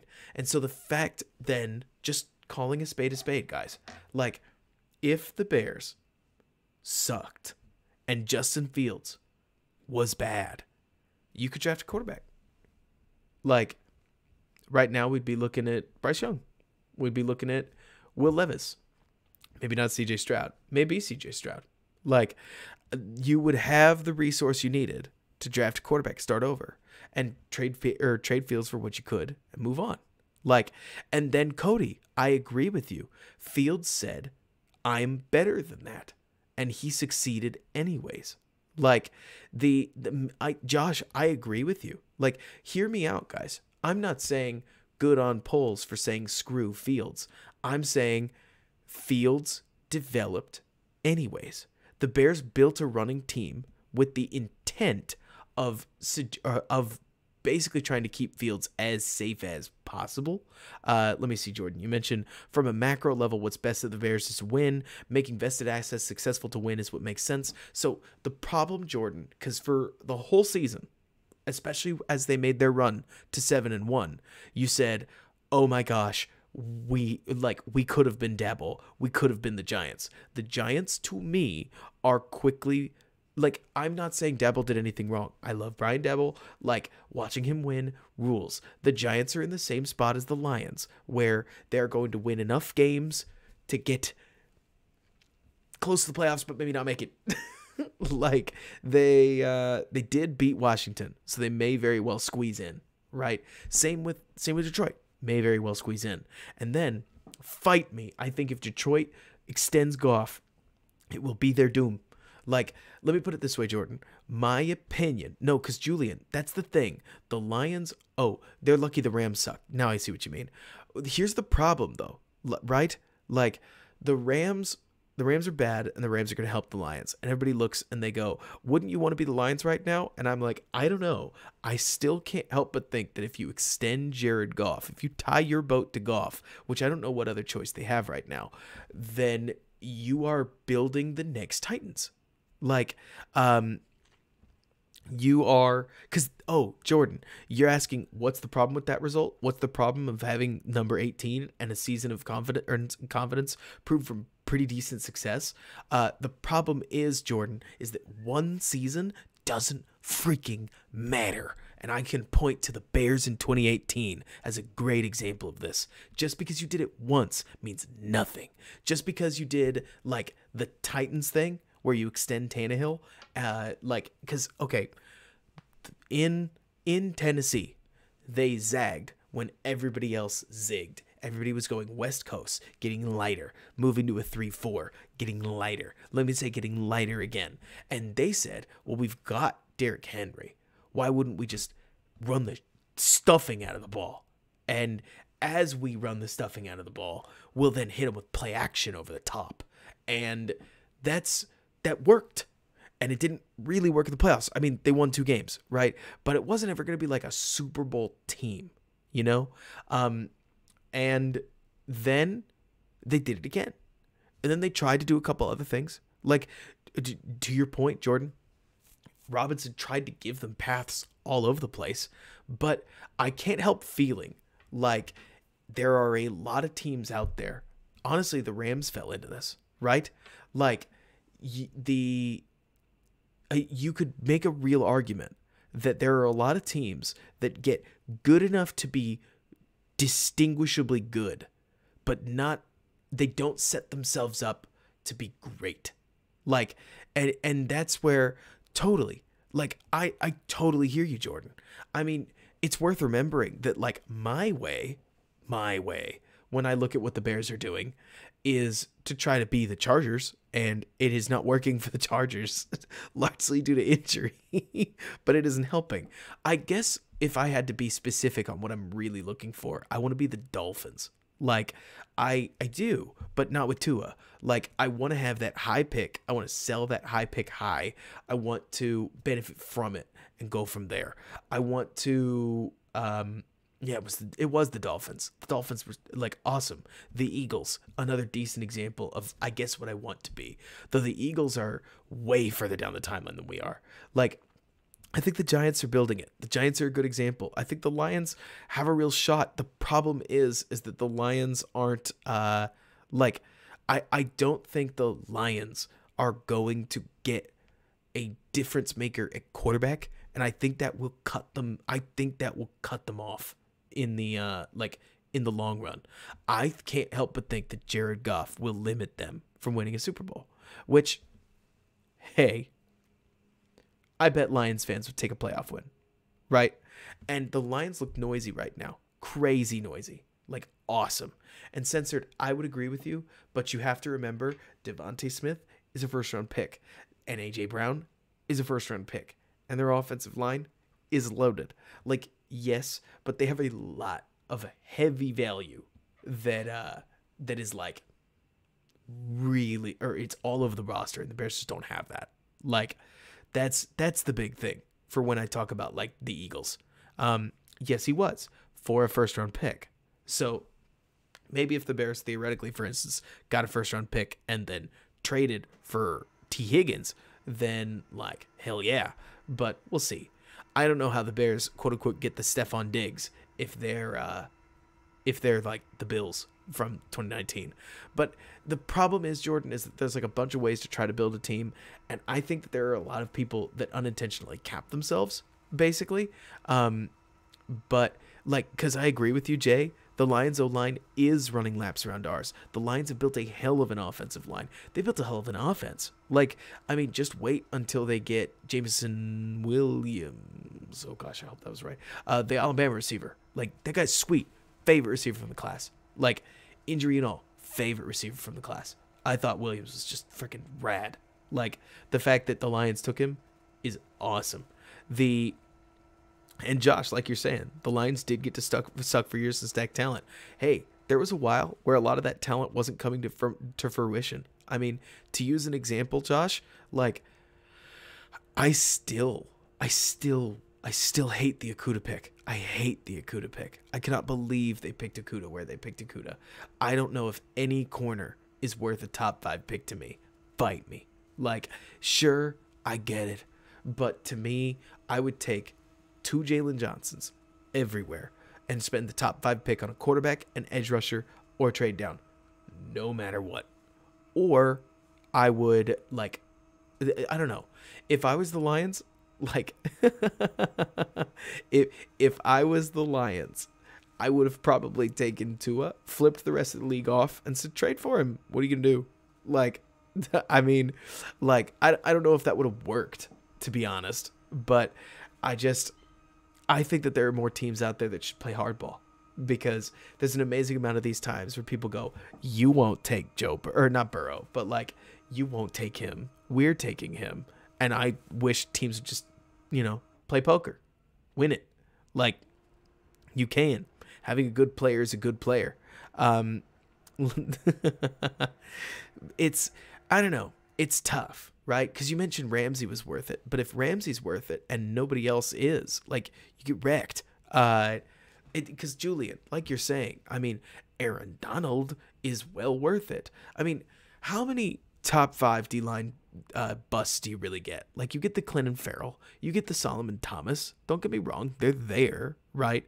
But then you get an awful lot of really good dudes. And Cody, I don't think there is. Not a Justin Jefferson. Like, there are different players in the mix, but nobody's Justin Jefferson.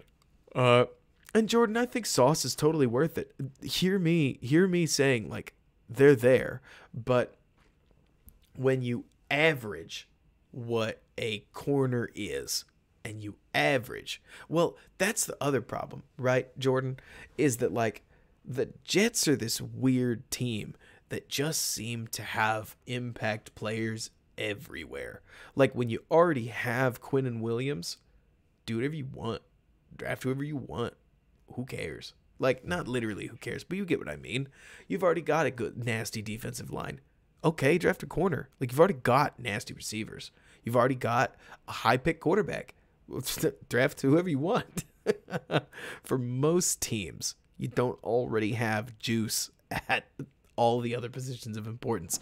The Jets are another good example of, McFact, I don't know if you're still here, or Jay Sanders, but, like, the Jets are another great example of a team that has just sucked for so bad that they have stacked a ton of talent. And they the Jets are a classic, or I hate saying it, the Jets are one of those great examples of a team that has 2 quarterbacks and therefore they have none, right? Look, I am always going to be one of the voices that tries to remind people that it's not a quarterback only league. This isn't as simple as, because you don't have a dude at quarterback, you suck. It's never that simple. But, Jordan, to me, here's the difference. Here's why I don't like what the Titans did. Here's why I'll be frustrated for Lions fans if they stick with Goff. Eventually, you either have the guy that's going to put 3 points up in 13 seconds, or you don't. And I know that that's kind of not how it works. You know what I mean? Like, I get it. I know that it's not that easy, and it's not that simple.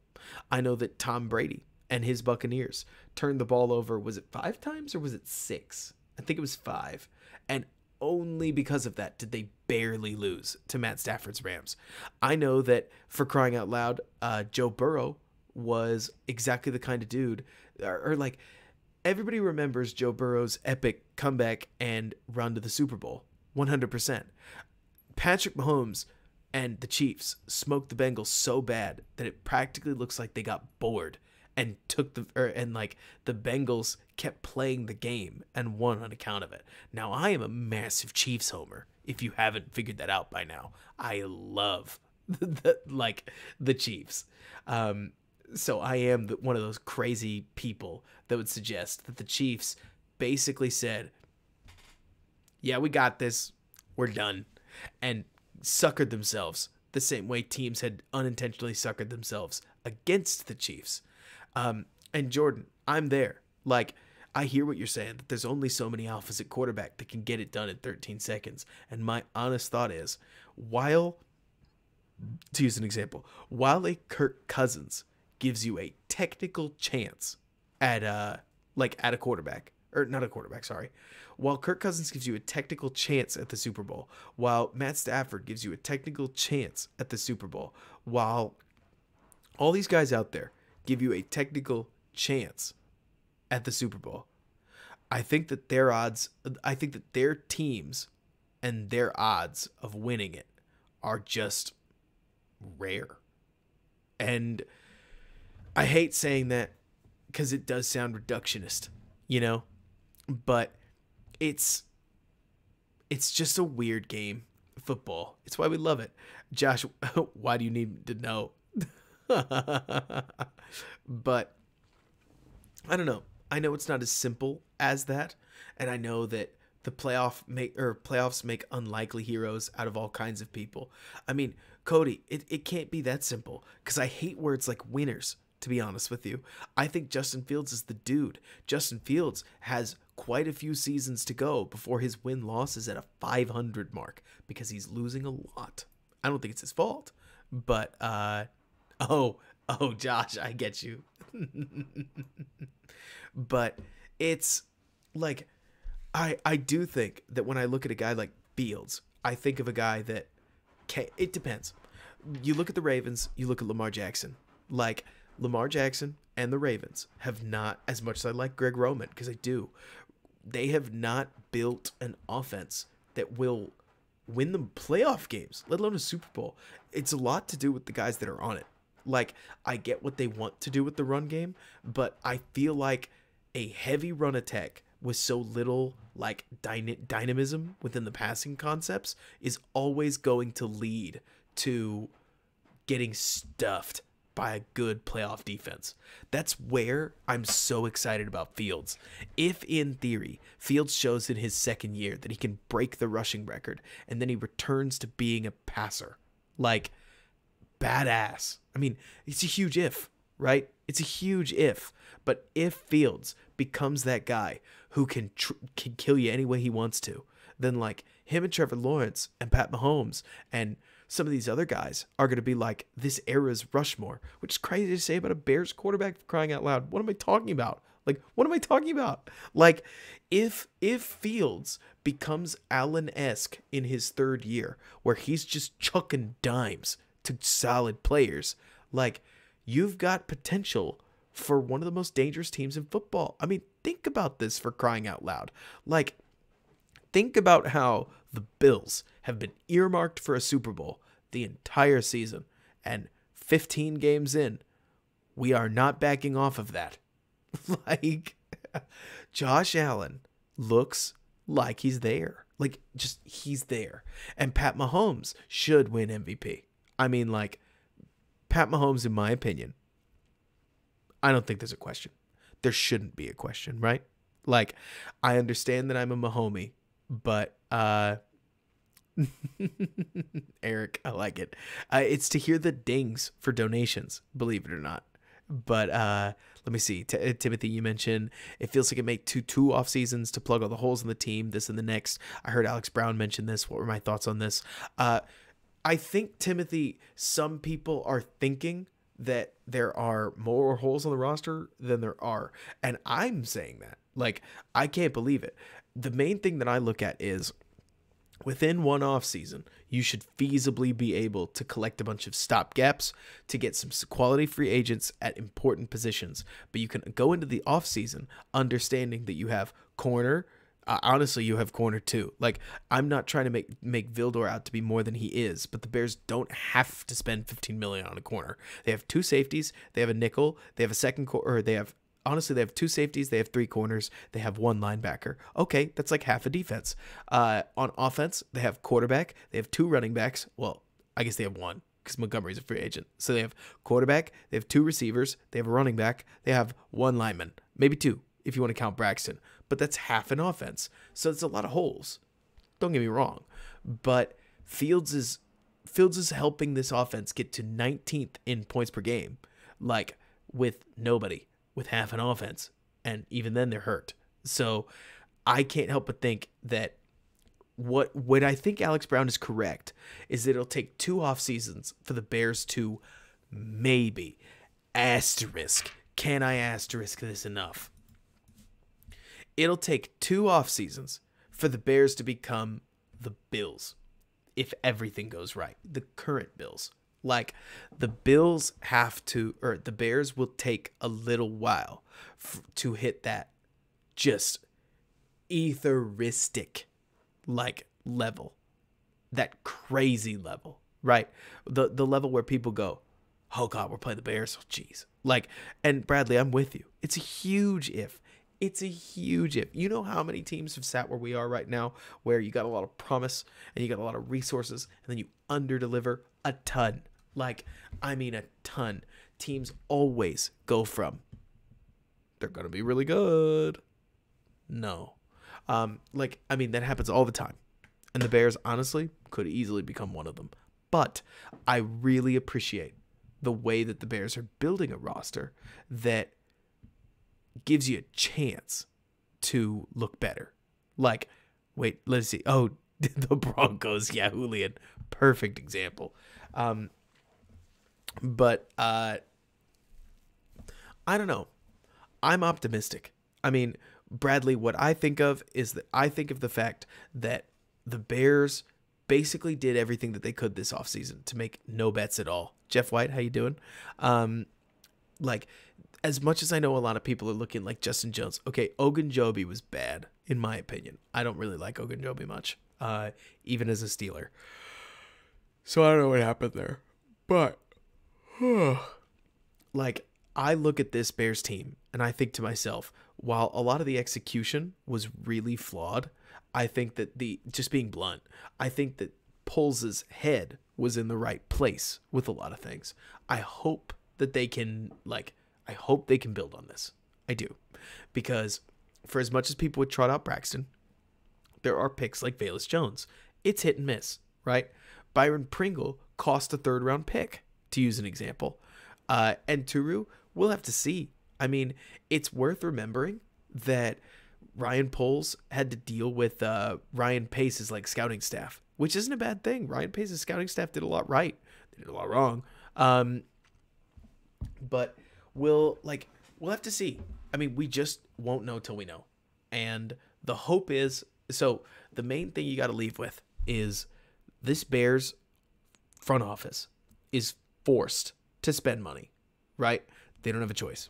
So the good news is that the Bears have unintentionally caught the right free agency wave at the right time. Think about it this way, guys. The Bears have to hit the cap floor, 90% spending average over 4 years, which they just spent about 58% of their cap. I'm going off the top of my head. These numbers may not be perfect. So they have to spend a ton of money. They have to spend a lot of money, like they're required to. So what if the free agent class didn't match up with their needs, right? Like, what if they had to spend a bunch of money, but only 5, maybe, of the free agents matched them? Well, they'd probably have to go sign a massive deal to a corner. They'd probably have to hand some serious paper to Montgomery. They'd probably have to just find ways to spend the money that made it work. But instead, this free agency class is actually quite solid right now on defensive line and offensive line. That's great news. And Eric, purely because I've talked to Jordan a couple times, I generally have a vibe that in his eyes, he prefers the macro pro. Basically, Eric, there are plenty of people, Jordan is one of them, and this is okay, that look at the fact that he didn't believe in Fields immediately, and therefore basically placed Fields in a situation where he easily could have not survived, right? Let me put it this way, Eric. Fields had to be transcendent. And for the first 5 weeks of the season, Fields was not transcendent. I think we can agree. It's not like I hated Fields. It's more like games like the Texans game were jarring. Bad. Like, I mean, whoa.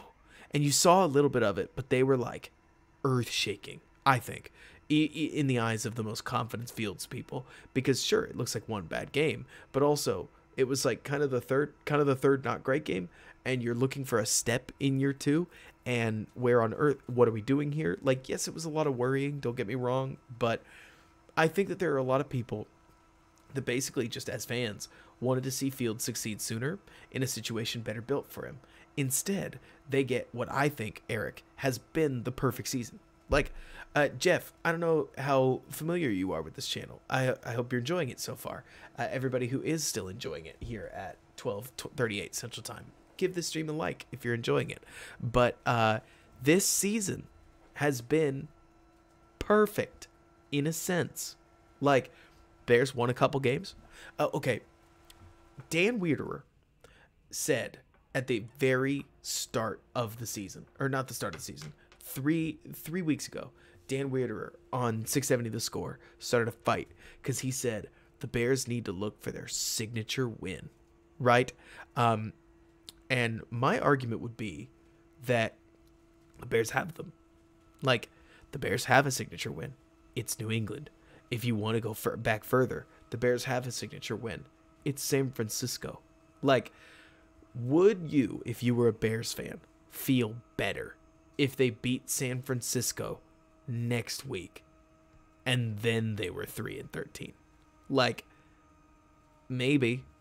So we don't need to get the wins and losses like too twisted, in my opinion. Like, the wins and losses are great. I mean, I guess, but within this scope of this specific season, like thank you, Cody. It's really helpful.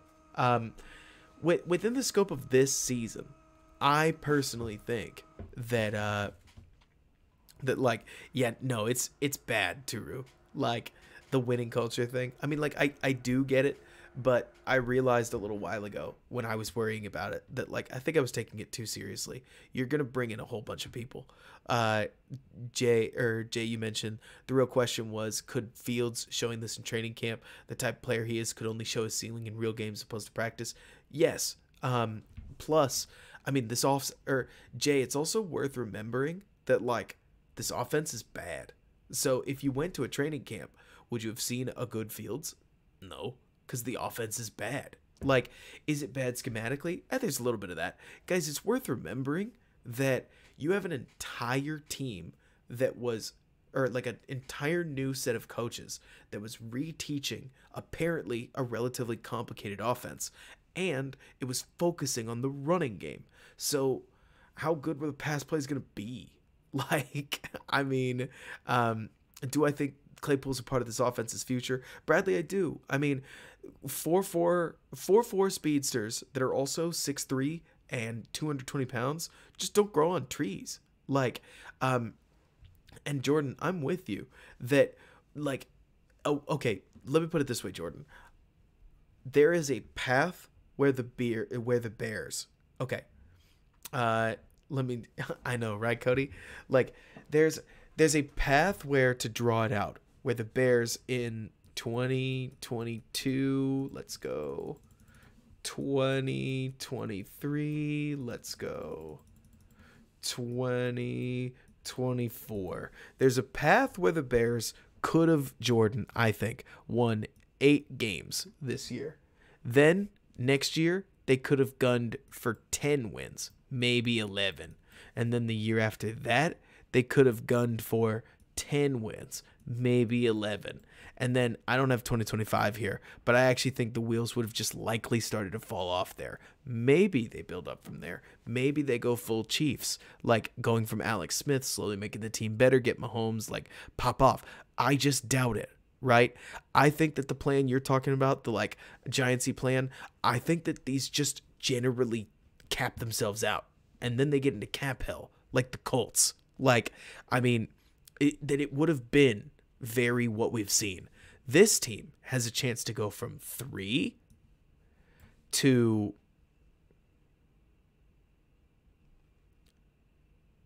I'm going to say something controversial, counting a couple of injuries, counting a couple of things that don't work, and counting the fact that it'll take rookies developing a little bit. We're going to go with 9.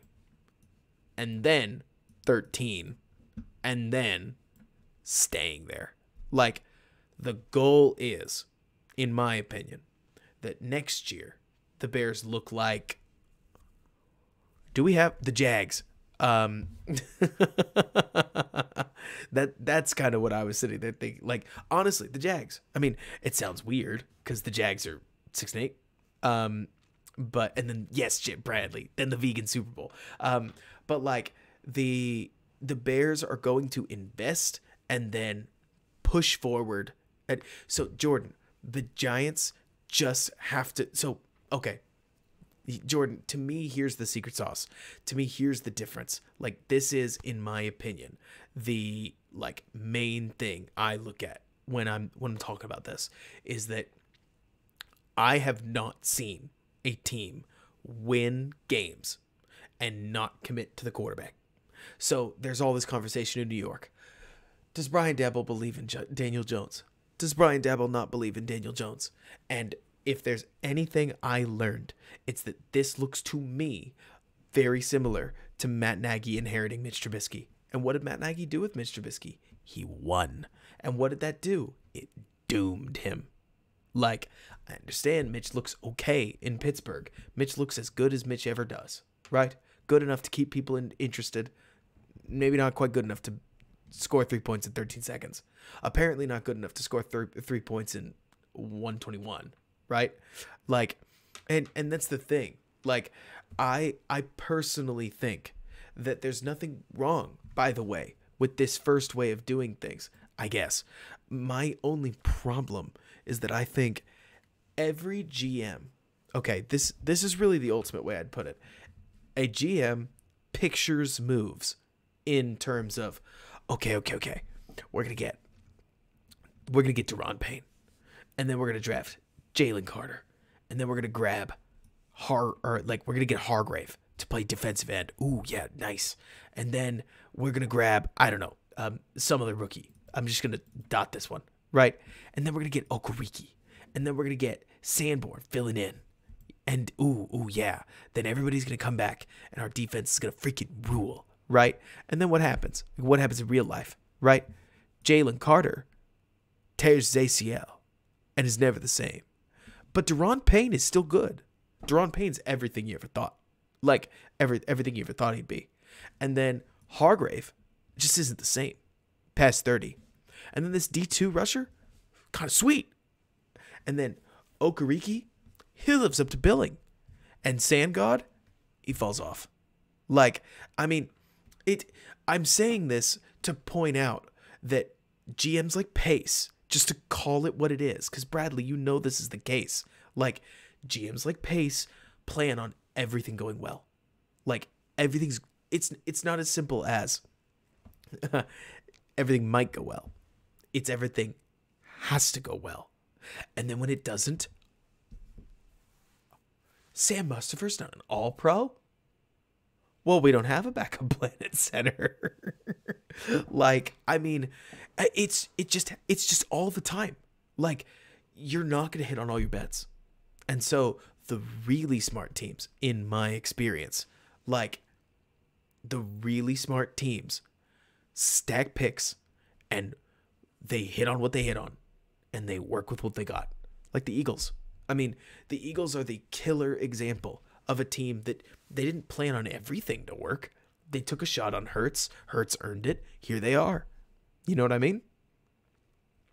Like, they took a shot on multiple first-round wide receivers. And I don't remember who it was earlier that was talking about how the Ravens have tried first-round receivers, and then they just didn't work, right? That happens a lot. Let me see. Mac Jones? You mean Mac Jones? Or like Mac, oh gosh, Khalil Mack. What a coup trade that was, right? Like, I mean, Jordan, I'm with you. Like, it's not that easy. I make it sound like it's easy. It's not that easy. The Dolphins are another example where they picked their quarterback, but they made a sweet team. And the fact that like the team looks as good as it does is really rad. Given that their quarterback is fine, but it's more to me to say that like, because Eric, that's the complex part, right? I'm in the same spot where it's like, if it took signing Deron Payne and Deron Payne ending up with a degenerative knee issue where his contract was going to suck, but he was never going to be the same. But then Jalen Carter got drafted here and he became Chris Jones. Worth it. Like, I mean, if you got the next coming of like an Aaron Donald, Chris Jones, you're done on defense. Like, you practically don't need anybody else. Like, I know that's so stupid, but it's true. Like, you get a player like that. Chris Jones is like the motor. So Turu, it's not that you just need one guy on the D-line. I'm being a bit hyperbolic. It's more me mentioning that like when you watch this Chiefs defense, it is a bunch of guys who are pretty good, and then Chris Jones who tips the balance. So you'd get other guys. It's not as simple as Chris Jones plus Al-Qadim Muhammad and like Mike Pinnell. It's more to realize that like when you get the guy who just annihilates everything on the other side, he'll go win you series by himself. Like, and I think it makes a huge difference. I really do. So then theoretically you could throw money at offense. There are a lot of ways to build this team. Like, there really are a lot of ways to build this team. I think so. Joe Douglas is basically doing what Poles did, like, or in my opinion, right? Where Joe Douglas just built the hell out of the team, and then he drafted the quarterback, but he still did the value free agent thing, Jordan, where he didn't pay a dime over what he thought somebody was worth until Zach Wilson started to kind of slip, and then he started to overpay, and now the wheels might fall off in Jets world. And he hired Robert Saleh, who I don't think Saleh sucks. I just don't know if he's good. And so when the wheels are falling off with the quarterback thing, Robert Saleh is maybe going to mismanagement thing, or like mismanage it a little bit. And if he mismanages it, whose job is that going to be? And yeah, I don't really understand like why they did what they did with Wilson. Like, Turu, they gotta be. I mean, they gotta be. And yeah, Jeffrey Simmons for the Titans is a great example. Like, Jeffrey Simmons freaking rules. Like, he's so good. There are a lot of ways to build a good team. The good news, Bears fans, is that if Justin Fields is who we think he is, and he stays relatively healthy,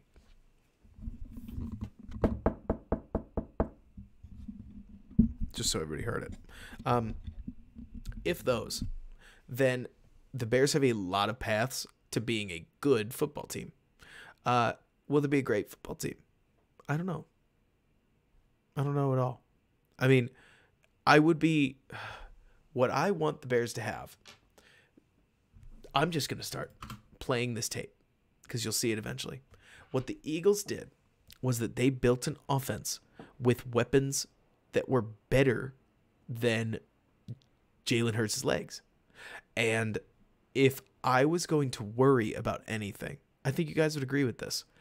The Bears are if there's anything to worry about with the Bears, it is that Fields' legs look so good right now that if you were to design an offense, you would be an idiot to not feature his feet, because the kid ran for 1,000 yards in like half a season. I mean, like half a season. He made it look easy. It's crazy. But as much as I know, all of us are talking about taking huge hits in the pockets. Like, I don't think running Fields 15 times a game is the answer. I don't think running him 11 times a game is the answer. Like, I think that's a way to really shorten his career. So, I don't really want to do that. Like, in my opinion, Eric, I think you were kind of hinting at this.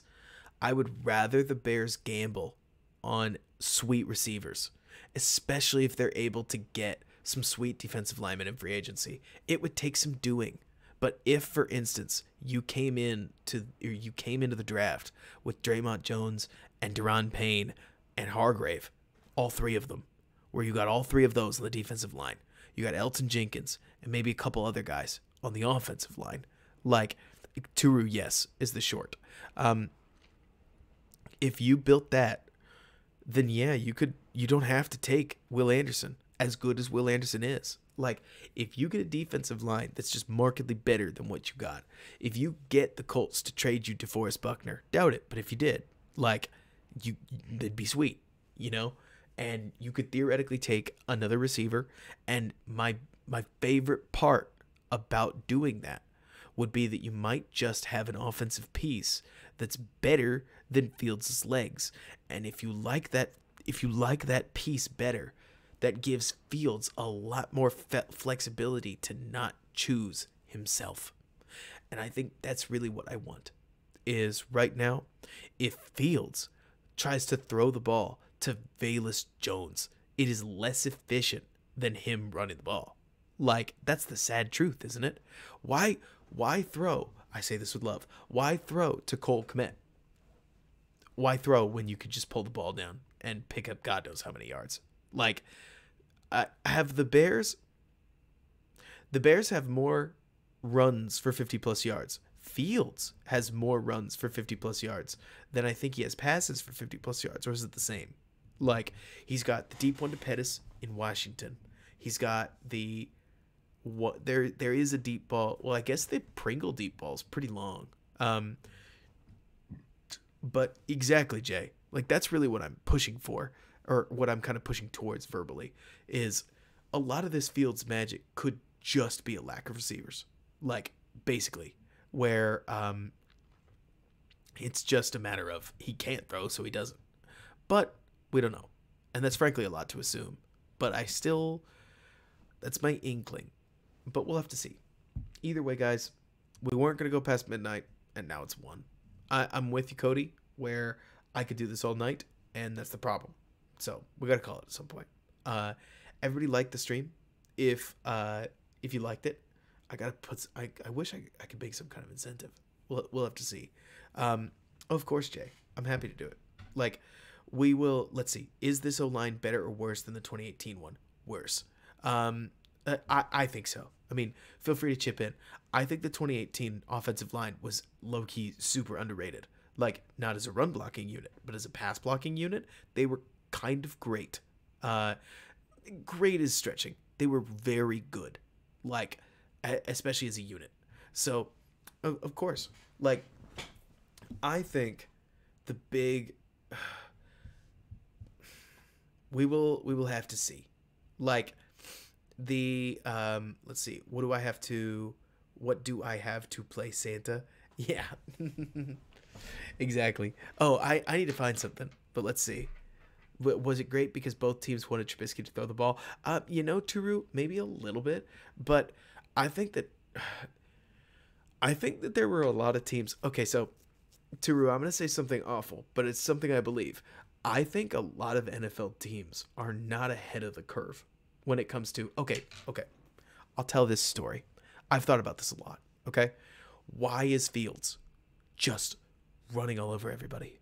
2 reasons. Number 1, teams may be hearing about Justin Fields, but they're spending 100 hours prepping for somebody else. Cody, I'll enjoy it. Like, Eric, yes, he has to, but also think about if you're not the Lions. Lions are a bad example. The Bills. Sean McDermott has been planning around Mac Jones, has been planning around like the rest of the teams in his division the entire season. Like, they've been figuring out how they were going to stop Tua. They've been figuring out how they were going to deal with the Patriots. They've been figuring out what they were going to do against the Jets. And sure, they took a wayward look at the schedule, but when you looked at this team in the offseason, I bet you didn't think that they were going to be a team that ran for almost 200 yards a game. I didn't think they were going to do that. So then, moving back on to where we are, they spend 100 hours planning for everybody, each week, right? But that means that they don't follow the entire season. So now they're just turning on like Chicago tape. They not literally, they probably have advanced scouts that do this all the time, but the coaches, like the defensive coaches, are getting to Chicago tape for like basically the first time. And when you do that, Fields looks crazy fast. Whoa. But we could probably stop him. I mean, think about what it was like for Philly, just to use an example. Philly was having Gardner Minshew play Justin Fields in scout team. How do you imitate Fields? You can't imitate Fields. Like, it's very similar to the Lamar Jackson problem, where you can't practice against him.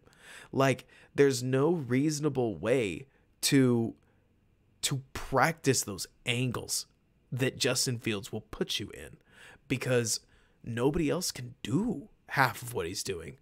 But also, every defense is going to trot out the same plan that they thought of in basically a week, where they'll take a look at what other teams have done, and then they'll try to do some variation of that. A lot of teams right now are scrape exchanging the Bears. A lot of teams are loading the box against the Bears. There's a lot of things that teams are doing, and there's a lot of things that the Bears just aren't good enough to do anything about. Like, that's okay. It's more to say that, like you're talking about, Harrison, like right now the Bears are putting teams in a bizarre spot where those teams can't practice to play against Justin Fields. And so then, this is my hope, they'll spend an entire offseason prepping to stop Justin Fields running the ball, and then the Bears won't. That's my hope, is that the Bears build up a healthy enough offense that suddenly they're throwing the ball and everybody goes, whoa, how are they doing this? And that the plan was written in stone from the start. Like, I mean, yeah, specifically Turu, I think a lot of NFC North teams will, but there's a decent chance that plenty of people on the, plenty of people throughout the schedule will take a look and they'll be like, well, we need our mobile quarterback plan, because eventually we're going to face Justin Fields, Kyler Murray, and looks like we also have Jalen Hurts this year. Like, they'll basically, they won't pick out Fields specifically, but they'll have like a mobile quarterback plan and stuff like that. The Bills, for instance, have not been great against mobile quarterbacks. I'll tell you what, if the Bears keep doing what they've been doing, and they somehow keep making games that should never have been one-score games, like, ooh, somebody mentioned earlier that they were watching the spread. Okay, I have a funny question. Do you know the Bears' record against the spread? I actually don't. Like, I'm dying to know if you know it. Turu, you mentioned best athlete at receiver or running back. I would pick receiver in this day and age. I think a sweet running back is amazing. But I think that finding somebody like Herbert who can specialize in one thing or another is easier to do. So we'll just have to see. Like, it'll be, I don't know. Like, I think receivers are really valuable. I think that finding running backs isn't easy. I just think there's a lot of good athletes that play running back. Like, it's a little harder to play receiver. It's different. They're the same level of difficulty. 6-6-2 versus the spread. See, now that's a solid team. It's an okay team at the very least. Let's see. Can't believe he's a better runner than a lot of running backs in the league. Oh, I mean, if you gave Fields 250 carries, like, I don't know. I really don't. He'd probably rip the league up. I don't know if he'd stay 7 yards per carry, but he'd rip things up. Anyways, The Bears played the Eagles. They lost. They lost in a one-score game. Fields made a little bit more magic, but ultimately their draft pick still got better. Huge win. Like, a lot of things went going wrong all over the place, but we persevere and survive. R.I.P. Jack Sanborn's ankle. Come back stronger. R.I.P. other walking wounded Bears. Massive blow with Tevin Jenkins' neck. I'm excited that it's encouraging, but man, talk about scary. Ugh. And it's also scary how late we go every week. So yeah, we need the Vikings to need that last game. They how dare they lose to a one-loss team, right? 100% Bradley. Let's see, how did Roquan make the Pro Bowl? Probably name the whole offseason spent time talking about him. Josh Jacobs would make life a whole lot easier for everybody. Josh Jacobs would probably cost a lot of money, but we'll see. Like, overall, guys, great stuff. Catch you soon. Bear down. Oh, I will actually be doing postgame on Christmas Eve. So if you are crazy, feel free to join me. Talk to you soon. Bear down. Thanks so much for bearing.